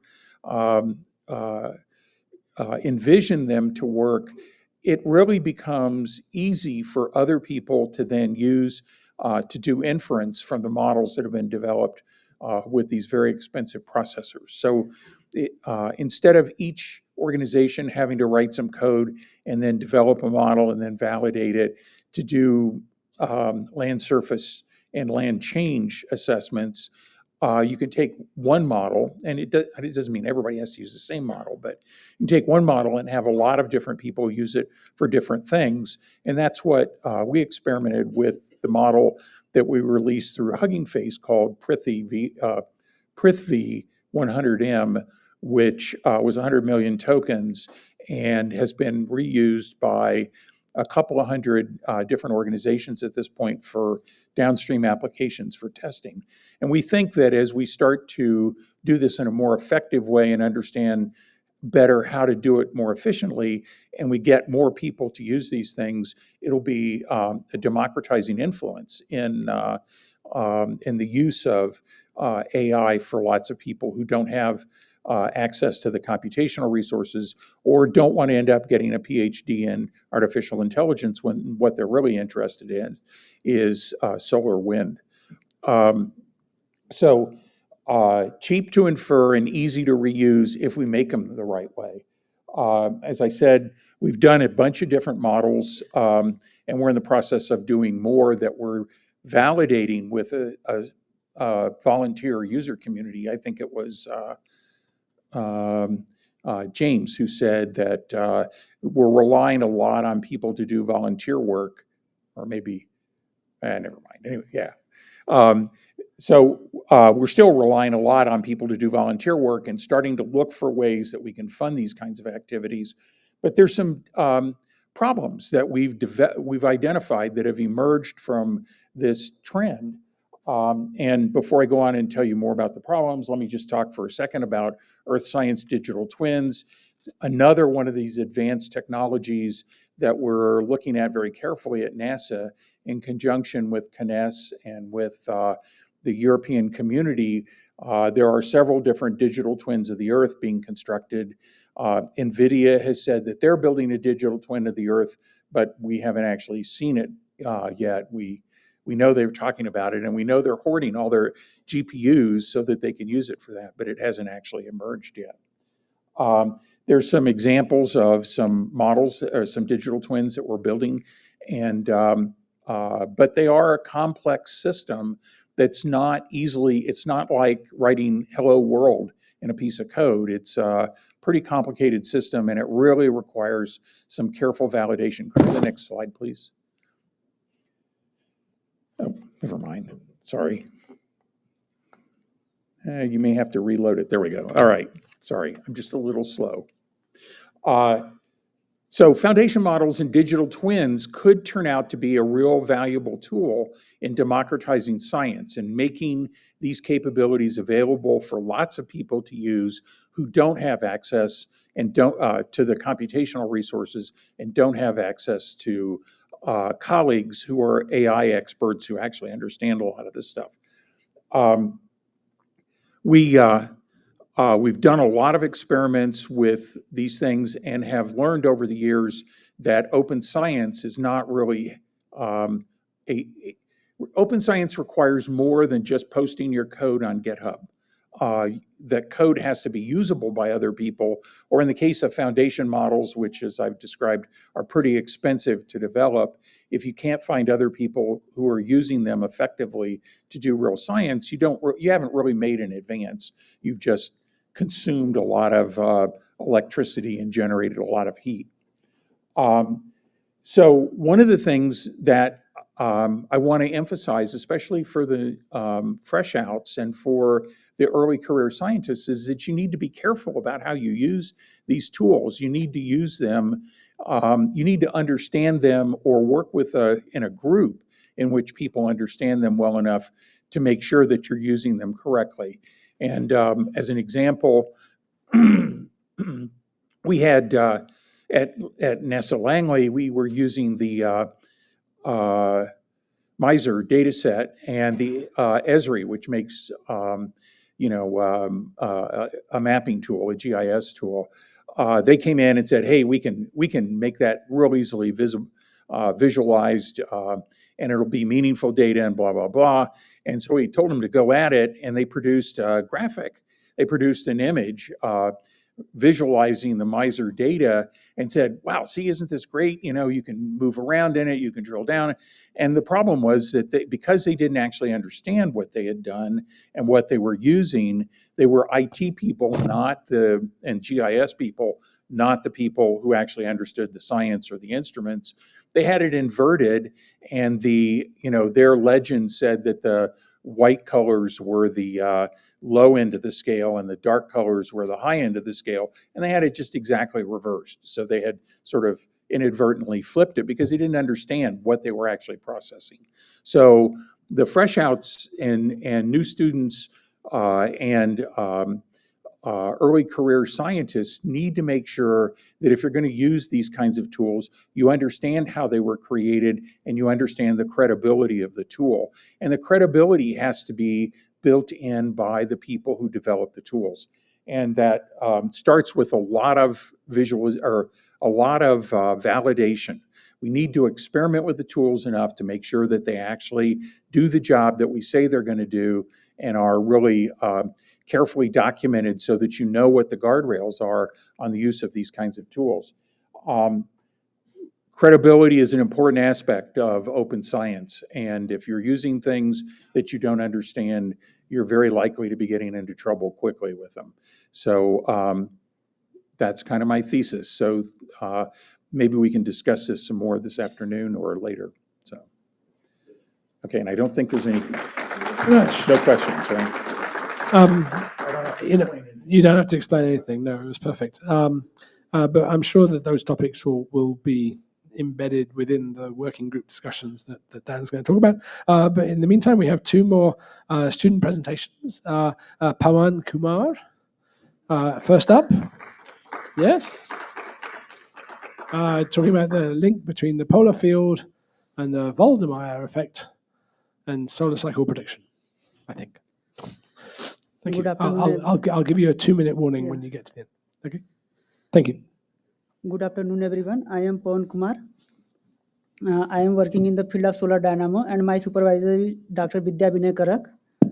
First of all, I would like to thank to the organizers for giving the opportunity and financial assistance to present my work in this symposium.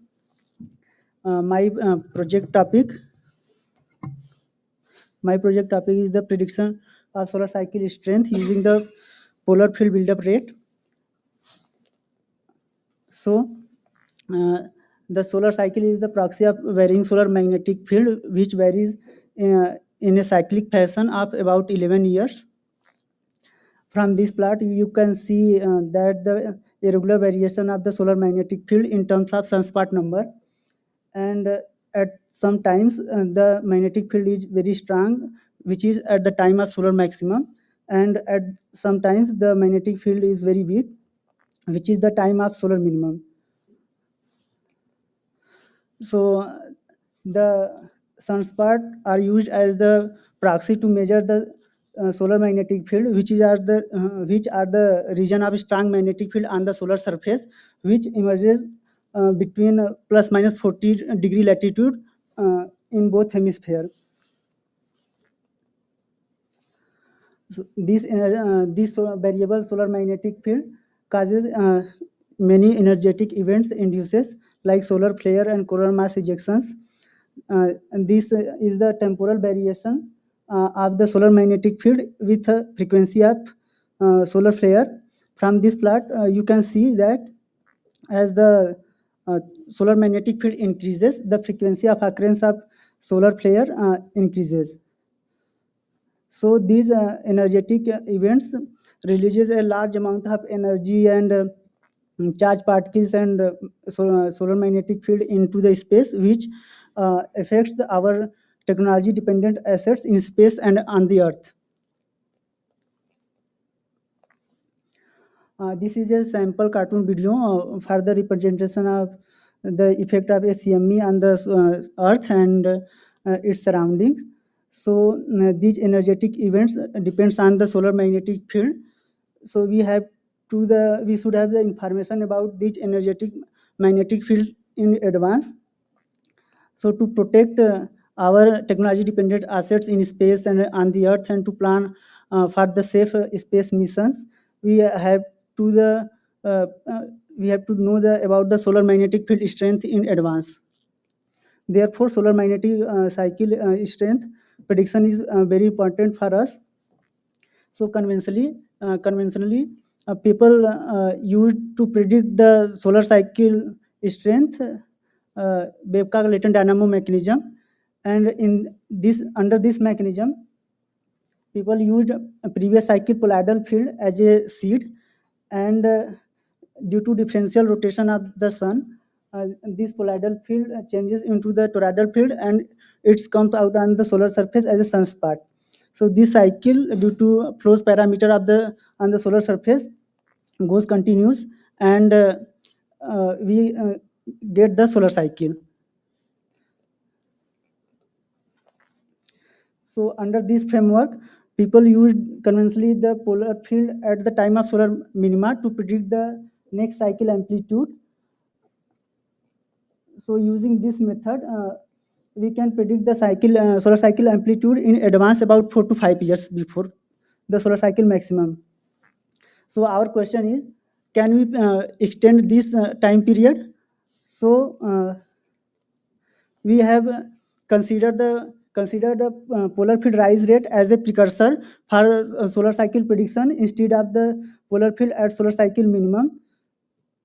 So we have computed the linear correlation coefficient between the rise rate of the polar field and next cycle amplitude from the Wilcox Solar Observatory data. So we have found a strong correlation between these two parameters since we have a few data points in the observation. So we have checked this feature in the solar dynamo model Surya. So in the dynamo model, we have also found a strong correlation between the rise rate of the polar field and amplitude of the next cycle. So it's give a reliability of this result. Recently, Biswas et al. 2023 also checked this correlation under the different flows parameter on the solar surface in surface flux transport dynamo model, and he also found a strong correlation between these two parameters. So on the basis of the polar field rise rate, we have predicted the smooth cycle strength for current cycle 25, and that is 137 plus minus 23. This plot shows our prediction range for the current solar cycle 25 and the observational trend of the sunspot number. So up to now, the observational results match very well with our prediction. But let's see what will be happen in the future. So to check the reliability of this result independently, we have used the Waldmar effect to predict the next solar cycle strength. So Waldmar effect basically tells that the weaker cycle rise slowly and takes longer time than the stronger cycle. That means on the basis of cycle rise rate, we can decide the cycle strength. So we have computed the linear correlation between rise rate of the cycle and its amplitude in sunspot number data and sunspot area data. And in both data, we have found the strong correlation which verifies the Waldmar effect. And we have checked the connection between the polar field rise rate and the Waldmar effect. And we have computed the linear correlation between the rise rate of the polar field and peak of the polar field in observational data. So we have found a strong correlation. We have also checked the linear correlation between the peak of the polar field and rise rate of the next cycle. And also we have found the strong correlation. So rise rate of the polar field should be related to the rise rate of the next cycle. And this rise rate of the polar field also should be related to the next cycle amplitude. These features we have checked in the dynamo model. So in the dynamo model, we have also found the same trend and found the rise rate of the polar field strongly correlate with the rise rate of the next cycle. So we have predicted the current solar cycle amplitude with both methods, that is from Waldmar effect and from the polar field rise rate. And surprisingly, both prediction very matched. Both prediction is very close and both are independent method. So this gives a reliability of this method. So from this work, our conclusion is that solar cycle rise rate and its amplitude depends on the previous cycle polar field rise rate, and there is a connection between the previous cycle polar field rise rate and the next cycle amplitude. And using this method, we can predict the next cycle amplitude before 8 to 9 years from the solar cycle maximum, which was conventionally 4 to 5 years previous. Thanks.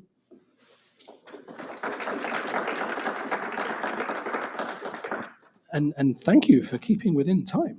That's an unappreciated benefit. We're going to do questions after the next student session, so you can sit down, and then we can.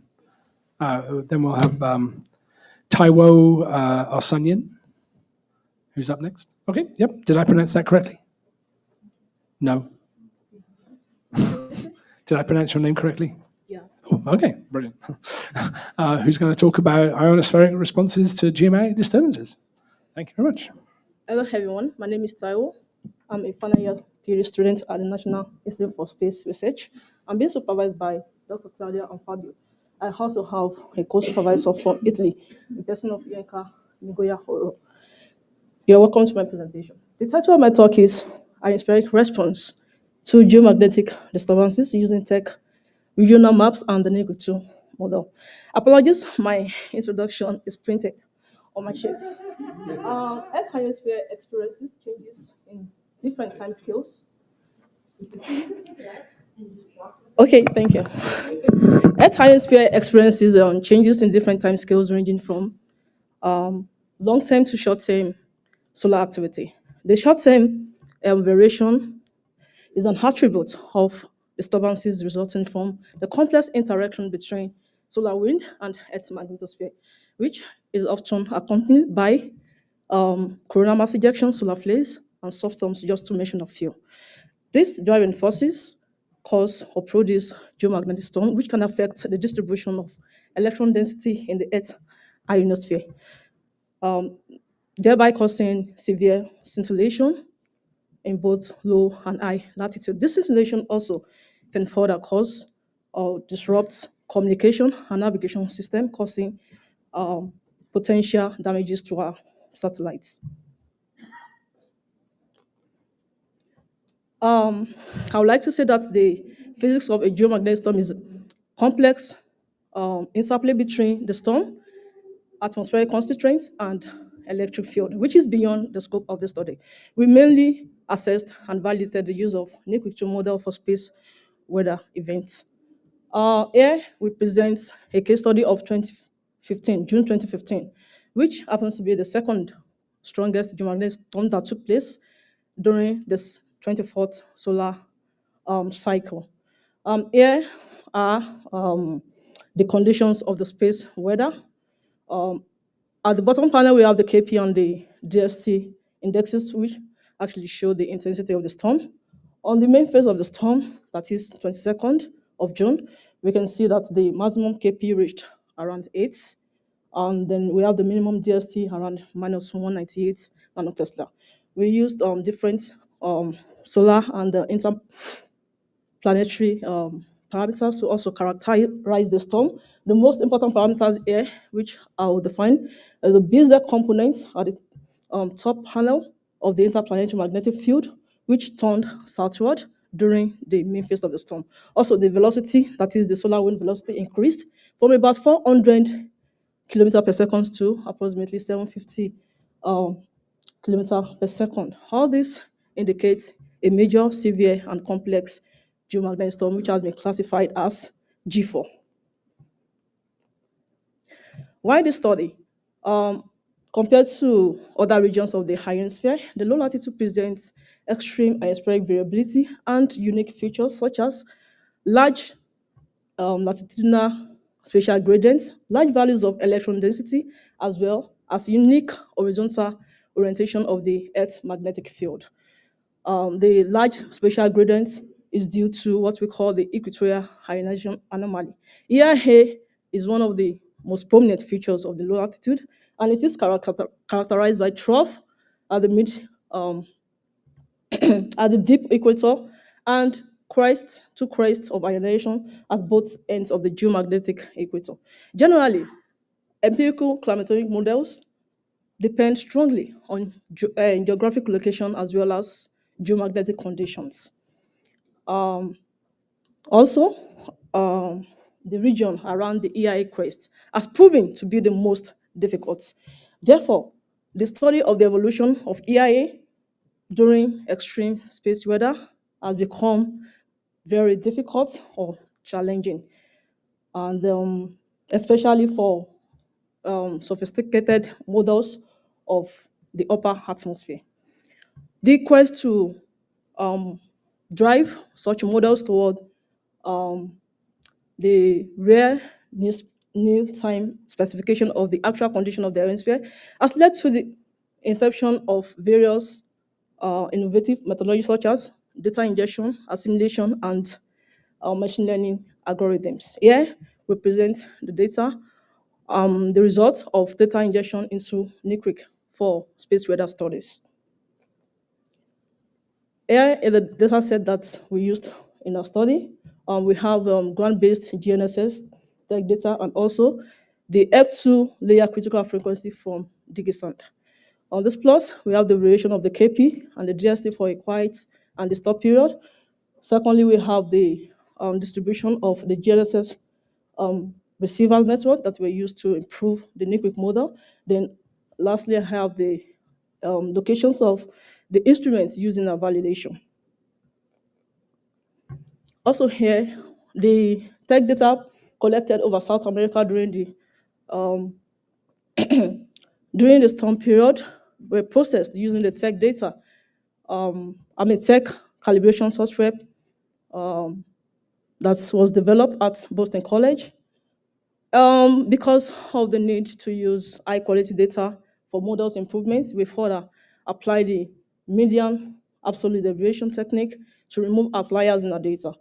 From the left plot, we can see from the left panel shown at two different stations, the distribution of tech at different parents. We can see the spikes. After we apply the math technique, we can see that this spikes has been removed, showing the accuracy of the technique. Also, we present here the step-by-step algorithm that we use to adapt the NICU2 model, to tech data. The details of this flowchart can be seen in Osanyin et al. 2023. I would just like to say that NICWIC generally is designed actually to account for the actual state of the ionosphere, and it uses basic inputs of time, location, and solar activity. And additional inputs we use there is tech data.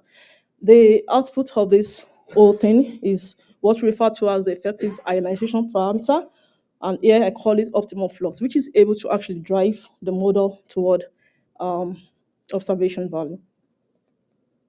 Here I present a two-dimensional tech map of observation and model. Observation, the top panel, and the lower panel is tech maps from NICWIC2 model, data-driven. That is when the model is assisted with data as a function of latitude and universal time over Brazil. Local time is UT -3. Here, the important thing I would like to point out is the storm day, which occurred on the 22nd of June. If you compare the observational model, we can see tech enhancements, which is equally produced or reproduced in the model. And generally, we can see match between observation and model, which shows that any quick after data ingestion can actually reproduce atmospheric variability during extreme space weather. Here also we present two-dimensional maps in terms of latitude and longitude at different times of the day. From the left is GPS tech maps, and here we have the NICWIC corrected tech maps. Here basically we are trying to see where mismodeling lies in the data, in the model. During the day we can see that the model is doing pretty well, but at night there are some discrepancies, especially between 17 and 21 UT. Apart from this, the NICWIC, this is presented for quiet day. Apart from this, the NICWIC shows the evolution of the AIA, which starts around pretty late, around 15 UT, and maximizes around 17, which eventually decreases and also disappears. Similar result is presented here during the storm day, and we can also compare the two. We have the evolution also shown in our NICWIC, though we have some overestimation between 17 and 21 UT. But most importantly, for the storm day, we can see that the NICWIC presents what we call the post-sunset EIA between 17 and 21 UT. Also, we present the diurnal variation of tech for both observation and model, with an inclusion of the background tech. Background tech is an estimation of the 5 quietest days in the months we are considering. We also showed here on the right the ultimate squared error of the differences between observation and model from Boa Vista, that is northern Brazil, to the southern Brazil. Boa Vista and Campo Grande, that is MSCG, are situated in northern and southern crest. IMPZ in the low latitude, in the equatorial latitude. Then SMA is in the Sama region, that is South America magnetic anomaly, also known as region of high variability. And what I just want to mention here is that during the storm day, we can observe tech enhancements at the crest regions. Then we also have the RMSE strongly depend on deep latitude. The least error here is in the equatorial region. Similar result is shown for F0, F2, and I would just like to say that root mean square error as well depend on deep latitude. Then this is the distribution of the error in terms of percentage deviation from the background. From the left is GPS, and on the right, F0, F2. If you see the results of the standard NEQ, is nothing to write home about, as the deviation is far higher compared to observation. But for the data-driven NEQ, we can see much more comparison as it follows trend seen in our observation. Finally, we have investigated the minimal number of observations that is required to improve the model.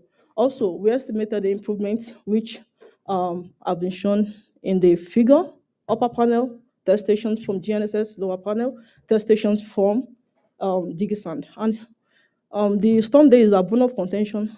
From here, we can see that we have the largest improvements on the storm day, around 70%, even in the Quest region. On the average, we recorded 45% and 25% improvements from the Southern Quest region. And we can just conclude from here that data-driven NEQ captures ionospheric variability during extreme space weather, especially during the day. I would like to say that further improvement is still needed on the night side ionosphere. Thank you all for listening. Thank you very much. Stay. Pawan, if you want to come back up, we can have 10 minutes of questions or comments or, yeah.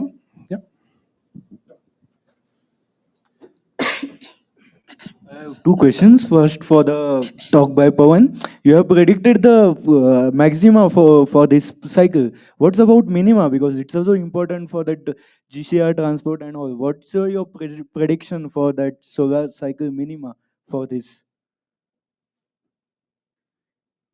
Second question is also. I have not predicted the time of solar minima. Okay, but we can estimate by the fitting parameters of the cycle. Okay, fine. My question is for Taiwo. You have presented the event that was two-step storm. Means there are two main phases for the storms. These are quite special cases in terms of geomagnetic storm, because for these cases, your magnetosphere and ionosphere getting perturbed 2 times. So your model has any dependency on this 2 steps, 3 steps of this storm with your ionospheric effect? Oh, no. Okay, so that's. Thank you very much. Lika. Question for Pawan. That was interesting, and I was curious, just recently, I think a week or so ago, NOAA actually published the latest sort of forecasting for cycle 25. So we did a panel in 2019, and what we had was significantly lower than what has been going on with the sun. So I'm curious, how does your model sort of match with what is currently being predicted, if you have had the time to look at it? So NOAA predicted for in his revised prediction, they predicted the strength about 120 plus minus something. So their prediction range also matches with our prediction range. Yeah, I thought I saw that, but I wasn't sure. And they're also predicting an earlier cycle that is rising faster and then declining. So shorter, higher strength. Well, I mean, I think that somebody here is bound to know better than me, but I thought that the 2019 predictions were for lower than what we've had. Yes, and I'm talking of the current one. So they just updated the prediction about 5 days ago. Oh, well, that's not a prediction of what's already happened. Yeah, it's assimilative forecasting. Oh, okay, yeah. I mean, so maybe you can answer, why were the 2019 predictions so far off using the methods that were current then? What?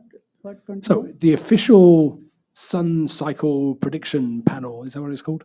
Made a prediction for the current cycle that's way lower than what's actually happening, right? So what was wrong with what's wrong with their methodology? But they revised their prediction in. But you can't revise it after it's already happened. Yeah. that's a So little bit of our a cheat. me- So what was our- wrong with the prediction in 2019? I mean, if you just use data up to 2019, So what would you predict? we have predicted based on the polar field rise rate. So their method is different from us. Yes, but what's wrong with it? I'm totally happy to accept that your method is better, but what were they using that was misleading them? What did they? Okay, doesn't matter. I'm putting you on the spot there. I apologize, but we've got two people here who want to join in. So Greg. Yeah, Lisa just gave a talk about that prediction a couple of weeks ago, and her answer to your question of what was wrong was a basis in 2019 on where solar minimum was going to be.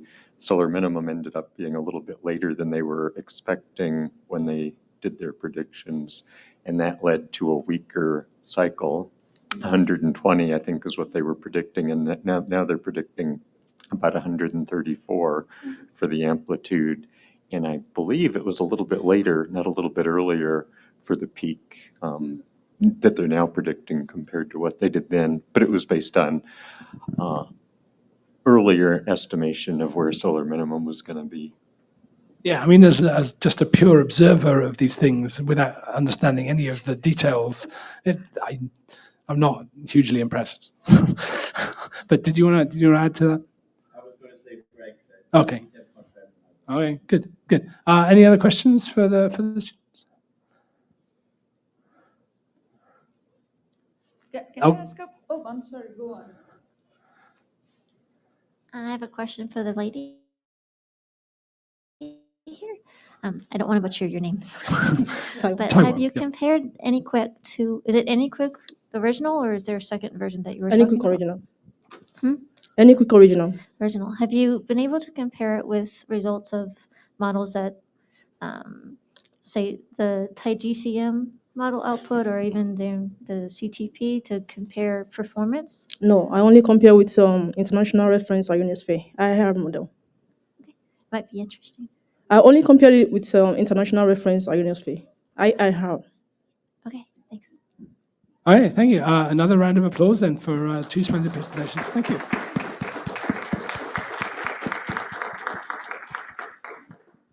Okay, so the Master of Ceremonies is now Dan, who's going to tell us the work instead of shopping. The work I thought part it was of the going to be workshop. shopping, but no, it's working and shopping.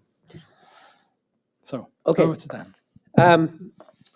So yeah, this is actually going to be a symposium where we're actually going to try and do some work. What is going to happen is after the break, the rooms will get divided, and sun, climate, and space weather will be in these ballrooms, and exoplanet will be on the third floor, or if you're British, the second floor. I think is that how it works. So yep, 2 flights up, what's going to happen is, first of all, when you get there, check the Slack. You'll see that there should be a Zoom link there for each group. And I encourage everyone either to pop open their laptop and connect so that everyone can see everyone online, and people that are participating will also be sort of on the same level playing field there.